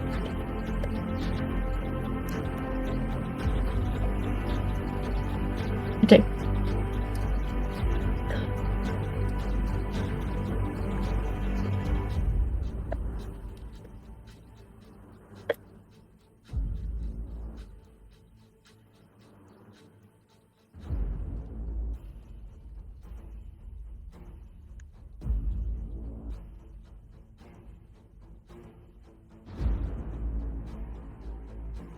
All right, now what?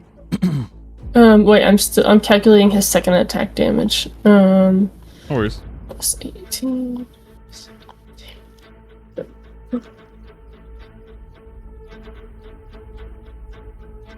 So the second one does 72 damage. All right, 72 more damage. So he just obliterates everything she just healed and then some. Cause she a bitch. And he can't do radiant damage.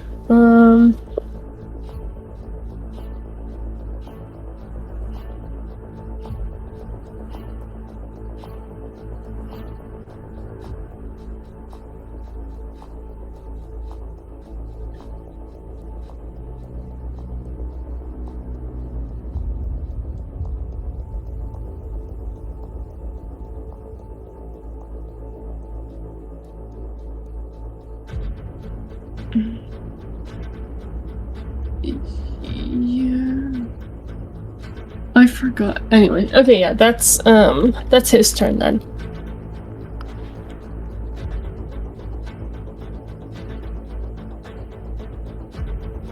Okay. It's your turn now. And then it's, and then I'm going to quicken spell Staff of Healing to do Cure Wounds. I'm just deciding how many charges I want to do. I'll do a 4th level on myself, so I get 14 or 17 HP.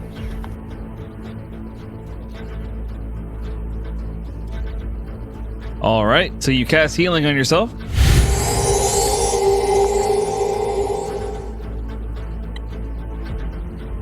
And then I'm going to use a 4th level spell slot, Cure Wounds, on Asher.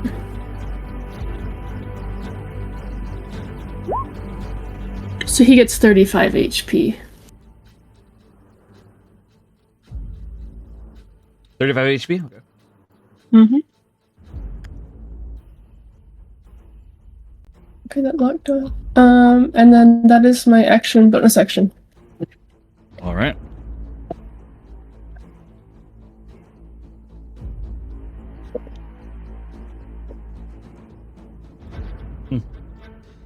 I made this image that I found that was funny. I'm gonna post it in general. But I feel like it's not gonna be funny. It's gonna be some fucked up. Oh. Bruh. Of course.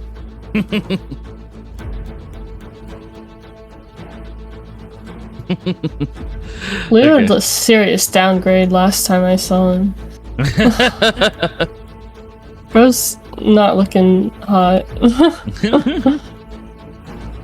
All right, so it's Fealty's turn, I believe. all right, so Fealty is up next as she looks at you with wrath in her eyes, and all the damage you did, it causes the 3rd glowing stone on her armor to finally shatter as you see another memory of her past.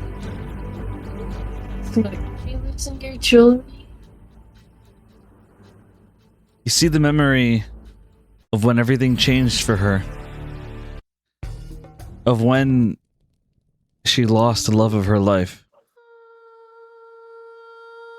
Her son, Ramal, he forced her husband, Rioan, to kill himself to save their daughter.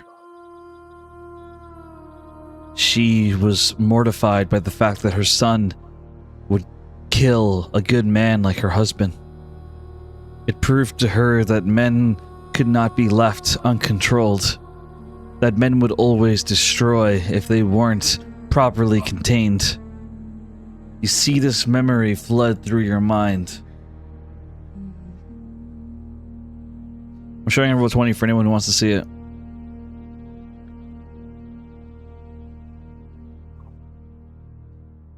And then you see the final image. Alice is just like disgusted by this and Fealty. See the final image of Fealty killing Ramal after she killed her husband.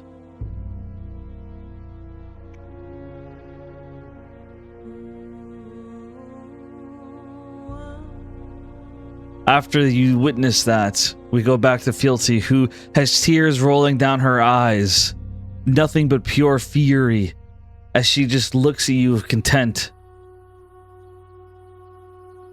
Suddenly, the entire bridge begins to shatter.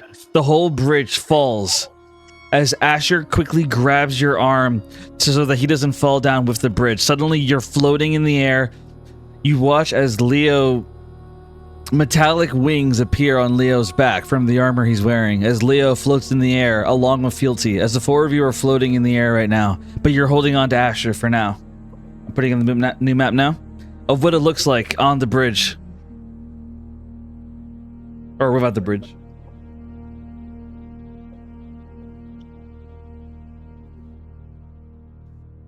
Air battle.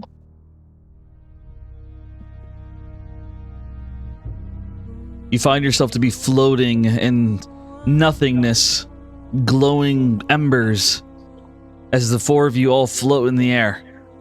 Asher shakes as he looks down. Oh, fuck.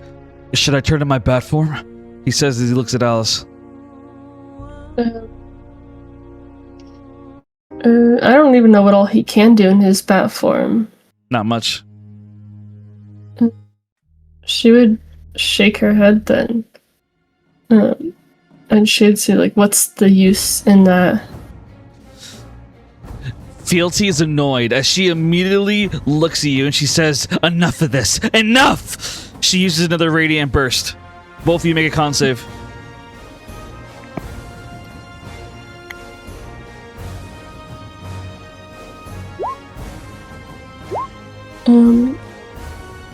That's 25 for me. 25, okay. You pass.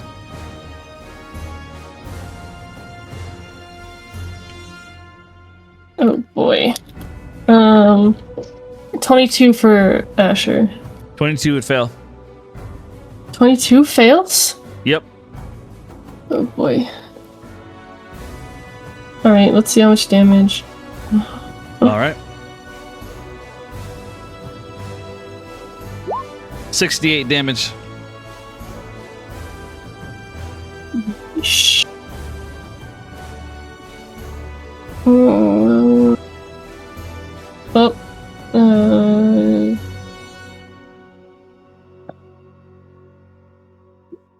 I think we're both dead. Wait, actually, oh wait, can I use a token for Asher, Yes. I guess? Yes, you can. Maybe I shouldn't.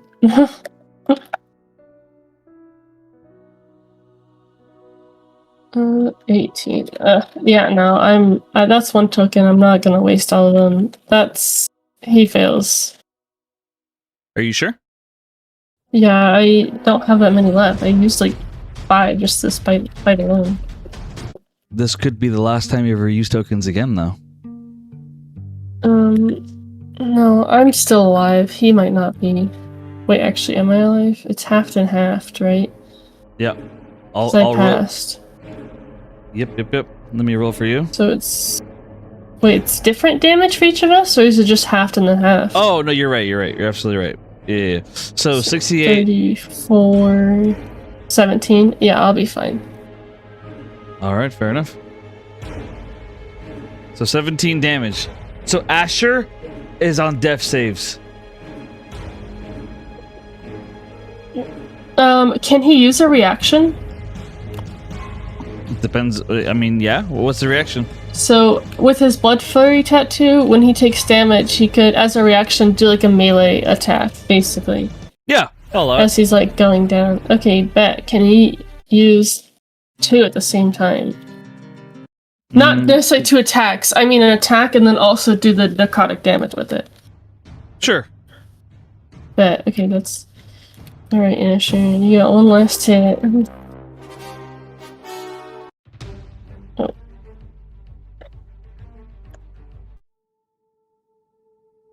That's 19. Oh, that misses.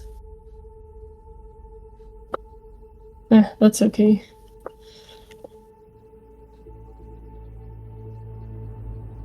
He misses. So Asher, he misses. As you watch Asher get blasted by radiant damage, as Asher is on death saves, you feel Asher's body go limp as you're holding on to dead weight. As Asher is clinging onto you like he has a dead man's grip on you, as you're holding him in the air barely. But Fealty laughs. Look at what I've done to him, and you'll soon follow suit, unless you're willing to surrender. No. Very well. There's no turn order. I guess this doesn't matter because there's only 4 to 3 of us. Oh, the turn order's not popping up for you? I see the turn order. I see nobody on it. It says count 0. It's weird. Yeah, it's the same for me as well, Cap. Weird. Hold on. I see it. That's weird. Oh, now I see it. I have to re-add the I know numbers. I was 8. I don't. Asher remember was what Asher 20. was. Yeah. it's Leo was there. 21 and Fealty was 26. Yeah. Yeah. Honestly, it That's doesn't so really weird matter that it that much doesn't as pop long up as here. it's still in the right order. To be honest.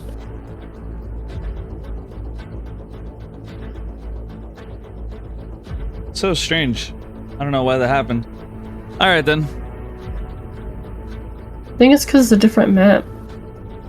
maybe. And did you like copy paste the tokens over? Because it doesn't copy paste their like Yeah, that's annoying. turn order. Okay, so we resume forward. So Fealty, she does that, and then we get to Leo. It's Leo's turn.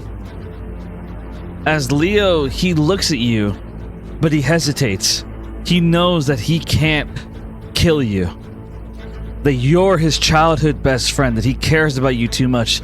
And so to resist the urge of being told by Fealty to attack you, he goes for Asher instead. Bruh.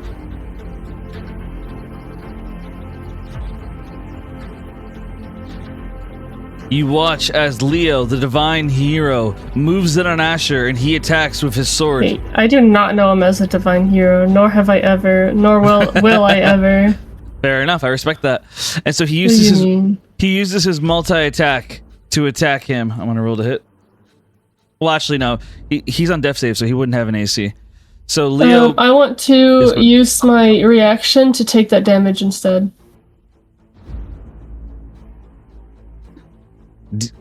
do you have that as a reaction? Yeah, that's what I did earlier. Wait, do I? Yeah, I could Aura of the Guardian. I could, wait, am I looking at the wrong thing? Yeah, when a creature within 10 feet of you takes damage, you could use your action to magically take that damage instead. Oh, wow. I did it earlier in this fight as well, when Asher took radiant damage. Are you sure you want to do that, Alice? Alice is doing it. She's not gonna let him... To her, she got Asher into this mess. She's not gonna let him go down. For her. Fair enough. So Leon, he attacks Asher. And Leo. Leo, sorry. Leo, he attacks Asher. However, the damage goes to Alice instead. Yeah, her like thematically, since she's already like kind of holding him in the air, she like wraps her arms around him and like turns herself to like shield Asher from the blow. Leo hits you with his first attack. I'm rolling damage. He deals 13 damage. Guys,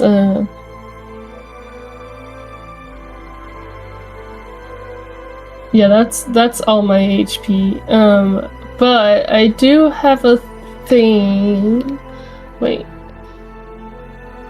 maybe not. Wait, do I have a thing? No, I don't. Oh, I forgot about the fucking cloud again.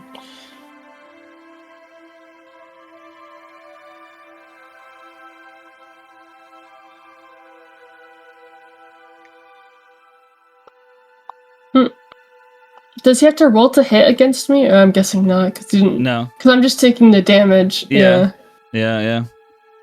All right. This is it.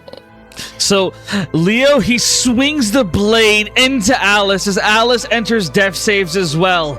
Alice is defeated along Asher. The two of them both stop, Alice stops flying of her wings as Alice and Asher both begin to fall. Leo and Fealty follow them as they fall down into a new ground. I'm gonna put you a new map.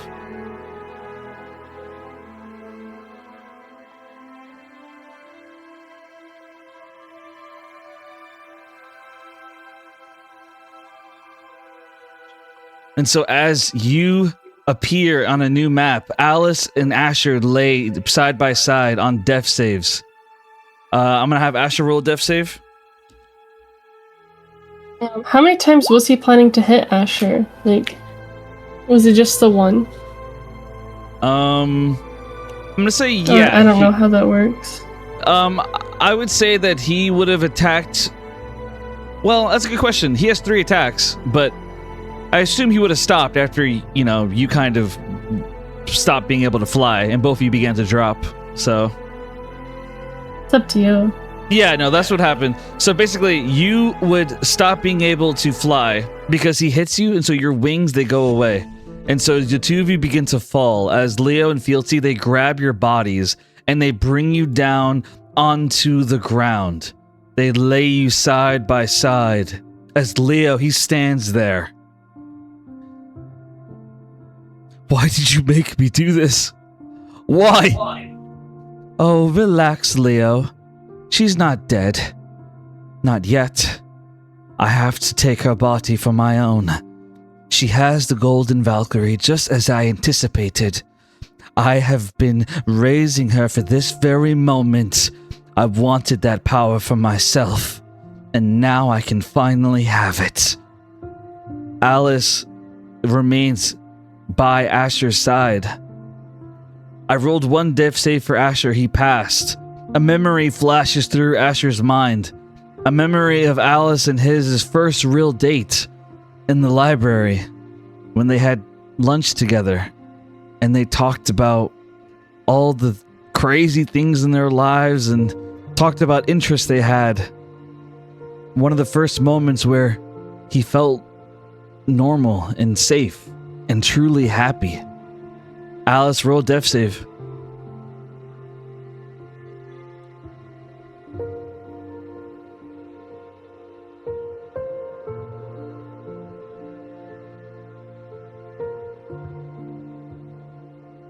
I'm trying to click it, but it's not rolling. So I just roll d20 then. Yeah.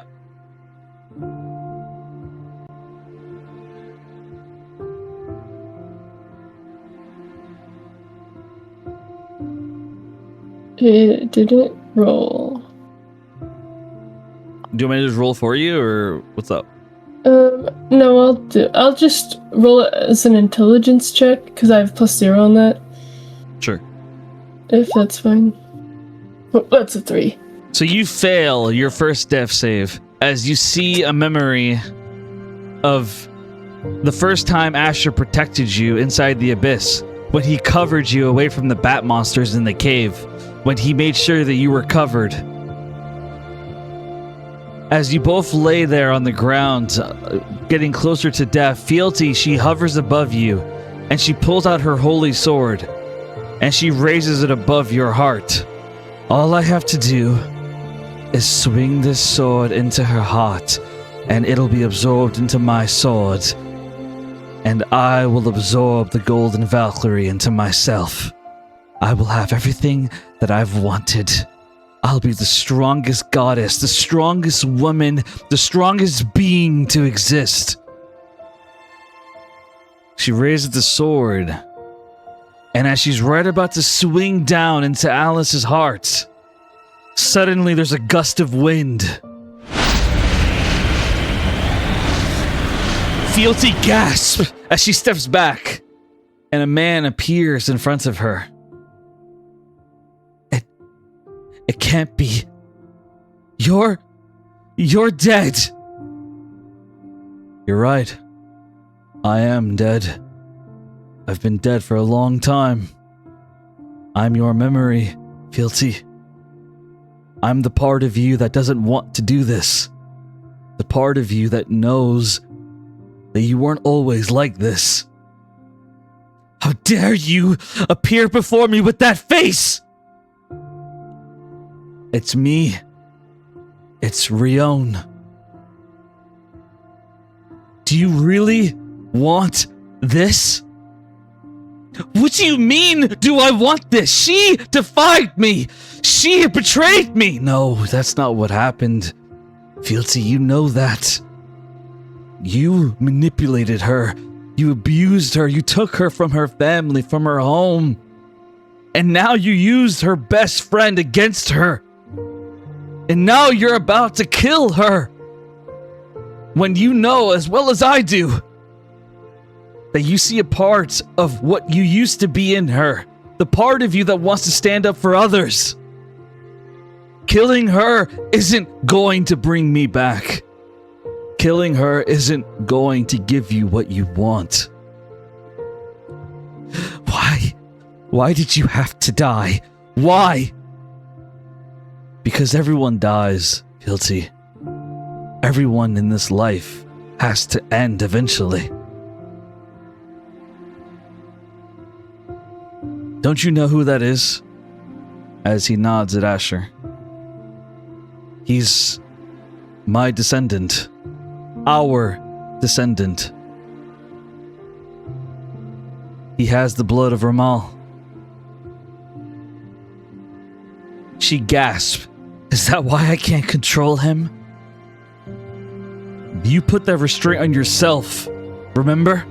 You chose to be unable to control me because you knew that I was good. But what if everyone has that good in them? What if everyone has the chance to change? I'm gonna roll persuasion for Rion.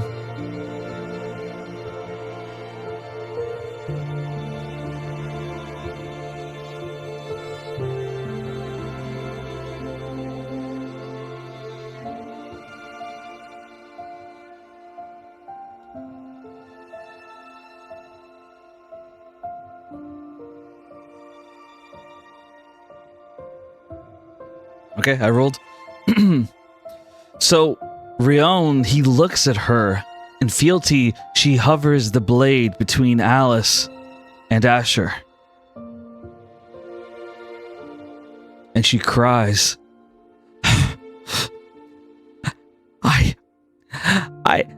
I have to do this, Rion. Doesn't matter what you say, you're not real. If I'm not real, then what is? Are you saying the memory of me means nothing? That the love you felt for me means nothing?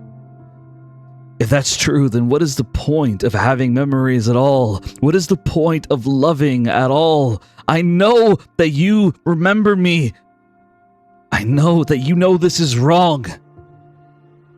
Please, there's a part of you that knows that you can't do this. You can't.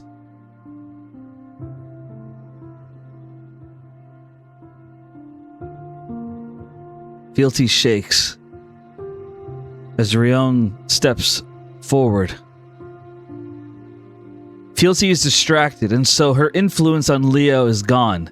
Leo's eyes return back to blue as he crouches down next to Alice, and he casts Healing Touch discreetly.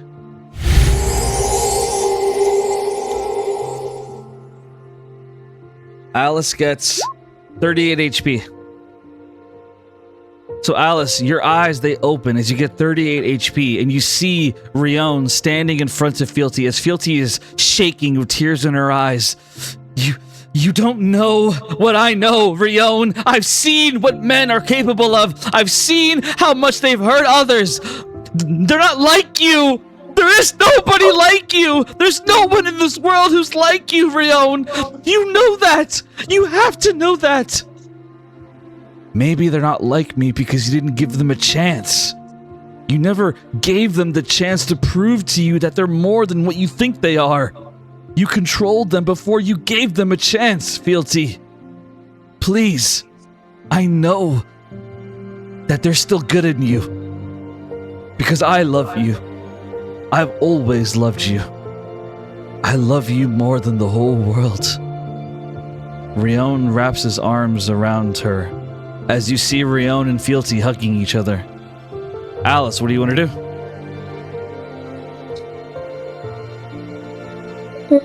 What all do I, like, how much of that did I perceive conversation-wise? Like, I'm a little confused. Basically everything I said after you woke up, like I said. I just told you that you woke up. Okay. I know you said I woke up. I just don't know what all I perceived when I wasn't awake, I guess, was my question. Yeah, no, you're good. Realistically, all you heard was what was said after you woke up. Leo whispers to you. He says, Alice, I don't know what's happening, but a man appeared and Fealty started talking to him. He's convincing her to stop what she's doing. I think his name is Rion. And you recognize him from the memories you saw. Yeah, that's what I was about to ask.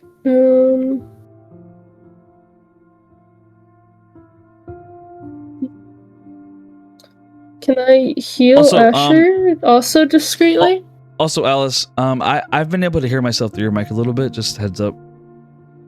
Okay, I don't know how to fix it. I'm at like the bottom sensitivity. It's okay, no worries. Can I discreetly lay on hands Asher? Yes. Okay, I want to give him 55 HP. So Asher, he gasps awake. He gasps awake as he looks at you, and he looks confused. What, Alice? What's going on? I wanna put a hand like over my mouth, like shh. I don't You go know silent. exactly how this works. Oh, that's not on him anymore.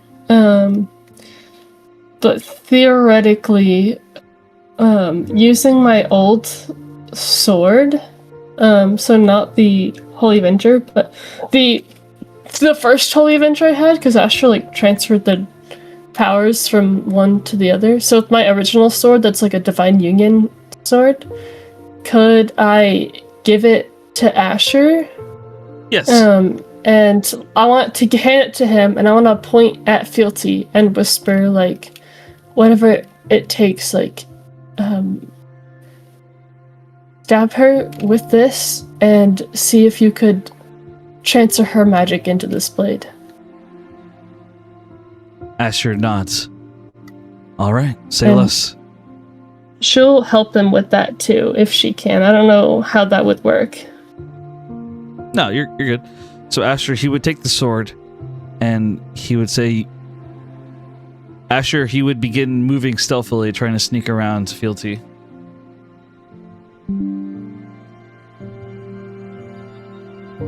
I'll shrink everyone's tokens a little bit. So Asher, he begins sneaking around as Fealty hugs Rion, and she's crying as she says, I'm sorry. I'm so sorry. Rion, I've missed you so much. As Asher's sneaking around, what are you doing, Alice? She's gonna sneak around with him. Like, she wants to help him, like, stab her and do this power thing if she can. So as you sneak around, Rion, his eyes, they look into yours for a moment as he sees what you're doing. And he doesn't give any indication to Fealty, but he looks you in the eyes and he nods. And he mouths the words, quickly he mouths the words, thank you. As he approves of what you're doing. The I one don't know why Bro's thanking me. But sorry, continue. No, it's true. The one good part of Fealty, the one memory of her love for this good man, it overshadows in this moment as he looks at you and he thanks you for stopping Fealty's suffering and not allowing her to hurt anyone else. Asher takes the blade and he stabs it through Fealty's back.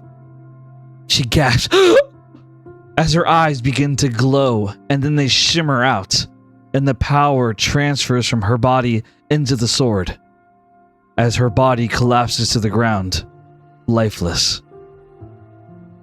And Asher and I have, like, stabbed her together, like, both holding it as we do it. Absolutely. Okay, but... Flavor any way you like. I'll let you narrate it. Go ahead. I was not prepared for this.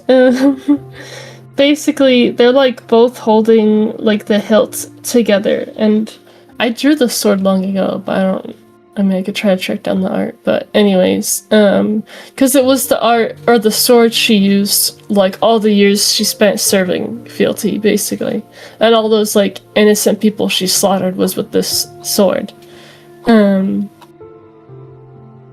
And I want her to, like, they are both holding, like, it's a long sword, but they're both holding the handle together. Like, maybe their fingers, like, overlapped a bit as they just, like, slide it, like, stab her from behind with it.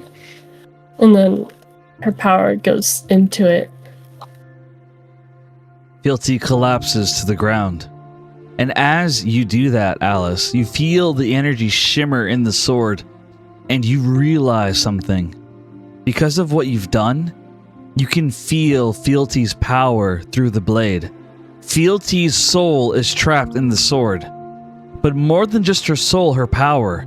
And you sense that you have the ability, whenever you want to, you can return everyone's memories at will. Yeah, that's what I was gonna ask next. Can I just instantly free everybody from her? In that moment, you free everyone of fealty's influence. All their memories come shimmering back into their minds. All their influence, the lies, the manipulation, the rewriting of history, it all disappears in that moment as you defeated fealty. And in a way, fealty defeated herself. You and Asher stand together, ending this tragic story for everyone involved. The divine union is free of fealty, and fealty is free of herself. She doesn't deserve to be free. I'm gonna torment her in that sword. You are Not actually. Alice would not. I'm kind of teasing, but you are welcome to do as you like. if anything happens to Aglaya, I'm definitely torching her in that sword.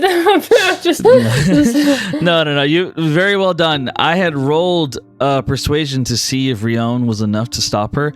If he rolled a 22, if he had rolled lower than the DC for me was 16. If he rolled under 16, I was gonna have her just fry you and Asher right there, just burn you guys alive. So that was crazy. What? But yeah, no. All in all, the battle is over.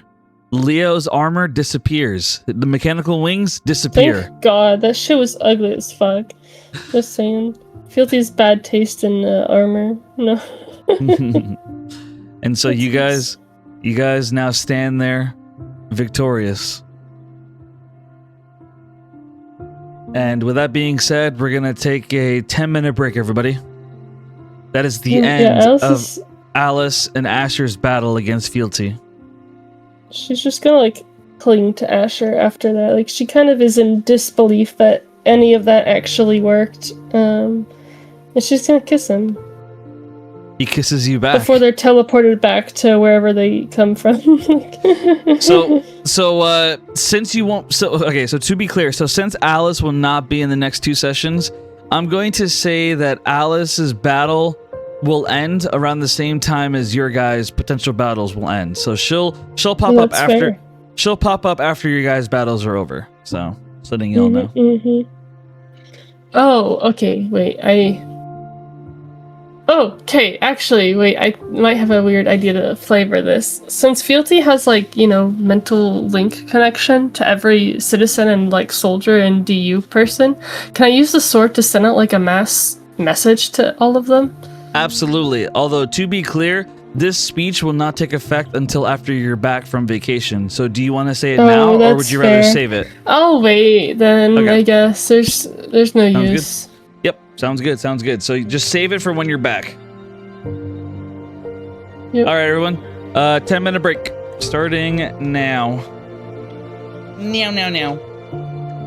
Holy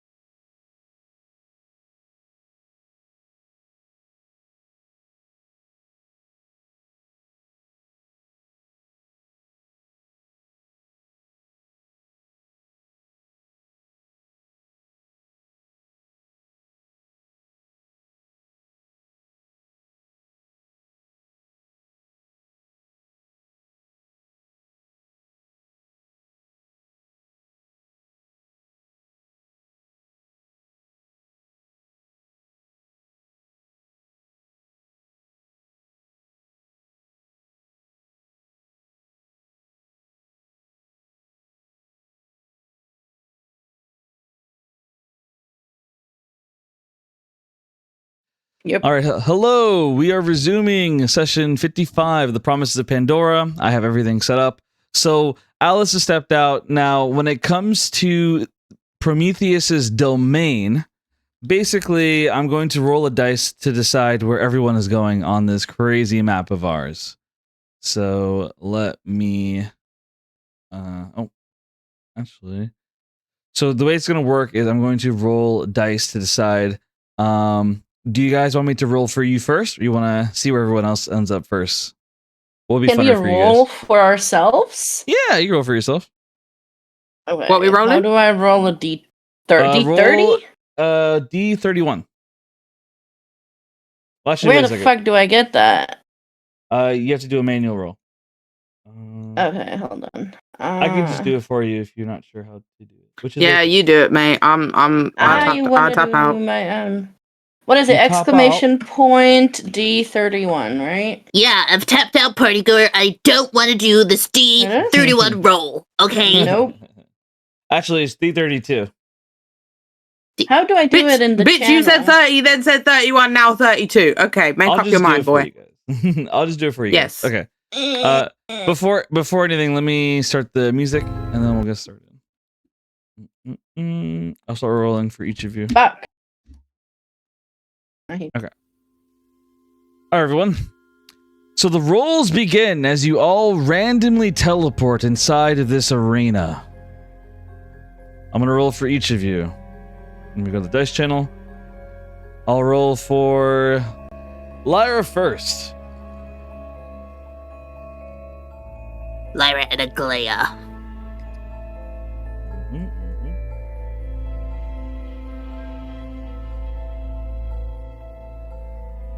Someone remind me what the colors mean.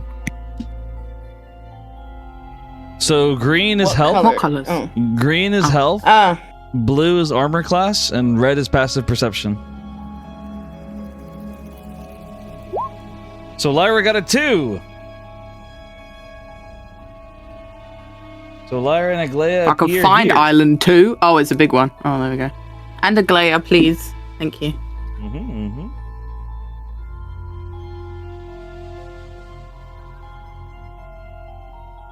All right, next up we'll do Caliph. Boy.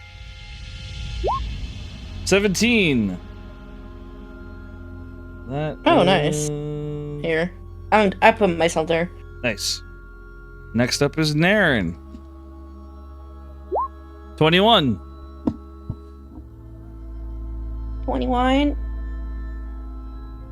Next up is Lorelei. 6. Next up is Slapjaw. 13.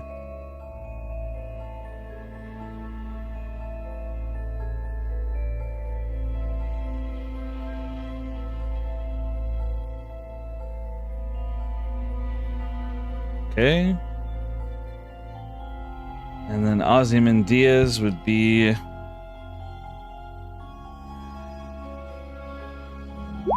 30. Why am I the closest fucker to him? Yeah, good luck. Good luck. You gotta Who's doing the slime? Is it Slapjaw? Are you who's doing the slime? Yeah, I'm sliming all over me. Yeah, I knew it was gonna be Slapjaw because it's slime.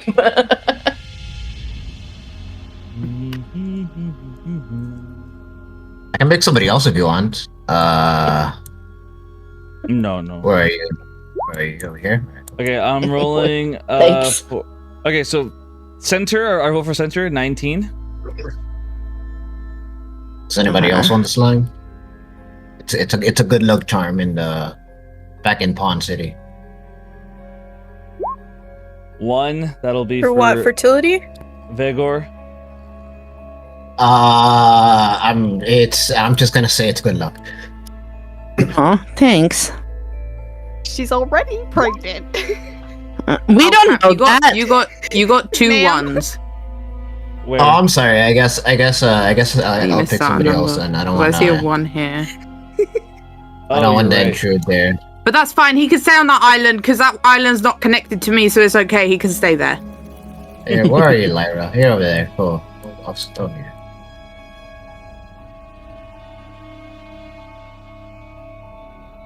Yeah, so make this one a 33. Actually, This one. Yeah. I may have Then it just caused problems for myself, but that's okay. Okay. All right. Let's see. Let me roll again. All right, so 23. So Tone gets 23. Nymphern gets 11. Nymphern gets 11. 19 will do for the Thren. Thank you. 7 is for Raphalion. And then 15 is for Lord Zero. oh great. And then 25 is for the gentleman. Right there. All right, let me roll again. Thank you for the pings. I appreciate it. Yep. It's blowing me up. Yeah, that's what that is. No. You're a celebrity. It sparkles for your entrance. Yeah. Yeah. Sparkle. They're actually holy, so it's kind of like it's like showering you in radiance. Holy. 24 is right here. Yeah, I'm just moving tokens that have, like, to avoid confusion, I'm putting them all in one spot to avoid confusion. Don't forget about power. He's right here. Yep. There we go. Okay. So next one is, what was it, 24? 19 and 24. Okay. So we'll do I thought I was getting on 19. What is Elendor this? for 19. 24 right here. Black Star. Oh, great. 5 is right here. Soul Crest. Mm-hmm. 1. And 15's with Lord Zero. That'll be Maltharion. Yeah. 1 here. Balthor. And 27. Power. No, he's so far Jesus away. wept. He's so far away. Put him closer to me. Macinthaw's 24. Why couldn't you put him at 16, Cap? Why are you doing me like that?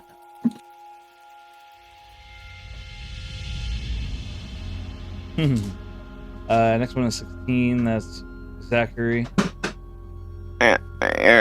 13 is Leaf. Where the fuck's 13? That might be the one number missing. I'll change to 33 for it. Yeah. No, 13 is Slapjaw. Is he? Yeah. Oh, yeah. Oh. Got to deal with a lightning swordsman. We got 31. Wind swordsman. Nah, why have I got a fucker on my island? I gotta get to There's two 32s. stupid fuck over here. I think one of them's supposed to be 31. There's Here- it's 31, down here. 2, and 20. Down here. Oh, the islands, yeah. Right here.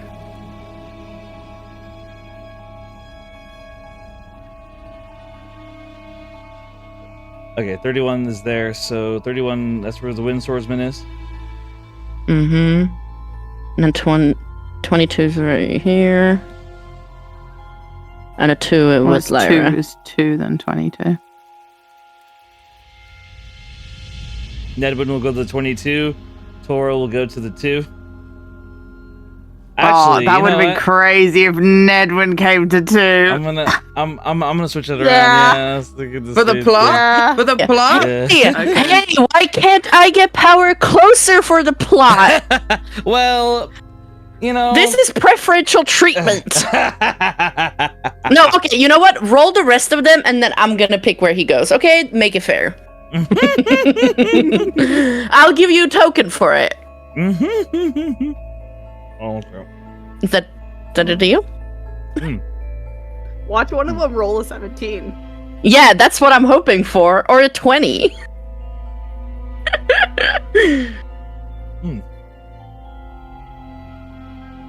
So close yet so far away. I'll let you choose the next person, Caliph. I'll be nice. Oh, Cap! I'll give you a token! Let me do it for a token! Fair enough, I'll take your token. Okay, roll the rest of them and then I'll pick where he goes. I did. All be lower. Wait, you mean powers? Is they talking about? Yeah. Oh. I want him closer. That's my man. Very well. I'll take your token. Okay, I'm subtracting it now. Still got 18. We're good.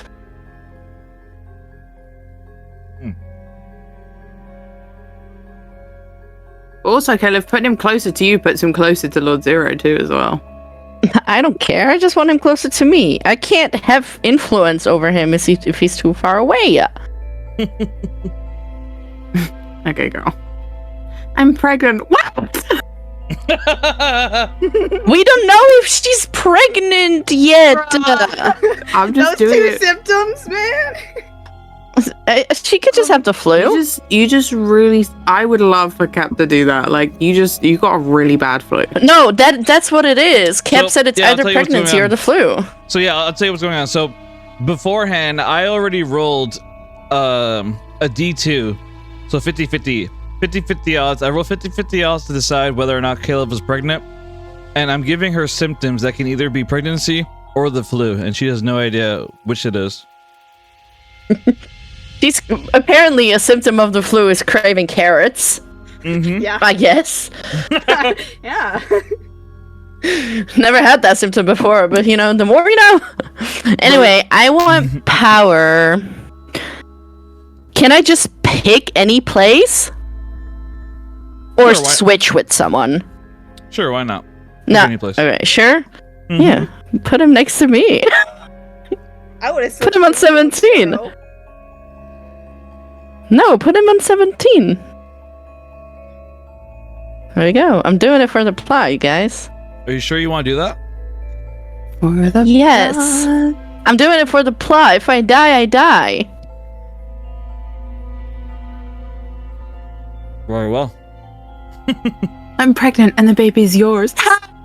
Stop threatening me. The baby's yours. What the fuck, man? Telepathically, we made a baby. Yeah, his reaction would be as literally impossible. He's a himbo. He can't think that critically. He'd just probably be happy that he's gonna be a dad. No, I'm joking. The himbo you know might be. Okay, Dead I am and aware, gone. Cap. Don't remind me of the trauma. Dead and gone, dead and gone. Dead He just and got gone. hotter. That's what it is.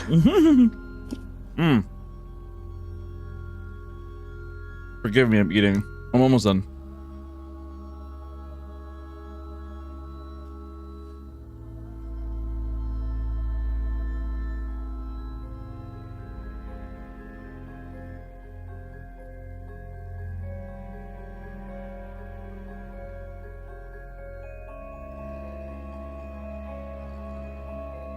The Okay, question everyone. is, will the boys get to us? I don't know.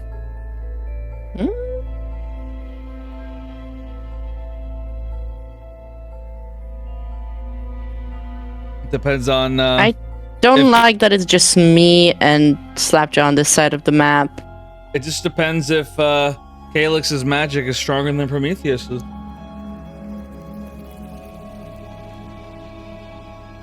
Wait, Naren's here too. Okay. We're good. Yep. With a million people around me. You're right next to Tora. You're next to Tora, girl. Good luck. To be fair, I've got Lord Zero and the center, so.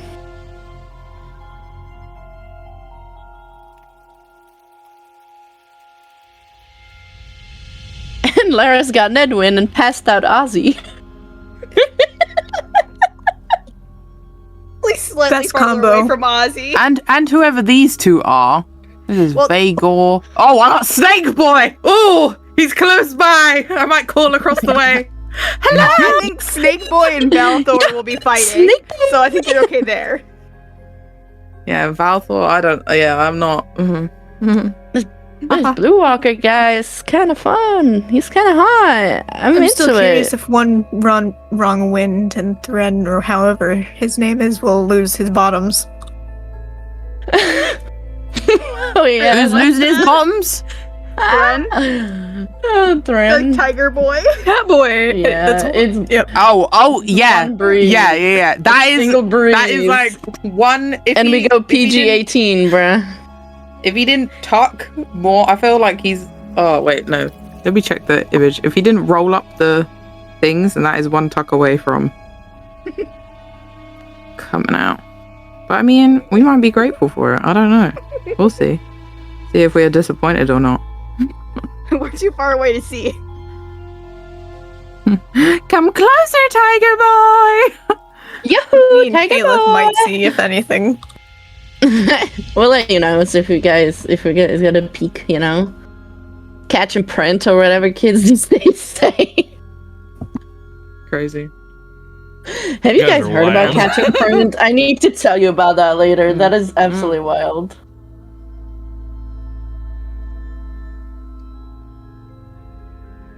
Almost done.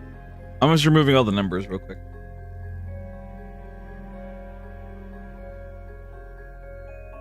In the meantime, everyone roll initiative.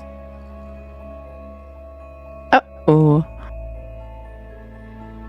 Oh. Nice. Fifth time.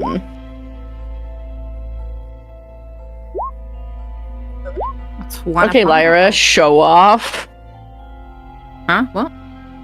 Show off with the fucking 25. Yeah. I've got to get some shit done, babe. Okay, whatever.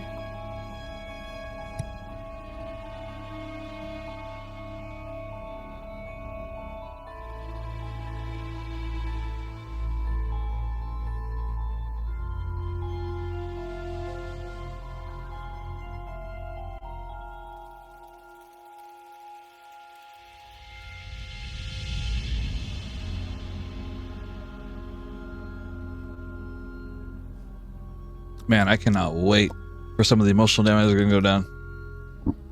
Yeah.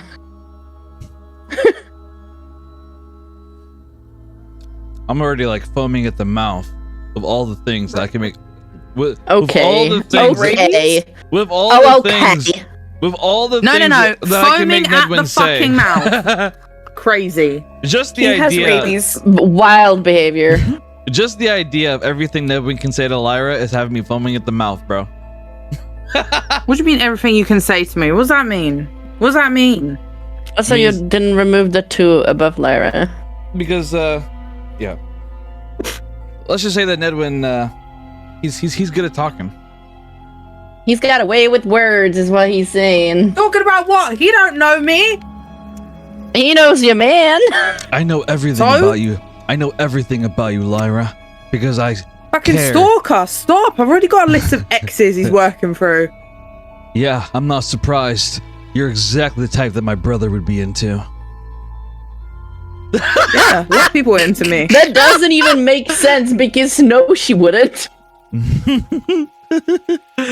He'd be like, go figure, my brother is interested in someone who has no loyalty to anyone but herself. No wonder my brother's in love with a beast. Hell yeah. The monster. You want to see a beast? You want to see a Maybe beast? I'm the monster. No, I am the monster.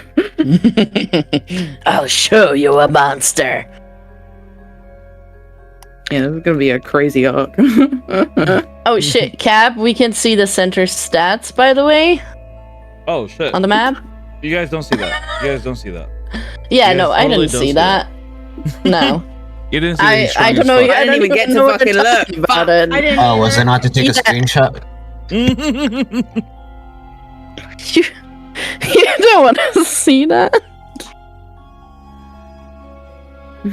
You see that? No, you don't. No, you fucking don't. I already forgot what we were talking about. I don't even know what you mean. You want to see a monster? What if I'm a little the scared. monster? What if I'm in the wrong? What if I'm in the wrong? What in the country ass are you singing? What if I'm in the wrong? What if I'm the problem? You guys are a Been bunch of hiding haters. all along. together. We can all live together.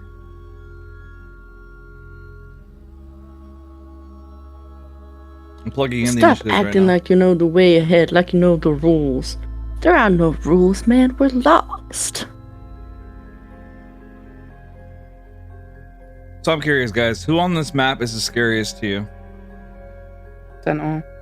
Oh, yeah. The center. Motherfucker scares the shit out of me. The bejesus. Good. He should. Oh, Lewis is like my ex character.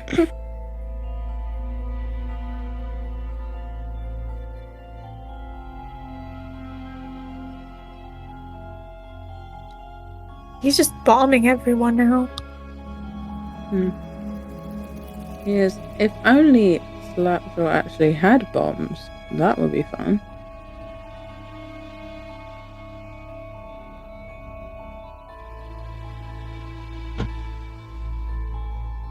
Almost done. I gotta roll a couple more dice.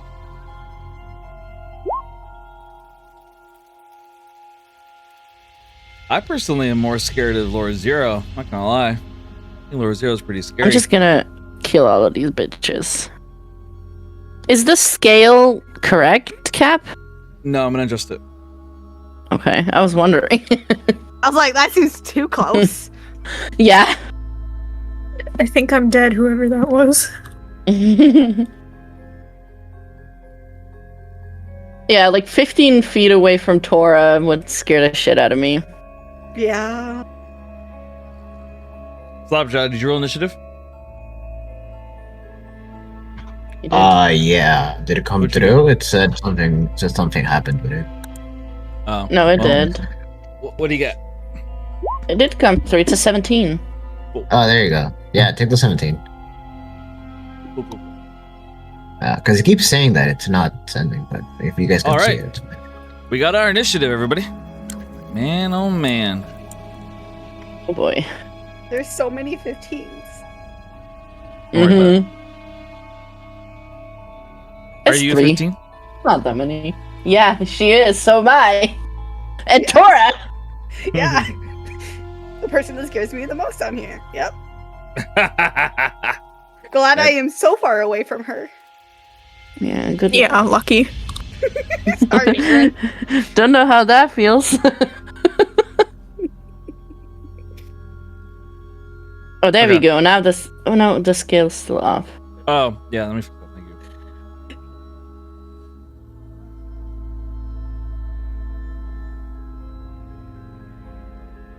There you go. Okay, now that makes sense. All right. See, now you're still scares 40, me. Now you're 45 feet away from her. Still terrifying.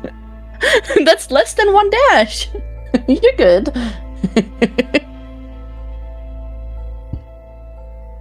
I was like, how fast can I get to Lorelai?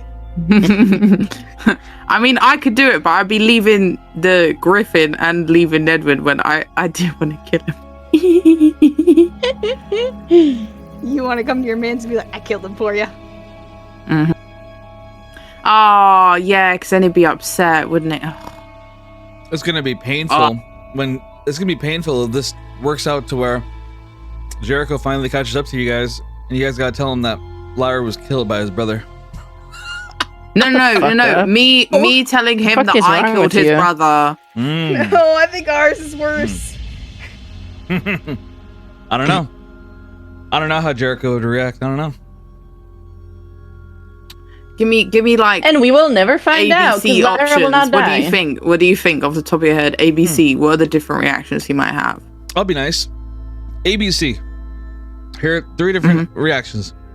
A, you killed my brother. You took my chance for revenge away from me. I did everything I did to support you, to help you. And you couldn't give me the chance to confront my brother myself. You fucking want. Given a choice. You don't. You know, Lyra, it feels like you're everything to me, but I'm just a convenience to you. And he'd walk away. Oh, I kind of like that. Holy shit. Nedwin, you're dead.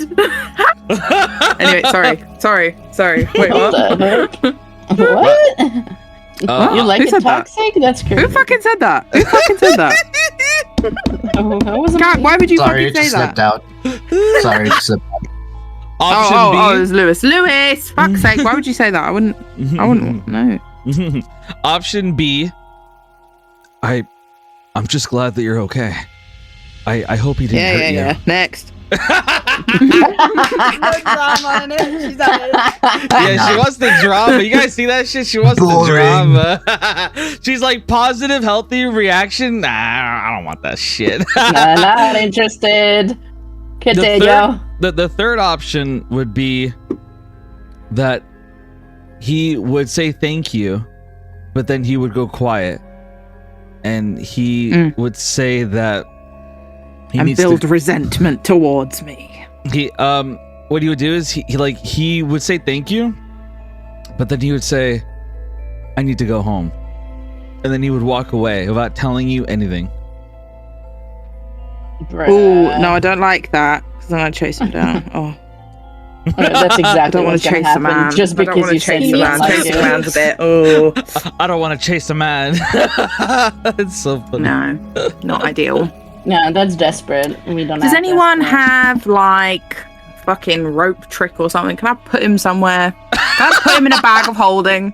I don't want to put him with our stuff, but I want to put him in a bag of holding. Can I do that? And just like that, we're back to the imprisoned Jericho solution, I suppose. I just keep him in there for like 2 days, and then when Jericho shows up, I'll be like, "Happy birthday!" All right. It's a crazy present. Fair enough. Could I actually put him in like a separate holding bag? Is that a possibility? You can't put people in holding bags. Sorry to say. But there are bagmans and things like that live in there.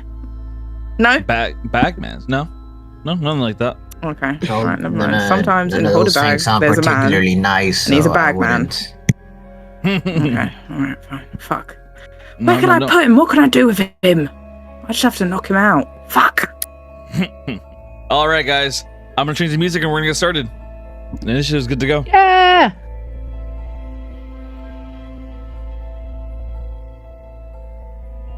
Ozzy rolling a 1 makes sense. All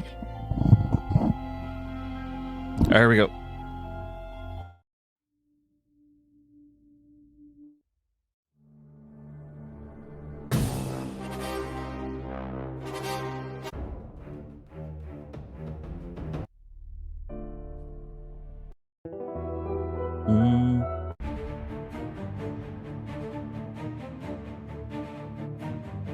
I think this will work. Nah. I want something a bit more grandiose to start this off. I want something grandiose to start this fight off. This will work. Alright, so our players, they find themselves to appear at random spots inside of this strange dimensional pocket created by Prometheus. They all appear in different sections. Lyra appears before Nedwin. Caliph appears before Power. Naren appears on her own. Lorelei also appears on her own. Gwendolyn is currently on the outside, facing off Prometheus himself, and Alice is engaged in a battle against the goddess of faith. So much is happening, as an entire war is going on outside between the rotten, the divine, and the sacred.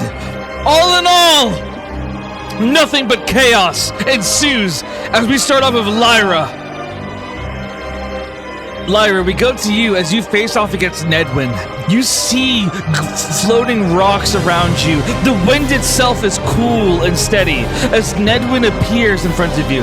His face is cold. It's solemn. Nedwin looks at you. And he says... Lyra looks back. What? Nedwin, he looks at you, and his eyes narrow. I can't believe my luck. It's you, isn't it? The woman who loves my brother. It is. And you are the murderous, traitorous brother, aren't you? Is that what he told you about me? He didn't have to tell me anything. I saw it. Oh, really? If you saw it, Yes, then you must really. have seen... Did you see all the times that our father favored him over me?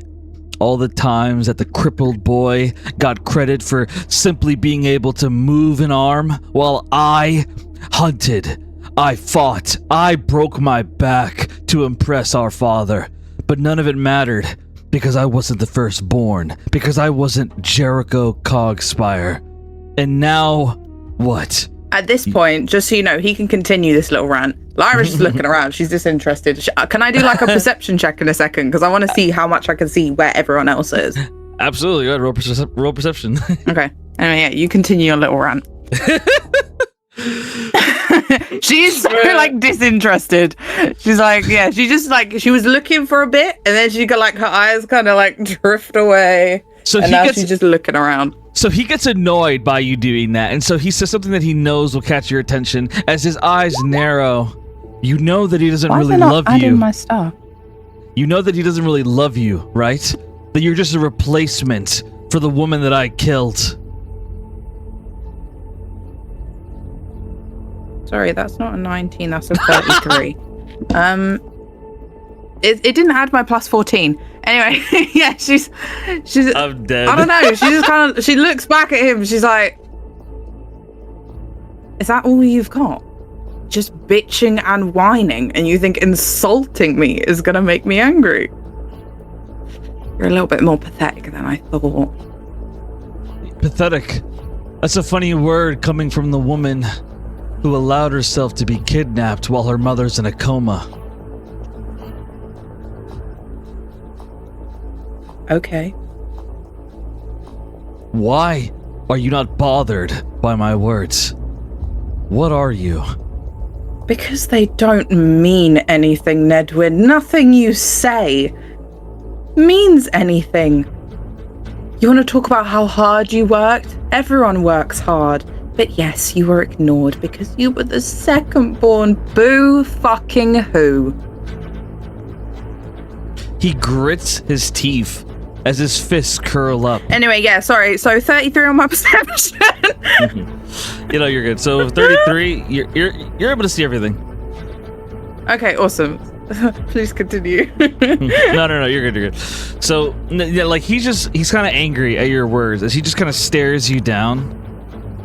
And he looks down for a moment as he looks up at you. I'll make you an offer. A deal for me to stay out of Jericho's life for good.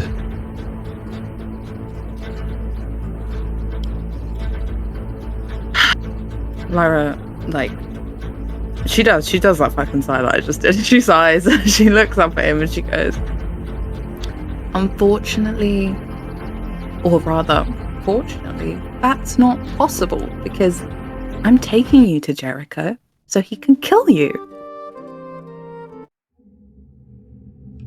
No, I'm going to kill you with my own hands. And then I'm going to take Naren from your group. And then I'm going to find my big brother, and I'm going to kill him myself. That is what's going to happen. As he reaches for his daggers. And you're up to go, Lyra. Okay. How much can I hit him before he knocks out? Well, actually, first of all, I would like to take the cage off of Aglaya. The net. And is that possible? Mm-hmm. Yes. Is that would that count as action? Bonus action? What is that? That would be an action. Oh, full action. Okay.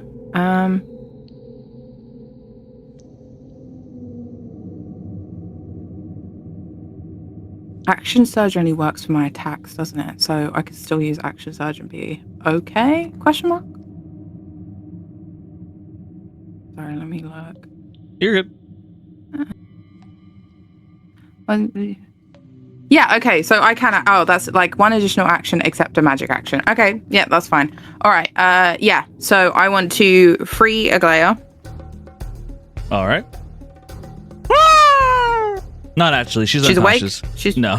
Oh, yeah, okay. No. Can I do medicine check? Roll medicine check. On the record, that is probably not how she sounds. That is a 28. Yeah, definitely not. So at 28, she is perfectly healthy. She's just taking a nap. Great. Okay. All right. Okay. Then for that, I will mark down that I used my action surge for that. She's in perfect shape. I mean, awesome. Awesome. No, I love that. I love her. She just wants to take a nap. Why the fuck not? Me too, bitch. Me too. Right. So Lyra's obviously. Oh, why can't I see how many feet that is? Oh, my thing's just in the way. Oh, it's just how many feet, whatever. So she's coming up to Nedwin, bonus action, Hunter's Mark, and her boots are still on because she clicked them before going in. They last up to 10 minutes, so I don't know when that would be, but just so you know. 10 minutes? So Hunter's Mark is on him. That's 100 rounds. Then I'm going to take 2 attacks with my short sword. Actually, no, that's 60 rounds. 10 minutes, 60 rounds. All right, continue. Okay, awesome. 2 attacks with Harrow. Can you roll? Roll. That was awful. 14.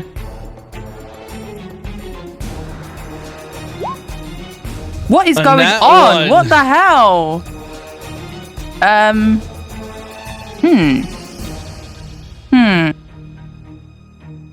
What are you gonna do to me if I keep that nat one?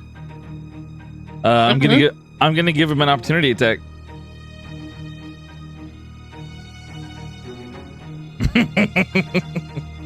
And neither of them hit him, I'm assuming. Nope. Neither hit. Okay, well, because of my Nick mastery, I still get to make an extra attack with a dagger on my scimitar, so I'm gonna do that. Where's my scimitar of sharpness? Excuse me. Make sure you click it as active in your inventory. The little box next to it. Okay. There we go. Oh, scimitar of speed, that's it. Alright. Roll. This is bad. I'm like, it is. What? I agree. It is bad. 28. Did that hit him? A 28 hits. Okay. Well. That was embarrassing, guys. It's okay. Why is it not showing up? Do you see it? See what? What, the 28? Yeah, we see the 28. No, I'm trying to roll the damage. Oh, there we go. There it is. If it rolls again, ignore that. So good. First one, 13. Okay. Does your Colossus Slayer damage apply as well, or no? No, it applies after he's lost 100% of his HP. Oh, gotcha. All right, good looks, good looks. All right, so Lyra, she moves in fast. So, did you take away the nat one, or you kept it? No, it's fine. He can attack me. Okay, so Lyra, she moves in fast. Her movements are incredible. As Nedwin, he actually seems a bit impressed as his eyebrows raise as he sees your speed. And Lyra manages to move in and you slice him across his left hip as blood gushes out. However, as you move for a second attack, he frowns as he speaks in a cold and methodical voice. You're too slow. As he suddenly whips out his own dagger and he goes for an attack. And you watch as the dagger begins to glow.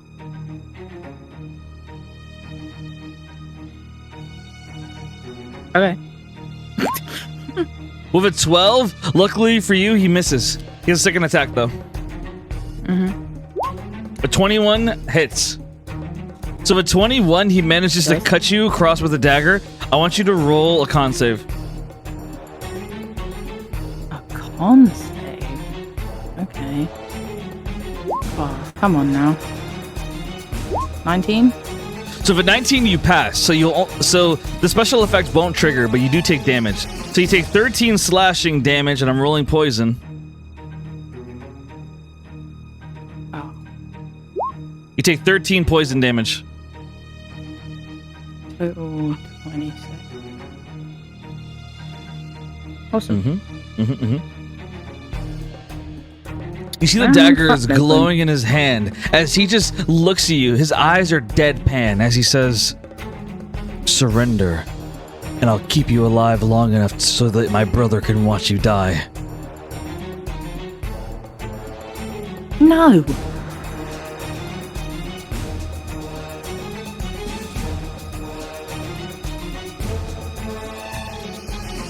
That's what she says. All right. Hunter's Hunter's mark. Actually, sorry, I forgot to add 1d6 for that. I'm so sorry. Does it apply if he doesn't get hit? Well, he did get hit by the scimitar. Oh, you're right. It's just one. Yeah, there you go. So what was total damage? So it was 13 plus whatever this 14. is. Oh, 4. Okay. No. Plus 4. 17. So 17 total. Sorry, just add another 4. Oh, you're good, Apologies. you're good. No reason to apologize. All right. So you deal that much damage. I updated his thing. So you deal that much damage as he just kind of stares you down. He doesn't even seem bothered by the pain. Like the pain just seems kind of arbitrary to him. Like he does not care. Lyra don't care. She's fine. She's got a little nick on her shoulder or something. She, just like, what is All this? Staring contest? Next up is Tone.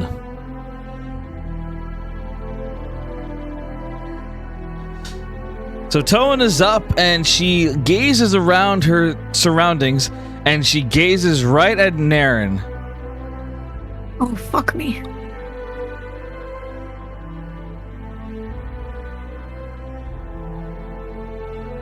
She quickly walks and you watch as she floats. She hovers above the floor and onto your crater. And as she hovers above, she has her arms crossed as she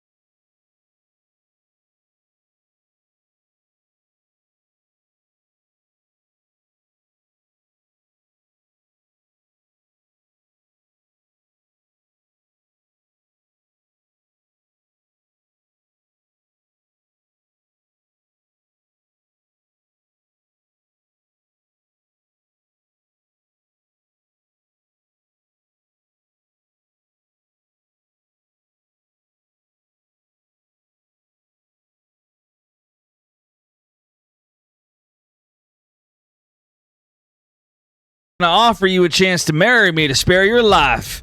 As he stands in front of you. The name's Blue Walker, but you're about to find out that I'm your end. As he just kind of nudges his hat and stares you down. And as he does, he raises his hands up and he says,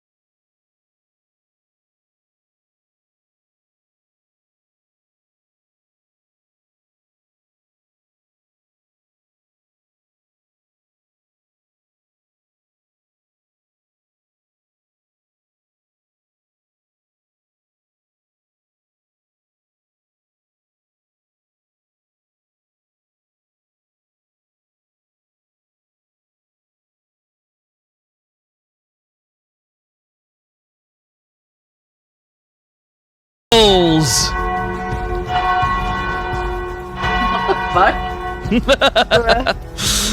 All right, next up is Slapjaw. You're up, Slapjaw. As you appear in front of this, like in this arena, you appear in front of a young man with blonde hair with a lightning sword. He stares you down and he says, I do not wish to fight you, friend. What is your name? Mine is Leaf. Thank the heavens. I thought I was gonna have to fight you. Oh, man.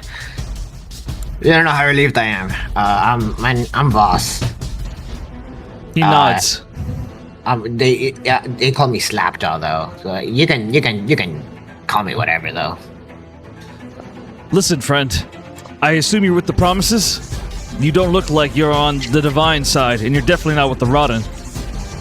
Oh, heavens no. Yeah, I'm with the Promises. He nods. So you know Alice Solnir? Yeah, you could say we're best friends. You're her best friend? Really? Yeah. She went out and she's fighting a god. Just cool friend stuff. So he nods. Well, that is good to hear. I only came along because I wanted to help her. Fealty has been manipulating my mind, but the moment that I appeared here, I was free of her influence. I'm on your side, along with the Promises. Let's fight together. Good. Do you just real quick? Do you have any idea what's going on here, though? I mean, I know we're supposed to be fighting him, but this doesn't, we could bounce off ideas of each other, that might be a good idea. As Leaf sits down and he sits down on the floor and crosses his legs.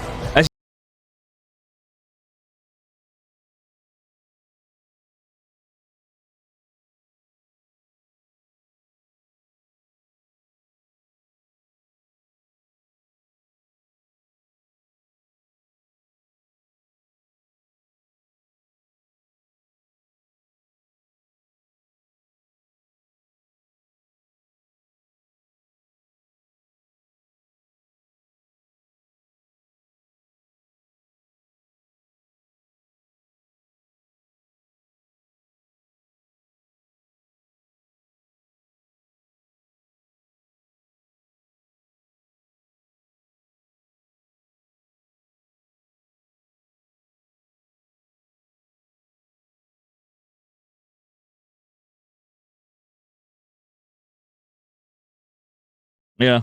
Uh, Not too much else to deduce.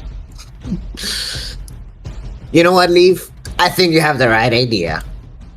I'm gonna sit down and meditate with him. So Slapjaw sits down and begins meditating with Leaf. And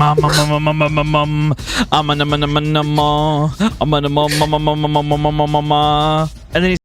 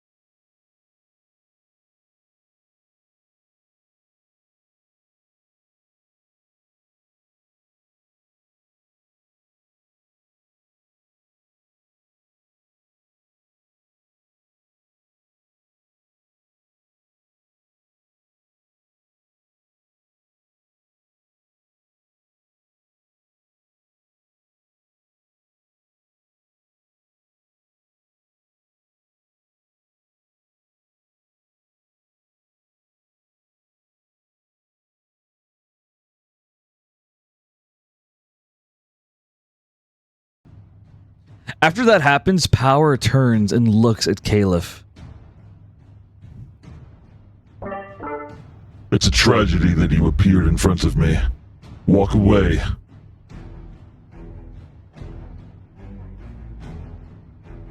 Caliph kind of stares at him for a moment, and then she just looks around herself and goes, "We're on a floating island. Where do you expect me to go? Towards him?" And she points at the center. Go towards a deserted land, the one next to you. Or better yet, lay on the ground to pretend that you're dead. I'll deal with you after I've won this battle. Deal with me? I'm no one for you to deal with. If anything, Yes, we're you going to are. have a conversation. No, I'm not. There's no point in talking to a slave. Remain on the ground if you want to be free. I'll be back later. You calling me a slave? He turns his back on you as you see his cape kind of like flow through the air a little bit, and he's like already surveying the area as to where to go next, ignoring you. Okay. You can keep trying to talk See to about him. that? He can still Oh, hear you. I'll do that on my turn. I'll do that on my turn. Fair enough, fair enough. So, Power, he looks around. And as he looks around, he looks around, but then he turns back to look at you for a moment. She's still staring at him, probably with like her arms crossed over her chest. Caliph Ironvein. If even an ounce of the woman that I know is inside of you right now, then remain standing where you are, for I will save you. But I need you to listen.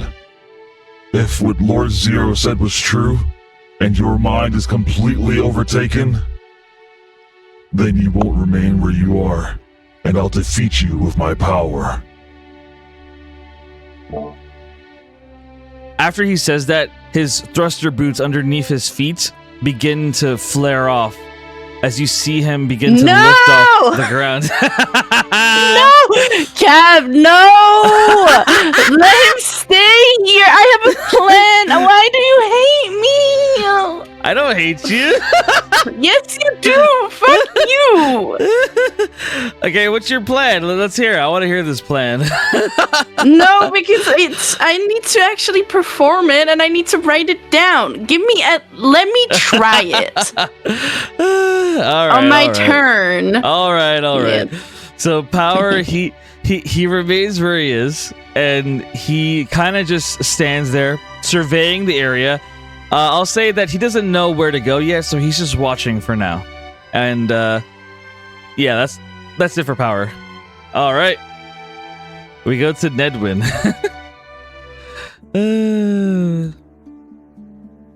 All right. Thank you. Oh, no, you're good. So we go to Ned. Who are we going to? Who? Irrelevant secondborn? Who? Oh, you're about to learn his name. Don't worry. As Nedwin, he gazes at you and he suddenly frowns. Your end comes now. And as he puts his right hand out, suddenly you watch as some kind of spiritual weapon appears in his right hand. It's a katana, but the katana, it doesn't look like it's a physical object. It has some kind of spiritual eminence around it. He points it at you and he says, "This." Cat, would you say that is a spell? Yes, I would. Okay, awesome. Just keeping that in mind. He points it at you as he says, "Meet my soul stealer." As he points the katana right at you. And he goes to attack. I have a reaction. Go for it. Do I do that before or after? Wait, I don't know when to use reactions because I've never used reactions. No why. You can use them anytime you want. As long as the conditions are met. So I have a Mage Slayer attack. When a creature within 5 feet of you casts a spell, you can use your reaction to make a melee weapon attack against that creature. Yep. So yeah, go ahead. Roll the hit. Awesome. Please don't fuck me. Dice.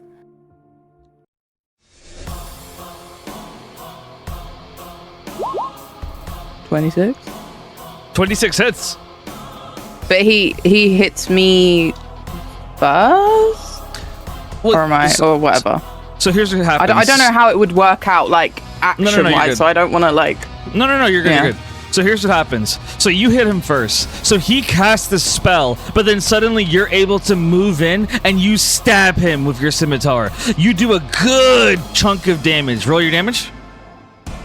I will fucking see if I do a good chunk of damage, actually. 13. So the 13... I think Colossal Slayer only applies on my turn, not, like, as a reaction, right? Yeah. All right.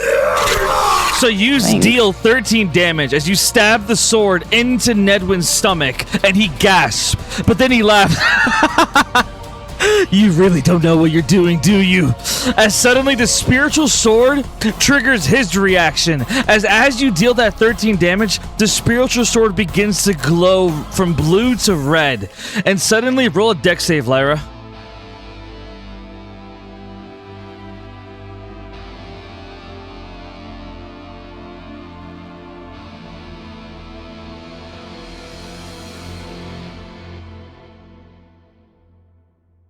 Oh, I was muted. Sorry, that was embarrassing. No, you're good. So he hit me. No, we're not there yet. Is this... okay. But this is part of that, essentially. Okay. Yeah, right. yeah, no, you're good. I already subtracted the 13 damage from him. So, basically what happens is that the spiritual sword, it changes from blue to red as you watch the blood coming out of his body flow up into the spiritual sword. And as it does, his soul stealer begins to charge up a blast of red. It shoots straight at you. However, Lyra, luckily for you, your reaction speed is fast. You manage to dodge it, but you watch as the blast slams into the ground behind you, creating a huge crater as he smiles at you. Let's see if you're so lucky the next time. Does that wake Aglaya up? Is she awake now? What's she doing? So Aglaya, let me see if Aglaya wakes up. Aglaya is still passed the fuck out. Okay, alright. That's fair. She's having some good dreams. She's dreaming about flying around with Alice on her. Cute.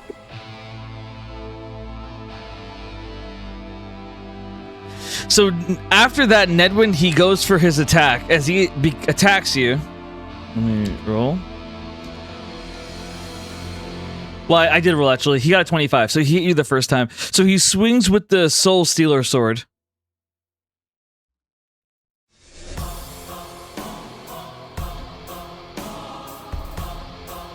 He deals 20 damage. And as he deals 20 damage to you, roll a con save. Oh, holy fuck. 14. With a 14, you fail. And so not only does he deal 20 damage, half of... Yes, go ahead. Can I... No, fuck it. Leave it. It's fine. I was going to say I'm going to use a token, but no. No. Are you sure? I don't mind. Use token. Well, I want to know what happens, but okay. I'm not going to make you say it before I decide to do a token. I feel like that's bad. Listen, no, it's okay. Listen, I cut everybody a break every now and then. It's not a big deal. Don't worry. So I'll describe it and you decide. So Nedwin, the Soul Stealer sword, what it does is if you fail the con save, it will take all the damage he just applied to you and it'll absorb back into himself, but healing. So so for example, he deals no, I don't. I don't want that. All right. Okay. No. No, thank you. But to be clear, even if you pass the save, he'll get healed for half the damage he did to you. So he'll get half of it instead of. Fuck it then. Fuck no, never mind. No token. Fuck it. Sorry. Change my mind. Okay. Yeah. I respect it. So Nedwin, he takes 20 healing for himself. Let me make that sound effect we all love, I'm sure. So Nedwin gets 20 healing for himself, so his wounds begin to heal for 20 while dealing 20 damage to Lyra as you feel blood go down your body as he just smiles at you. You might be weaker than Jericho.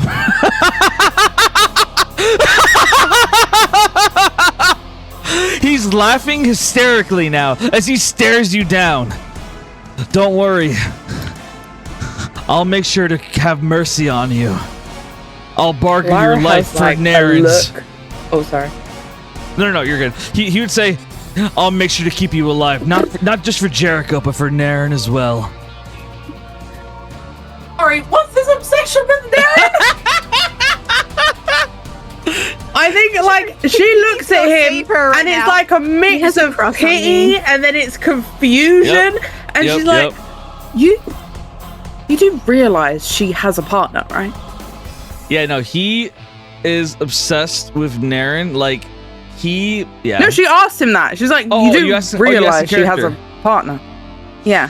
He says, when I went through her mind with my magic, I saw someone who deserves far better than some boy off the street. She deserves someone who's going to rule the world, and I want her by my side when I do.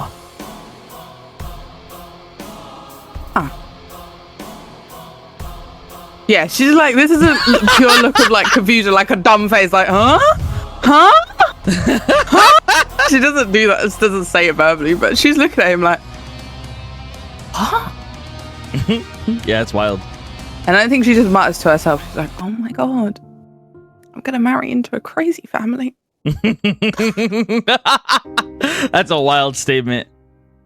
You know, as you react that way, Nedwin, he looks at you with like a bit of a serious face as he says, is this all just a joke to you? A game? You think that our lives are nothing more than something to laugh at?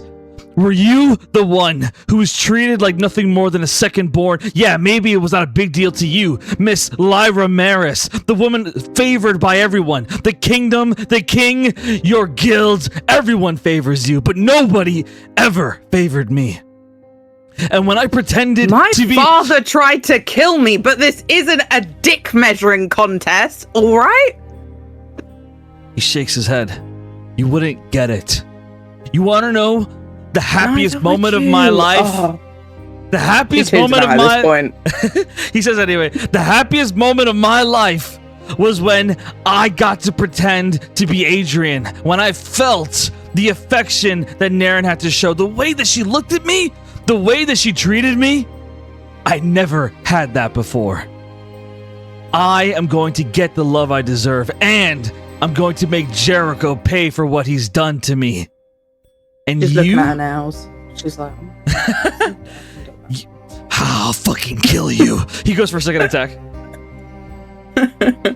He could do that. Yep, he has 2 attacks. Oh, Nat fuck. 20! Woo! Yeah, no, she was literally looking at her nails. Well, Chris don't work on Oh, that's right. Lyra because she has the adamantine breastplate. But yeah, lucky. she was literally looking at her nails and she was like really focused on that. So she don't pay attention You're bad. at all. You're bad. You're bad. Okay, so let me roll. So you take 33 damage. And roll a con save.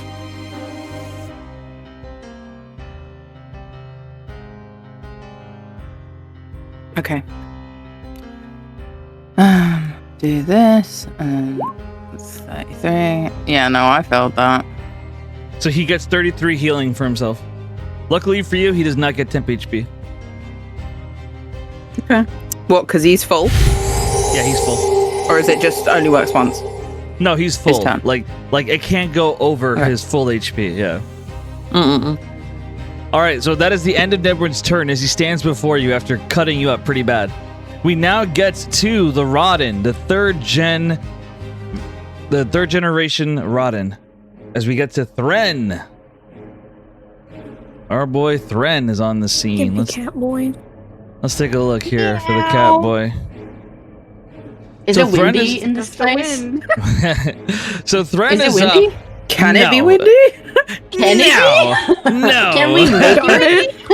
You can make it, Who's got a wind Wendy. spell? Quick. If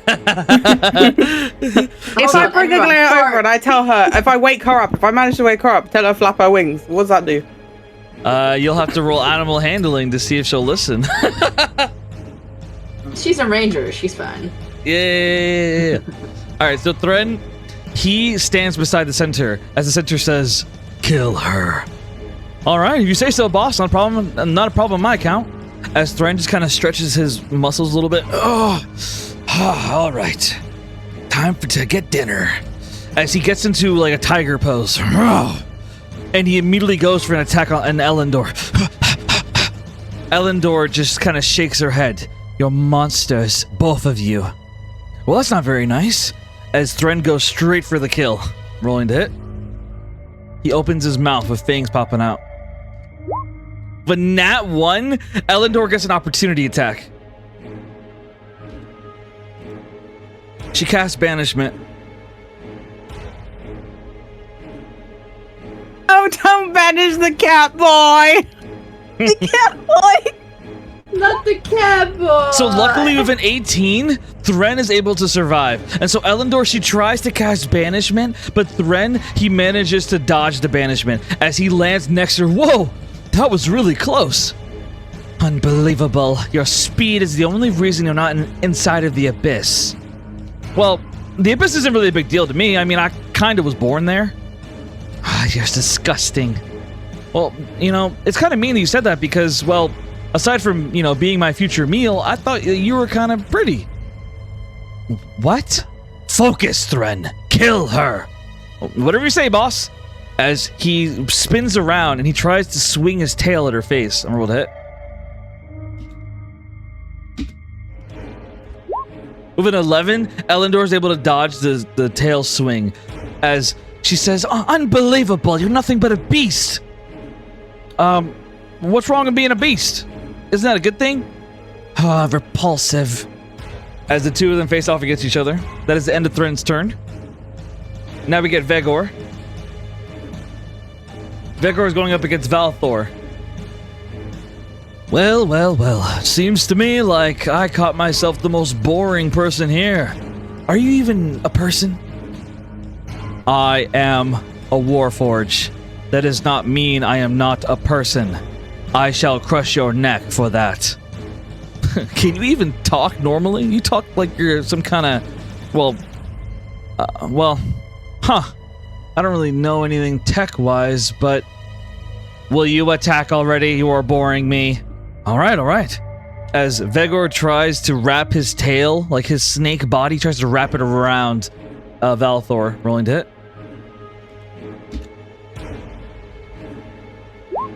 So with a 15, he manages to grapple Valthor, and he tries to choke him to death. However, Valthor uses a reaction, Shocking Grasp. Rolling to hit.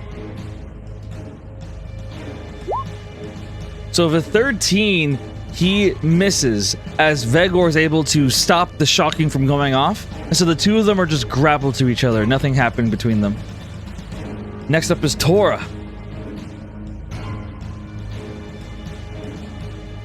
Tora glances around.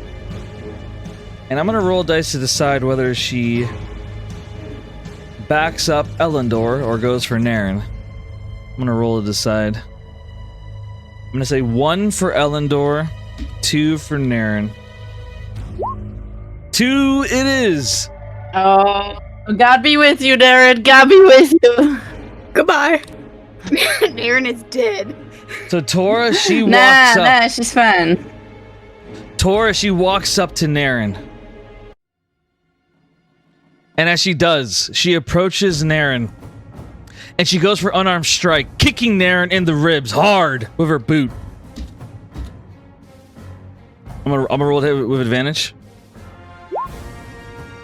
So if a 16, she hits. As you take 10 damage from her spiked boot. You take 10 damage as you feel a spiked boot slam into your ribs, Naren.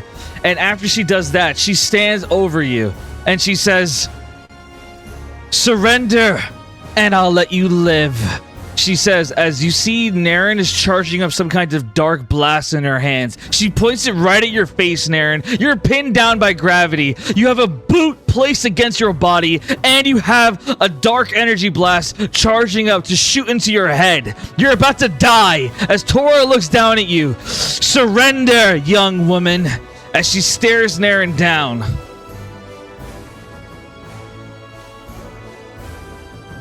You're putting me in a hard position here. I know.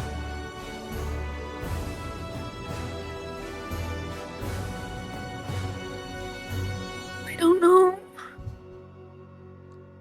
As you lay there, Naren, and you feel the gravity around your body, you feel pain all over, and you think about surrendering the way that you would have in the past. Your father taught you to always live to fight another day. But ever since you joined the Promises, ever since you fought alongside Adrian, you've learned that there's more to life than surviving. You have to stand up for what you believe in. You have to fight for what you want. Taku. She would look at Tora. Surrendering means giving up. And I do not give up anymore. Never again. All right. Tora, she attacks.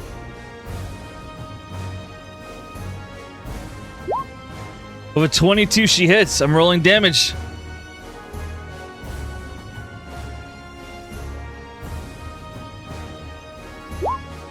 You take 17 damage, Naren.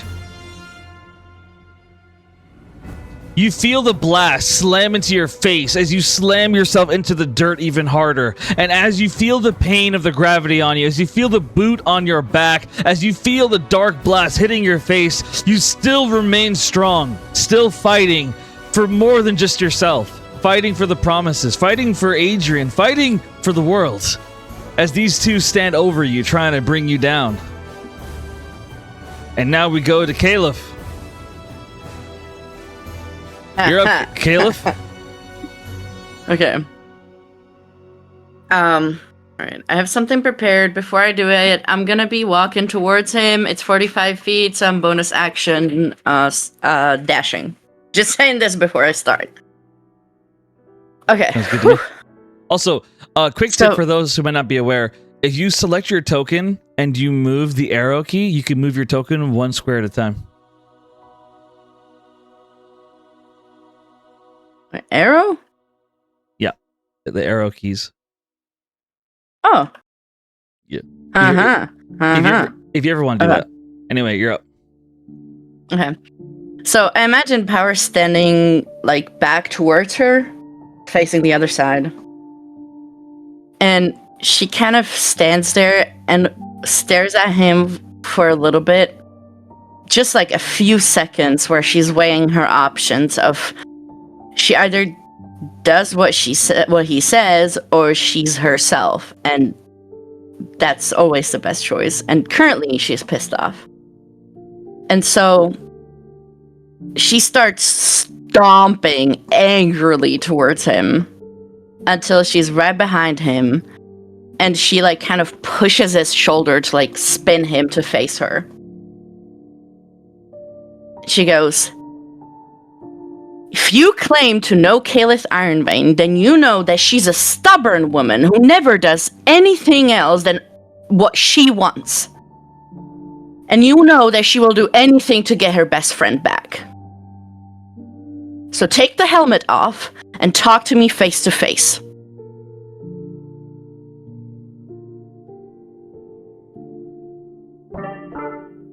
I only want to take it off when I know that I'm looking at the woman that I fell in love with.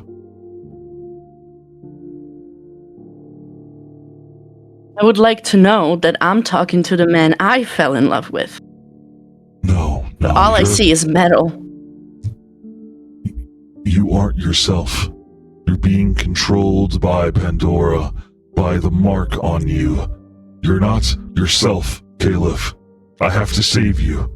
I haven't saved you yet, but I will. I promise you I will save you. Nothing that Lord Zero says is true, Tazriel. He is the one who broke me out of my jail. If it wasn't for him, I'd still be there right now. I owe everything to him. He is the only one who helped me and is still alive. The last man who helped me ended up dead. So I'm gonna value him for what he's done for me. And I'm going to believe him when he tells me that you are under their control. You have to let me save you, Caliph. What if you're wrong? What if you're the one who needs to wake up?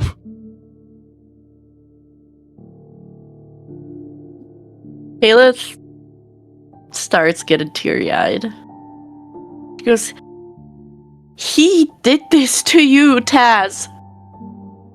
You're not you. The Tazriel that I knew would have never made me believe that you were dead. The moment he would have had a chance to let me know that he's alive, he would have. No. Let me talk. He made you stay away from me. I was face to face with you. I was right next to you, and you didn't say or do anything. You just let me believe you were still dead. And you tell me that I'm the one that's getting controlled? He's fucking with your mind, Taz. Stop!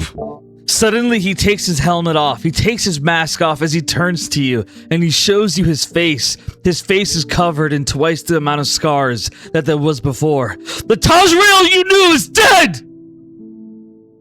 The Tazriel that you knew died years ago! He died the moment that he chose to die for you. He looks at you, his fists curled up, tears in his eyes. His face is filled with scars and injuries. Whether you are Caliph or not, you clearly don't know what you're talking about. You don't know who I am.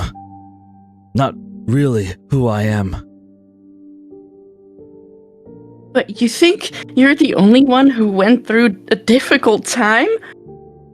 Since what happened 7 years ago, you think you're the only one who changed? I lost everything that day. Fucking everything.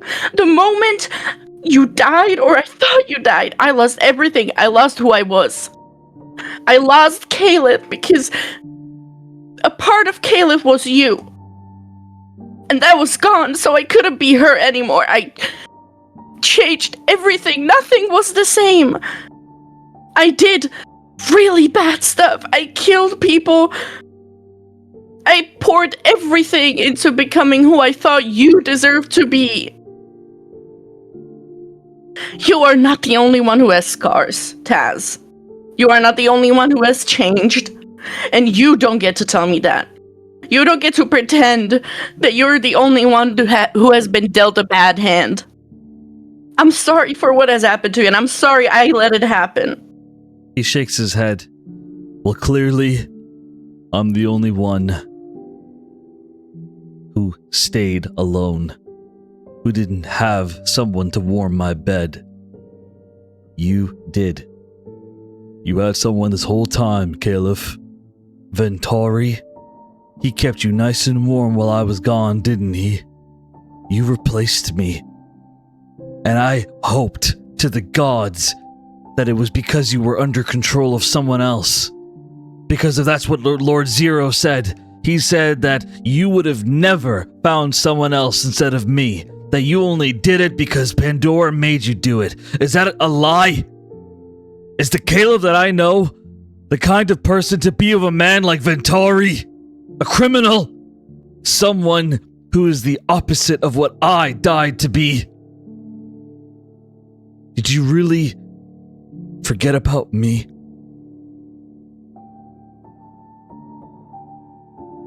The Caliph you knew would not be with a man like Ventari.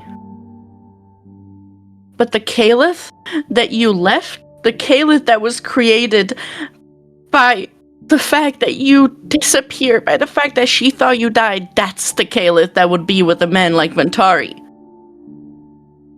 A man who stayed no matter what. A man that did everything to protect her, no matter if it was right or wrong. I will not apologize for falling in love with Ventari, because there's nothing wrong about that. And the whole fucking time, you were gone for 7 years, and I knew Ventari a year out of that. The past year, I spent 6 years mourning you. 6 years of not allowing anyone to get close to me like you did.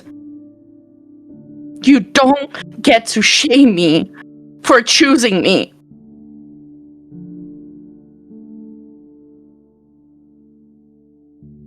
He shakes his head as he looks you in the eyes. Roll persuasion, Caliph. You mean my plus 13 thing? Sure. Well, fuck me. It's a 16. Okay. Kind of rude. Would you like the token or you want to keep that?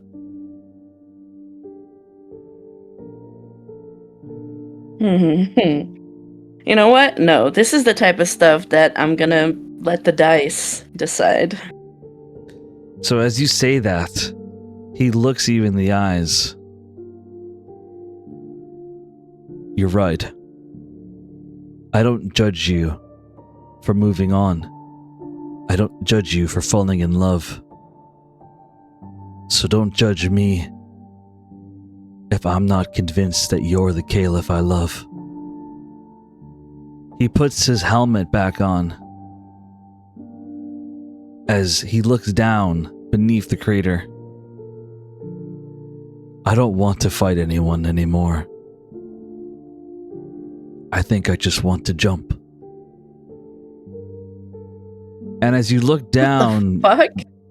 as you look down beneath the crater, you see what he's talking about. I think I want to go home.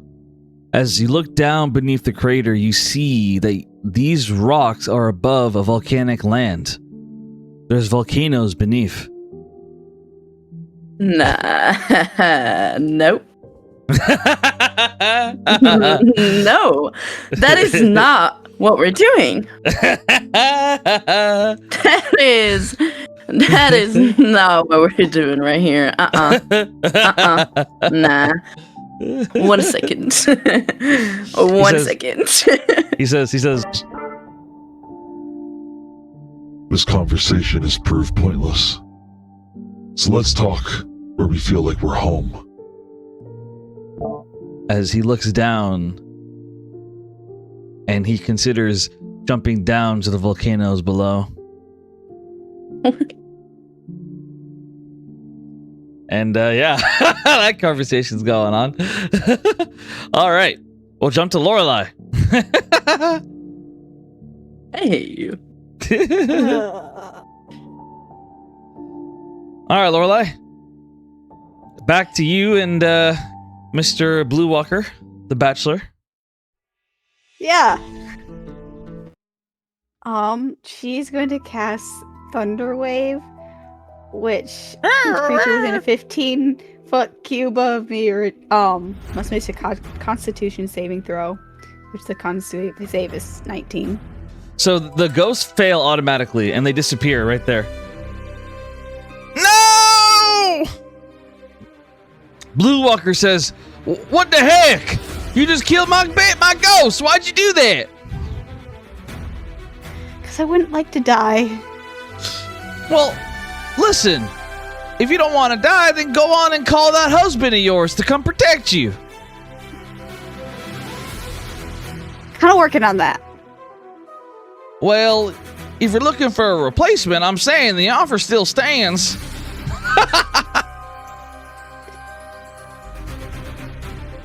Yeah.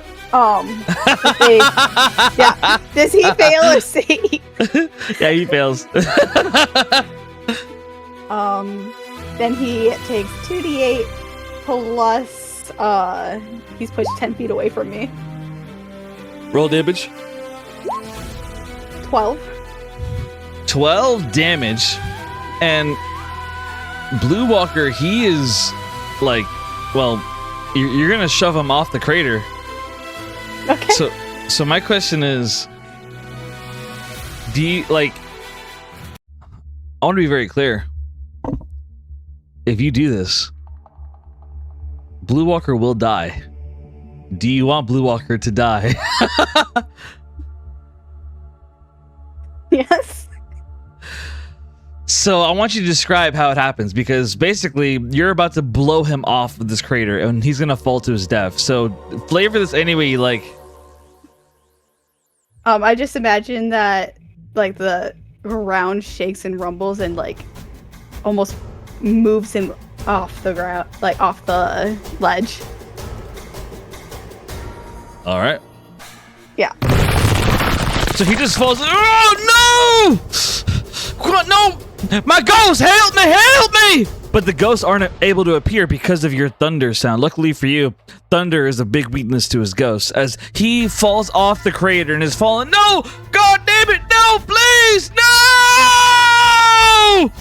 As Blue Walker dies instantaneously, Lorelei manages to kill him right off the bat. As Blue Walker is out. Lorelei appears vicious as she stands on top of the crater, and she just blew away her enemy like it was nothing.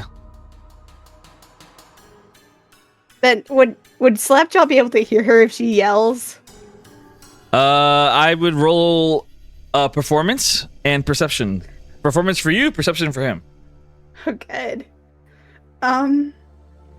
She's gonna yell at Slapjaw and say, "Now would be a good time to ask for help."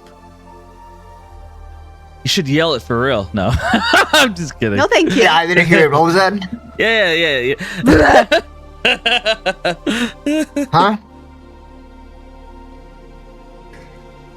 Meditating with my boy. Yeah, just fake yell. Just be like, Slapjaw! He doesn't hear me anyways. Wait, what am I rolling? It's performance, not persuasion. I don't think it's gonna be any better. And what am I? It got worse. What am I supposed to? What am I supposed to roll? Perception. Perception. Wow. Well, I can't promise anything better. No. Yeah. Well, huh? What was that? Yeah. Whatever, I'm just meditating. Yeah, you guys are oblivious to each other. All right. Next up is the center. The center faces Elendor, and he looks at her and he says, "Devour." As the center makes vines come out of his body, and they just wrap around Elendor. I'm gonna roll a dex save for her. Elendor is fast. She gets a 20. She still fails with a 20 as the vines wrap around her so fast as Elendor screams, "No! Help! Help!" The center gets in front of her and says, "Shut your mouth." He takes his hand and shoves it down her throat. I'm rolling unarmed strike. With a 22, he's successful as he puts his hand through her throat all the way down into her body as he grips her heart. His hand wraps around and grips around her heart as he says, "I am the center, and you are rotten. Become one of us." And I'm gonna roll a D100. A 70, yep, that's high enough. So with a 70 D100 roll, you watch as Elendor, her entire body begins to rot as her eyes roll over. And suddenly you see her skin peel off as she is now no longer Elendor of the Divine Six. She is Elendor of the Rotten.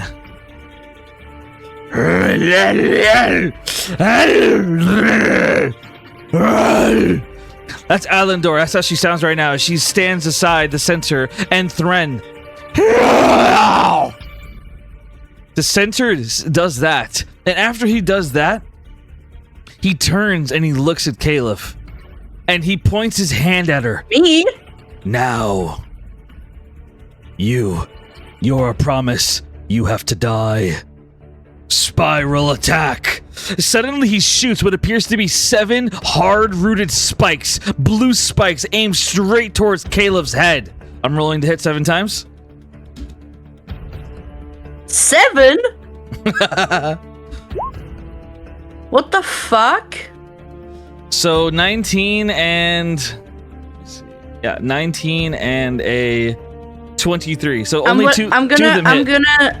I'm gonna use a reaction, my protective wing, so I have a +5 to my AC. So my Ooh. AC is 22 currently.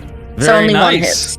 Very nice. Good play. Good play. So only one spike manages to hit, and it's spiraling straight towards your face, Caliph. However, before it's able to hit, Power uses his reaction as he suddenly makes his boots shoot up in speed, and he moves in to take the hit for you.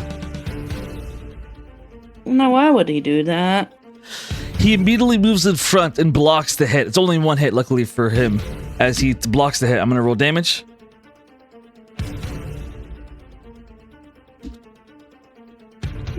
.42 damage. As Power takes 42 damage from that one spike, you see a huge piece of his armor get blown off as he grunts. As you hear him gasp in pain, like just one spike, one did 42 damage as he gasps in severe pain. Why? Why did I do that? As he just kind of looks down, not even daring to look you in the eyes after doing that. Can I smack him over the head? Yeah.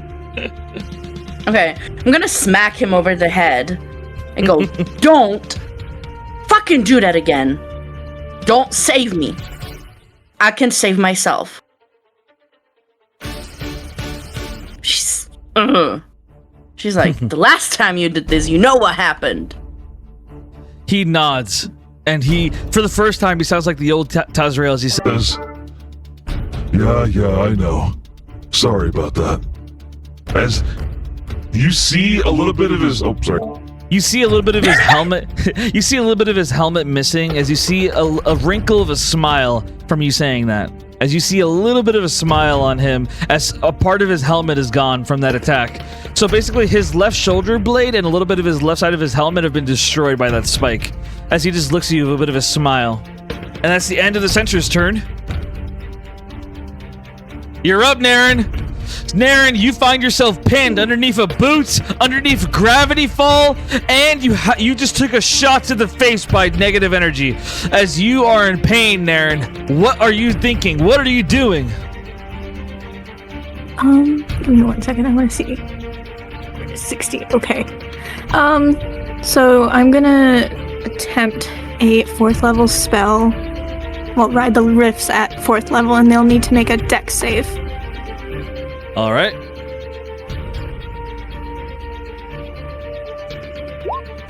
$14 and 13. It's 14, so 1 will succeed, and she'll only take half damage. Okay. So Tora passes, Tone fails. Of course, Tora passes. He wants to load.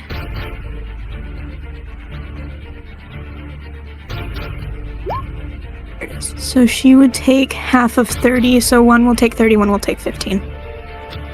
So Tora takes 15 damage as she gasps in pain.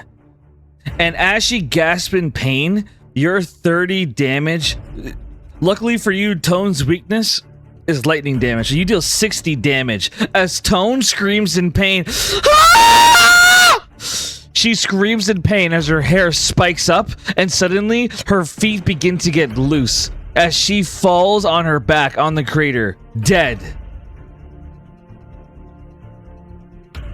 Tora looks at you with a bit of a smirk. My, it seems like you're stronger than I thought. She stares at you and she says, it seems like I need a replacement now. What do you say you join me, Naren Phantom? If you join my legion, I can give you everything you desire. I don't think you could give me everything I desire. Not a woman like you. Her eyes squint. I could give you power, independence. I could even make it to where everyone in your life loves you. I don't need love. I have the love that I need. Adrian has showed me that. He has shown me what true love is and what good love is. I do not need any love if it's from my father, from anyone. I don't need love from anyone. Oh my! You certainly are a good fit for my team then. Well, then a counter offer for you. If you join my cause, I can guarantee immortality for you and your love, Adrian. I can ensure neither of you would ever die. All you have to do is say yes. I don't want to live forever. There's no point in that. I've learned to stand by people and I've learned to accept them. And you are not someone who deserves to be stood by. Deserve? I deserve the world! And I'm going to rip you fucking apart, you brat! She spits her blood on the floor as she stares you down, ready to tear you apart. What else do you do, Naren?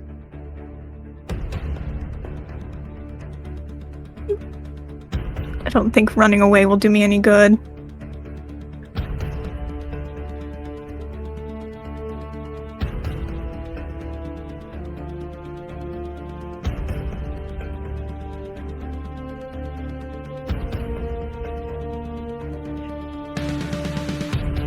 If anything, I'm just gonna move backwards away from her.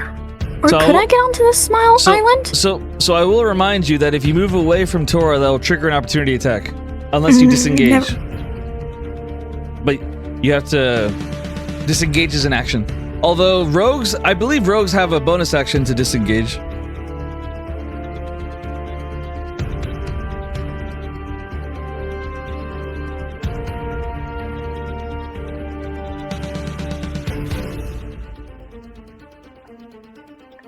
I don't know. Not sure. I'm checking. I don't see anything. That's okay. You're probably not high enough level for it. On your, like, when you're on actions and then it's like has all. Oh yeah. So if you have, it should say what you should be able to do. Okay, so it's only if you have the cut in action feature. Yeah. That makes sense. Okay, no worries. Wait, so, yeah, hold on. But hold on. I'm pretty sure that's just for every rogue on level 2. I'm checking. I'm sorry. Okay, I looked at the sheet. So yes, you can do it. There it is, yeah. Yeah, cunning action. So yeah, on you your can. turn, you can take one of the following as bonus action. So you could go and disengage. You disengage. So remember, disengage means that you cannot get opportunity attack. Yeah. So you do disengage and then you back away. Go ahead. Is there any way I could get onto one of the small islands next to us so I can at least be away from her? Depends how much distance it is. Say yes, you can. Okay. I'm just gonna attempt to go to that one. All right.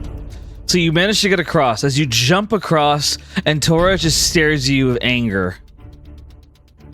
All right. Next up is Nymphern.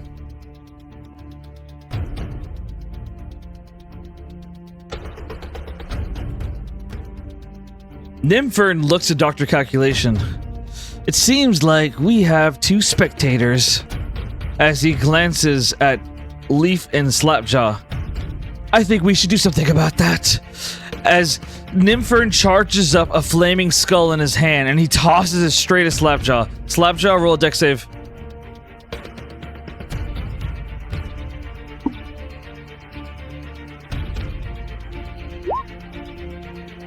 So for 13, you fail as he throws a flaming skull right at you and an explosion goes off right in Slapjaw's face. Rolling damage.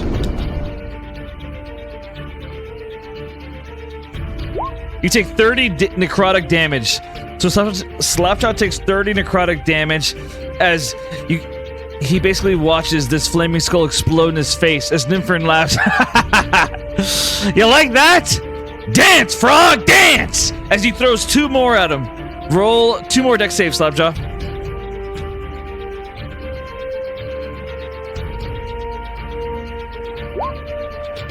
A nat 20. With a nat 20, Slapjaw, I'm gonna allow you to take no more damage from his flaming skulls, and I'm gonna let you flavor it any way you like, brother. Tell me, how do you dodge these flaming skulls or stop them, whichever?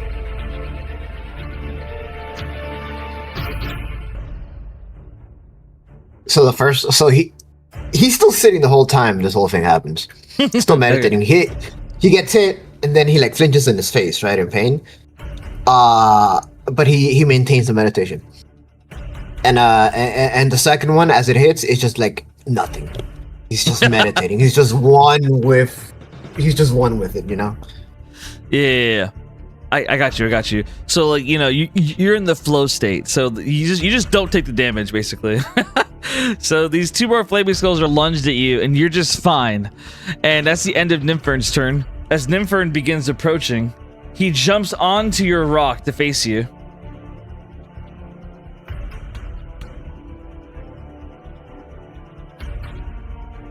All right. Next up, we got Maltharion. So Maltharion faces off against Lord Zero. Maltharion immediately begins charging up his black orbs as he tries to shoot one at Lord Zero.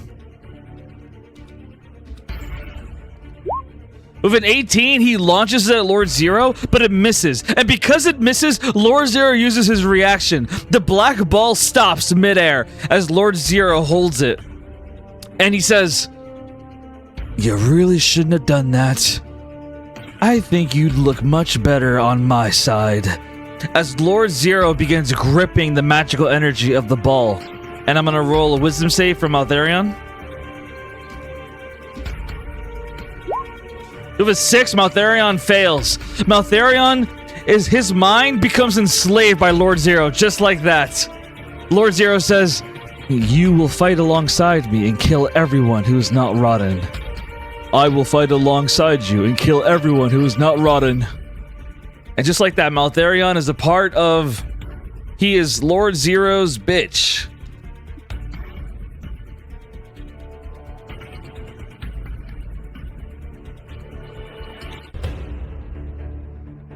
Next up is Lord Zero himself. Lord Zero takes a look at Zachary. My, that is a boy of power. "Tell me, why do you fight for Torah?" "Because she's my mother, and because she promised she'd bring my father back after we won the war." "You really are naive. I think you're better off serving someone who actually keeps his promises. Just ask my friend Power." As Lord Zero jumps all the way across and looks at Zachary as he says, "You are now with me. Submit to me, Zachary Paradox." As he extends his hand out and magical power fluctuates around Zachary. I'm going to roll a wisdom save for Zachary. With a 13, Zachary fails, as Zachary's eyes begin to lull over as he falls to his knees. Stop! Stop what you're doing! "Oh, I won't stop. You see, I think you'll serve me much better than you ever did your mother. Welcome to my cause. You shall help me kill everyone here who is not rotten." "I shall help you kill everyone here who is not rotten, as long as we bring back Calamity, my dad." "Ah, yes, we'll bring him back after this is over. Maybe." "Now submit!" "Yes, I submit." And just like that, Zachary Paradox becomes another one of Lord Zero's bitches.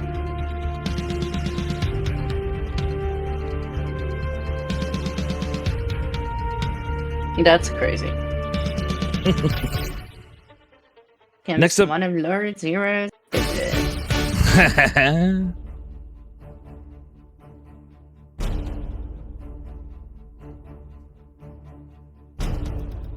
All right, next up is Dr. Calculation. Dr. Calculation, he glances at Slapjaw, but then he glances at Lorelei as well. He saw Lorelei kill Blue Walker. He has to debate which he goes for. I'm going to roll dice to decide. 1 equals Slapjaw, 2 equals Lorelei. 2 it is!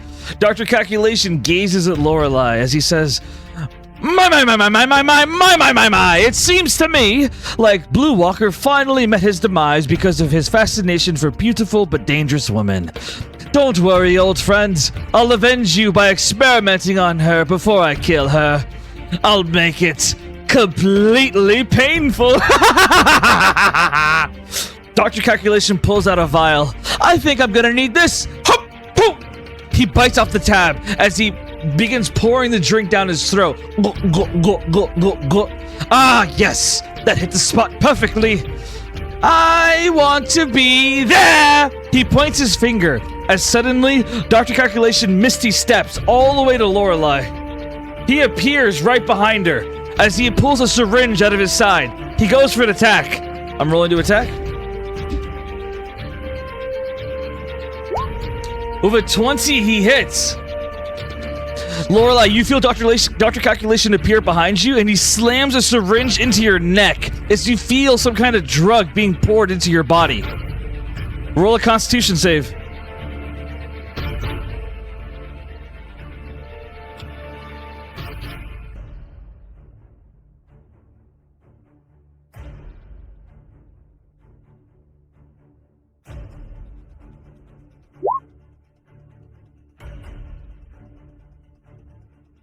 So with a 10 Constitution save, you fail, Lorelei. I'm sorry to say.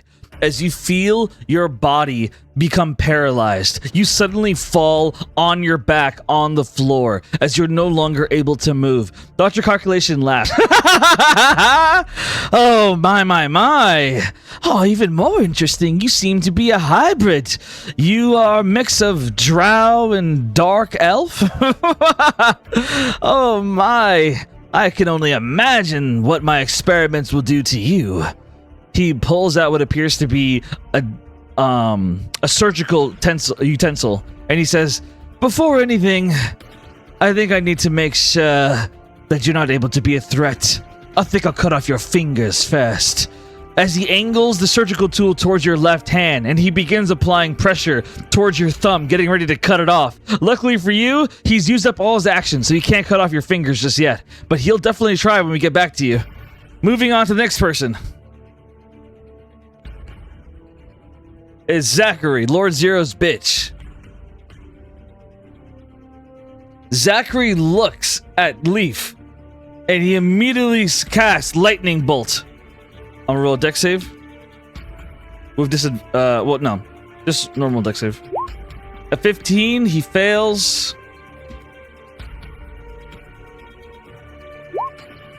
He deals 44 damage as Leaf takes a lightning bolt to his back. Ah! Oh, you shouldn't have done that.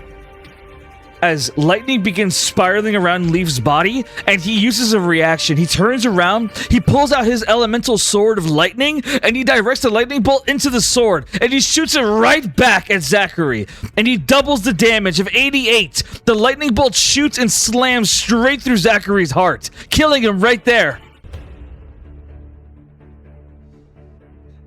Leaf is still badly injured, but Zachary's dead. As Zero says, well, that's a pity. He might have come useful. Although, no one likes a mama's boy anyway. Next up is Soulcrest. Soulcrest looks around. She calls out towards Nedwin. Nedwin! Allow me to help you. We can end Lyra quickly. You remember what we were told. She's dangerous. I'll tell you the same thing I said to the dead man. Anyone gets involved in my fight, and I'll skin you alive. Lyra's mine. Unbelievable. I'm surrounded by amateurs. Soulcrest looks around, and she looks at the third generation rotten Rothelion. Very well, I shall deal with the rotten. She goes for Rothelion. She pulls out her longsword. Rolling to hit. 22 she hits, and she casts Divine Smite.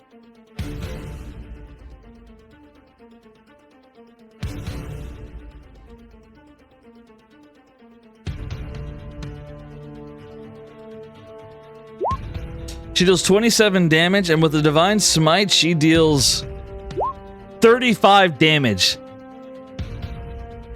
So a total of 63 damage she slams into this Minotaur as he grunts in pain. His body looks severely burned over, but he's still standing somehow.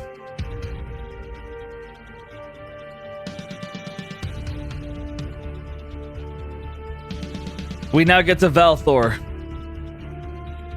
Valthor faces off against Vegor as he tries...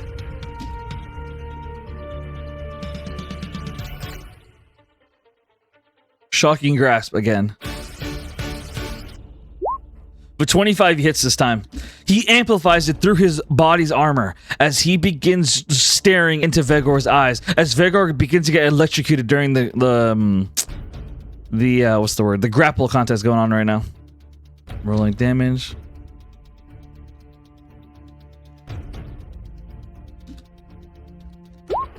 With 41 damage, Vegor gets fried alive. He's still alive, but barely, as he manages to cling on to Valthor, but he screams in pain. Ah! Ah!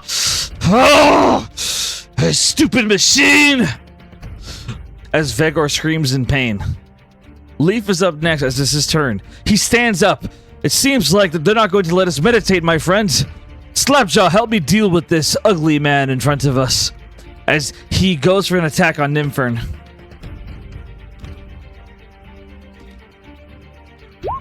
With 26, he hits. I'm gonna roll again because he attacked twice. A 20 hits as well. Actually, no, sorry. 20 does not hit. 26 hits though. I'm rolling damage. He deals 12 damage, and Nymphern rolls a con save. A 4, he fails, so he takes an additional 18 damage. So he takes 30 damage total. So Nymphern takes 30 damage as he gasps in shock. We now get to Verthelion. Verthelion immediately enters rage as he attacks Soulcrest. He attacks her with a great axe. With an 18, he misses. Soulcrest deflects it like nothing. He goes for another attack. With a 23, he hits as he slams it into her chest while roaring in anger.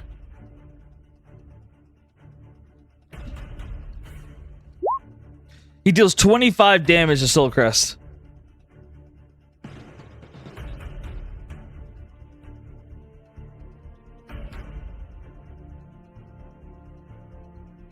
It's Elendor's turn, who is now a member of the Rodden. The center points, he says, I want that promise dead. As he points his finger right at Caliph, Elendor nods. Elendor immediately begins charging up. She uses dash as she leaps all the way off and goes straight for Caliph. She goes for an unarmed strike. With a 16, Caleb's able to dodge as Elendor tries to hit her, but Caleb dodges. That's the end of her turn. It's time for a Galea. I was on the toilet and I hear you. She goes for Caleb. I ran back. What the fuck? No, you're good. All right, so rolling for Aglaya.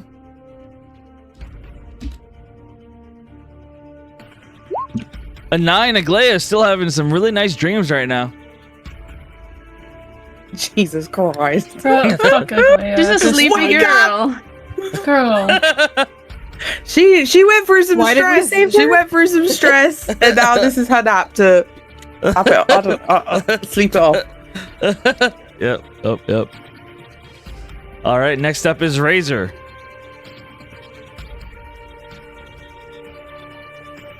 Where is Razor? Oh, there he is. Razor's up, and he looks at Center and he says, I'll take care of this monster. Razor floats in front of Center, and he says, I call upon the 1,000 black feathered blades. You watch as literally 1,000 sharp feathers float in the air around the center, and he calls them down all upon the center as the center rolls a dex save.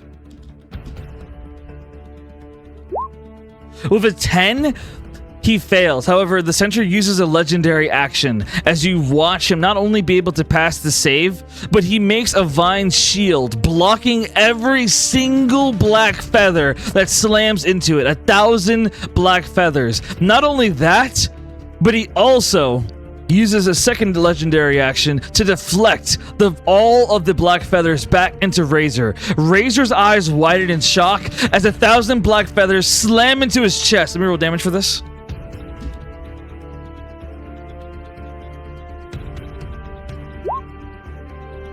So Razor takes 4,491 damage as 1,000 black feather daggers slam into Razor himself, and he is killed on the spot, completely shredded by the center. Now, reminder, the sentry has used 2 legendary actions. He only gets 1 more.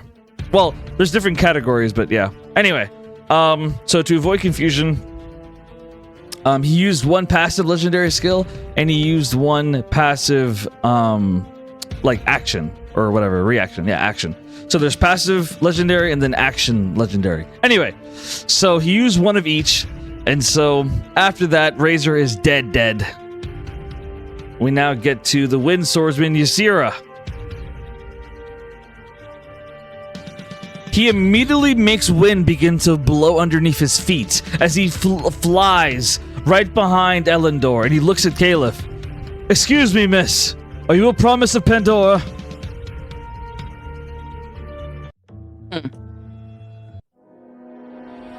I'm gonna insight check him why he needs to know that, what he's planning to do if I say yes. What I can smell. I don't know. What was it? 16.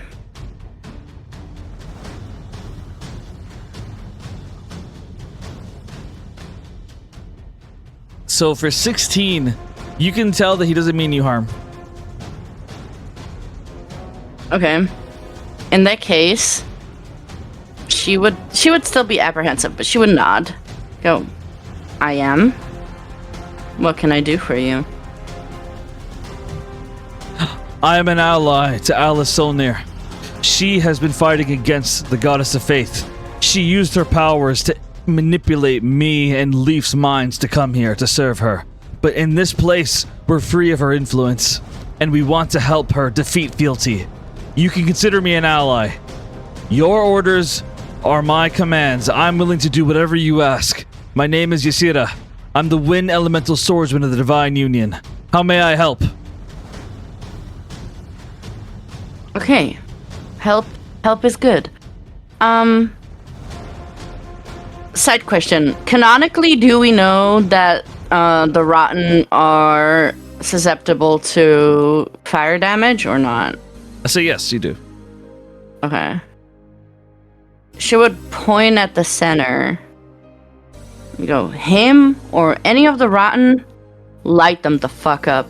If you can't get fire in any way, lighten up. That's what hurts them. Don't let them get you or you will become one of them. But these ones are the ones we need to focus on. I'm sorry to disappoint, but my specialty is wind. My sword is elemental wind. Figure it out. I don't know how you're gonna do it, but figure it out.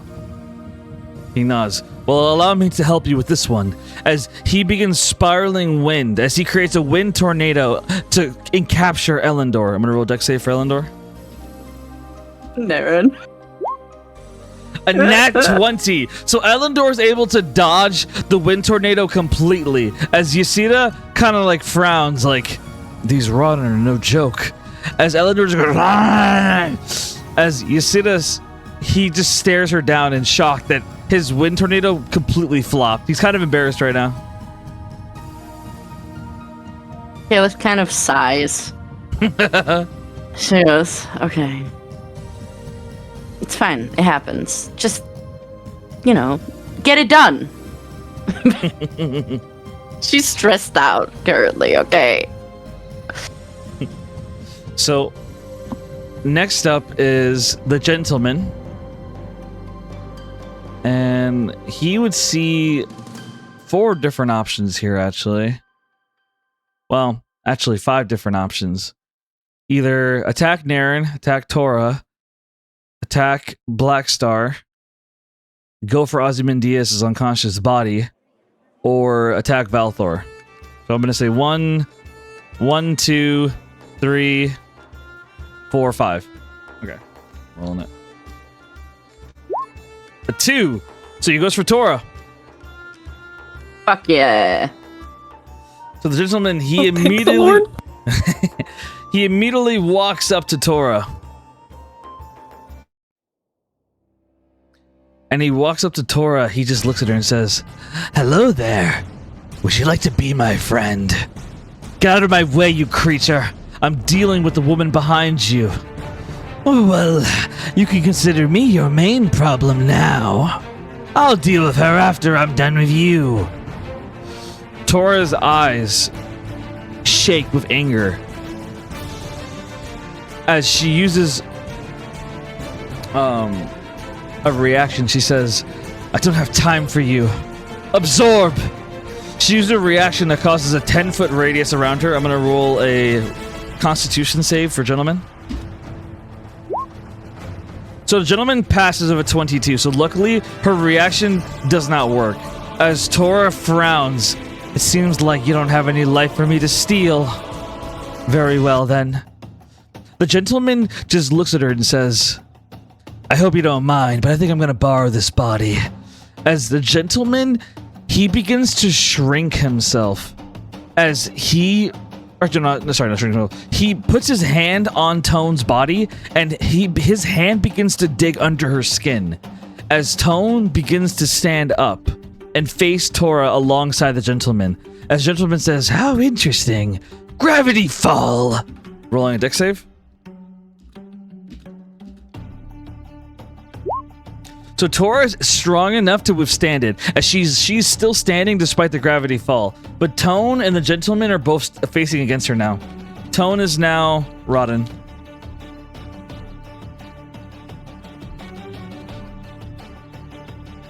Great. This is going so great, guys. We have nothing to worry about. I don't want to talk about it. You killed a guy, you're good. It's about to be cut apart. What do you mean?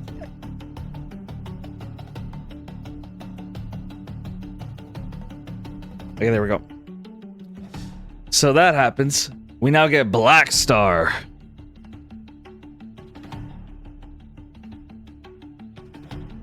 Black Star gazes around. And he sees Caliph. And he knows exactly what he wants to do. Professor McIntyre. Yes, Black Star. Hold on to something. Hold on to something? What do you mean? As Black Star, he digs his greatsword into the floor. And as he digs into the floor, he puts his boot against the blade. And as he does, he begins to pull on it as hard as he can while pushing over his foot. And then he begins to curve the blade to swing it. I'm going to roll a strength check for this. Is he fucking gonna fly himself off? Shut the fuck up. So with 22, he manages to pull it off. He swings the blade from the ground into the air. He swings himself like a helicopter as he flies all the way across the arena straight towards Caliph. Roll a dex save, Caliph. Okay, I have a +3 to my saves. So that's a 17. So of a 17, I'm going to say you're fast enough. You're able to dodge his attack, fortunately for you. So I fucking thought. But he slams right in front of you. His sword creates a 10-foot deep hole as he slams down. Boom! As he slams down right there, he just stares at you and he says, "Caliph Ironvein, your blood will be on my blade." he stares you down, ignoring everything else. Power, Elendor, Ysida, none of it matters. As he stares you down, I challenge you to a duel. You and me. Do you accept? I don't know. Have you come to terms with the fact that you're a dragon yet? Or you're a tiefling yet?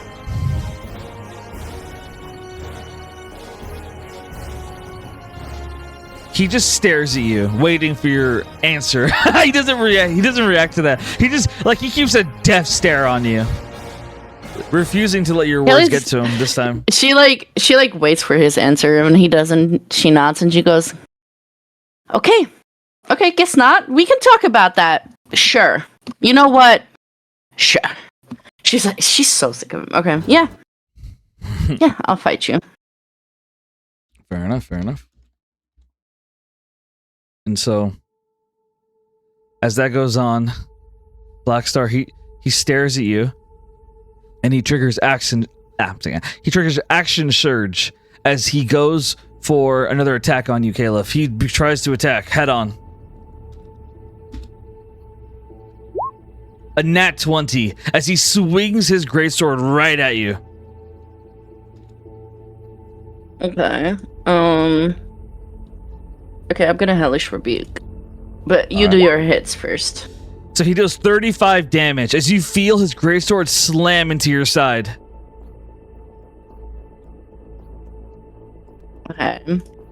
Hellish Rebuke.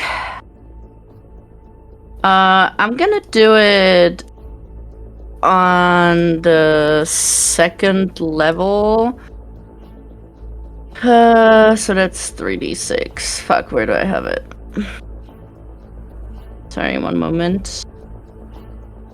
Tribute. Oh, 3d10. Okay. 27 fire damage. So he's resistant, so he only takes half, 14 damage. Thought so. Okay. So after he takes that fire damage, and it you see his armor heat up, he just stares you down and goes for another attack.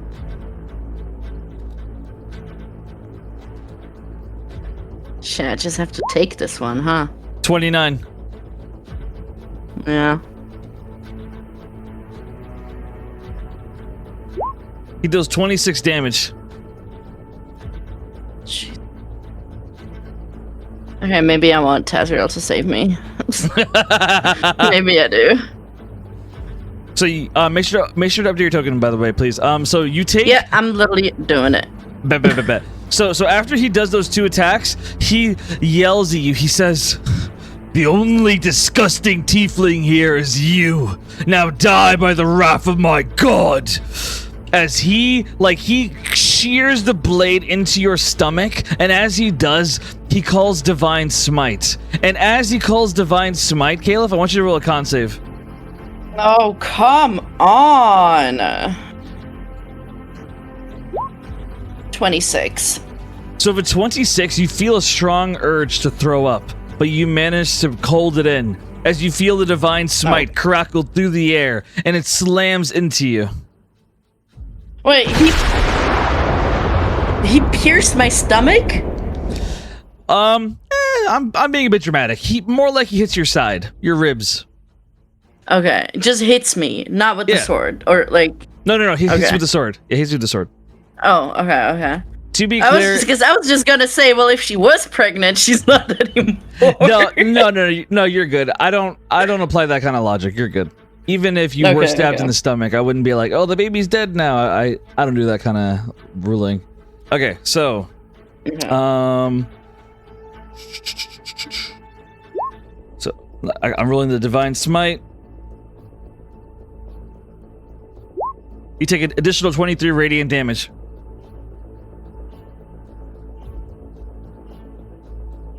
And after that, he uses a second action surge. No, I'm kidding. Oh, come on! Just kidding. Leave me alone. Just a joke. That's a joke. Okay, so after Blackstar does that, we get to Ozymandias, and I'm gonna roll to see if he wakes up.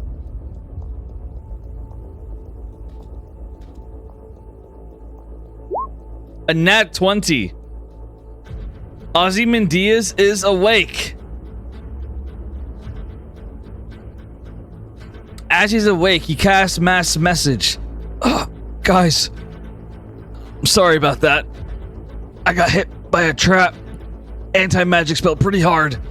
Haven't dealt with one of those in a long time. Is everyone okay? Yeah, no shit. No, we're not. No. We're so fucked. Look around. So Lorelai, Get up off Caleb your are ass. crashing up. That's what Aaron says. Okay, Lyra, what do you say? Oh, I think Lyra's just like, she's just fuming in her mind. She is like, I think, yeah, no, she's gonna say, it's like, I will kick the shit out of you. He like flinches when you say that, and he's like, okay, I'm sorry. Look, it's okay. It's not a big deal. I can get us out of here, all right? I can get us out. Oh, fuck. Wait a second. He looks at his arm, and there's a mark on it. Oh, fuck. Guys, the trap left a mark on me. That's why I was able to get knocked out like that. It must be some kind of curse mark. It was a trap curse mark by Prometheus. I'm gonna need at least 6 seconds to take it off. Try to hold out without me. After I remove it, I'll try to teleport us out of here. As he like kind of claws at the mark, and he begins using remove curse on the curse mark, but it's a very powerful curse mark as it takes him a bit as he begins trying to remove it. Just hang in there, guys. I believe in you. You got this. Yeah, a whole round later, we're all fucking dead. Fuck this man!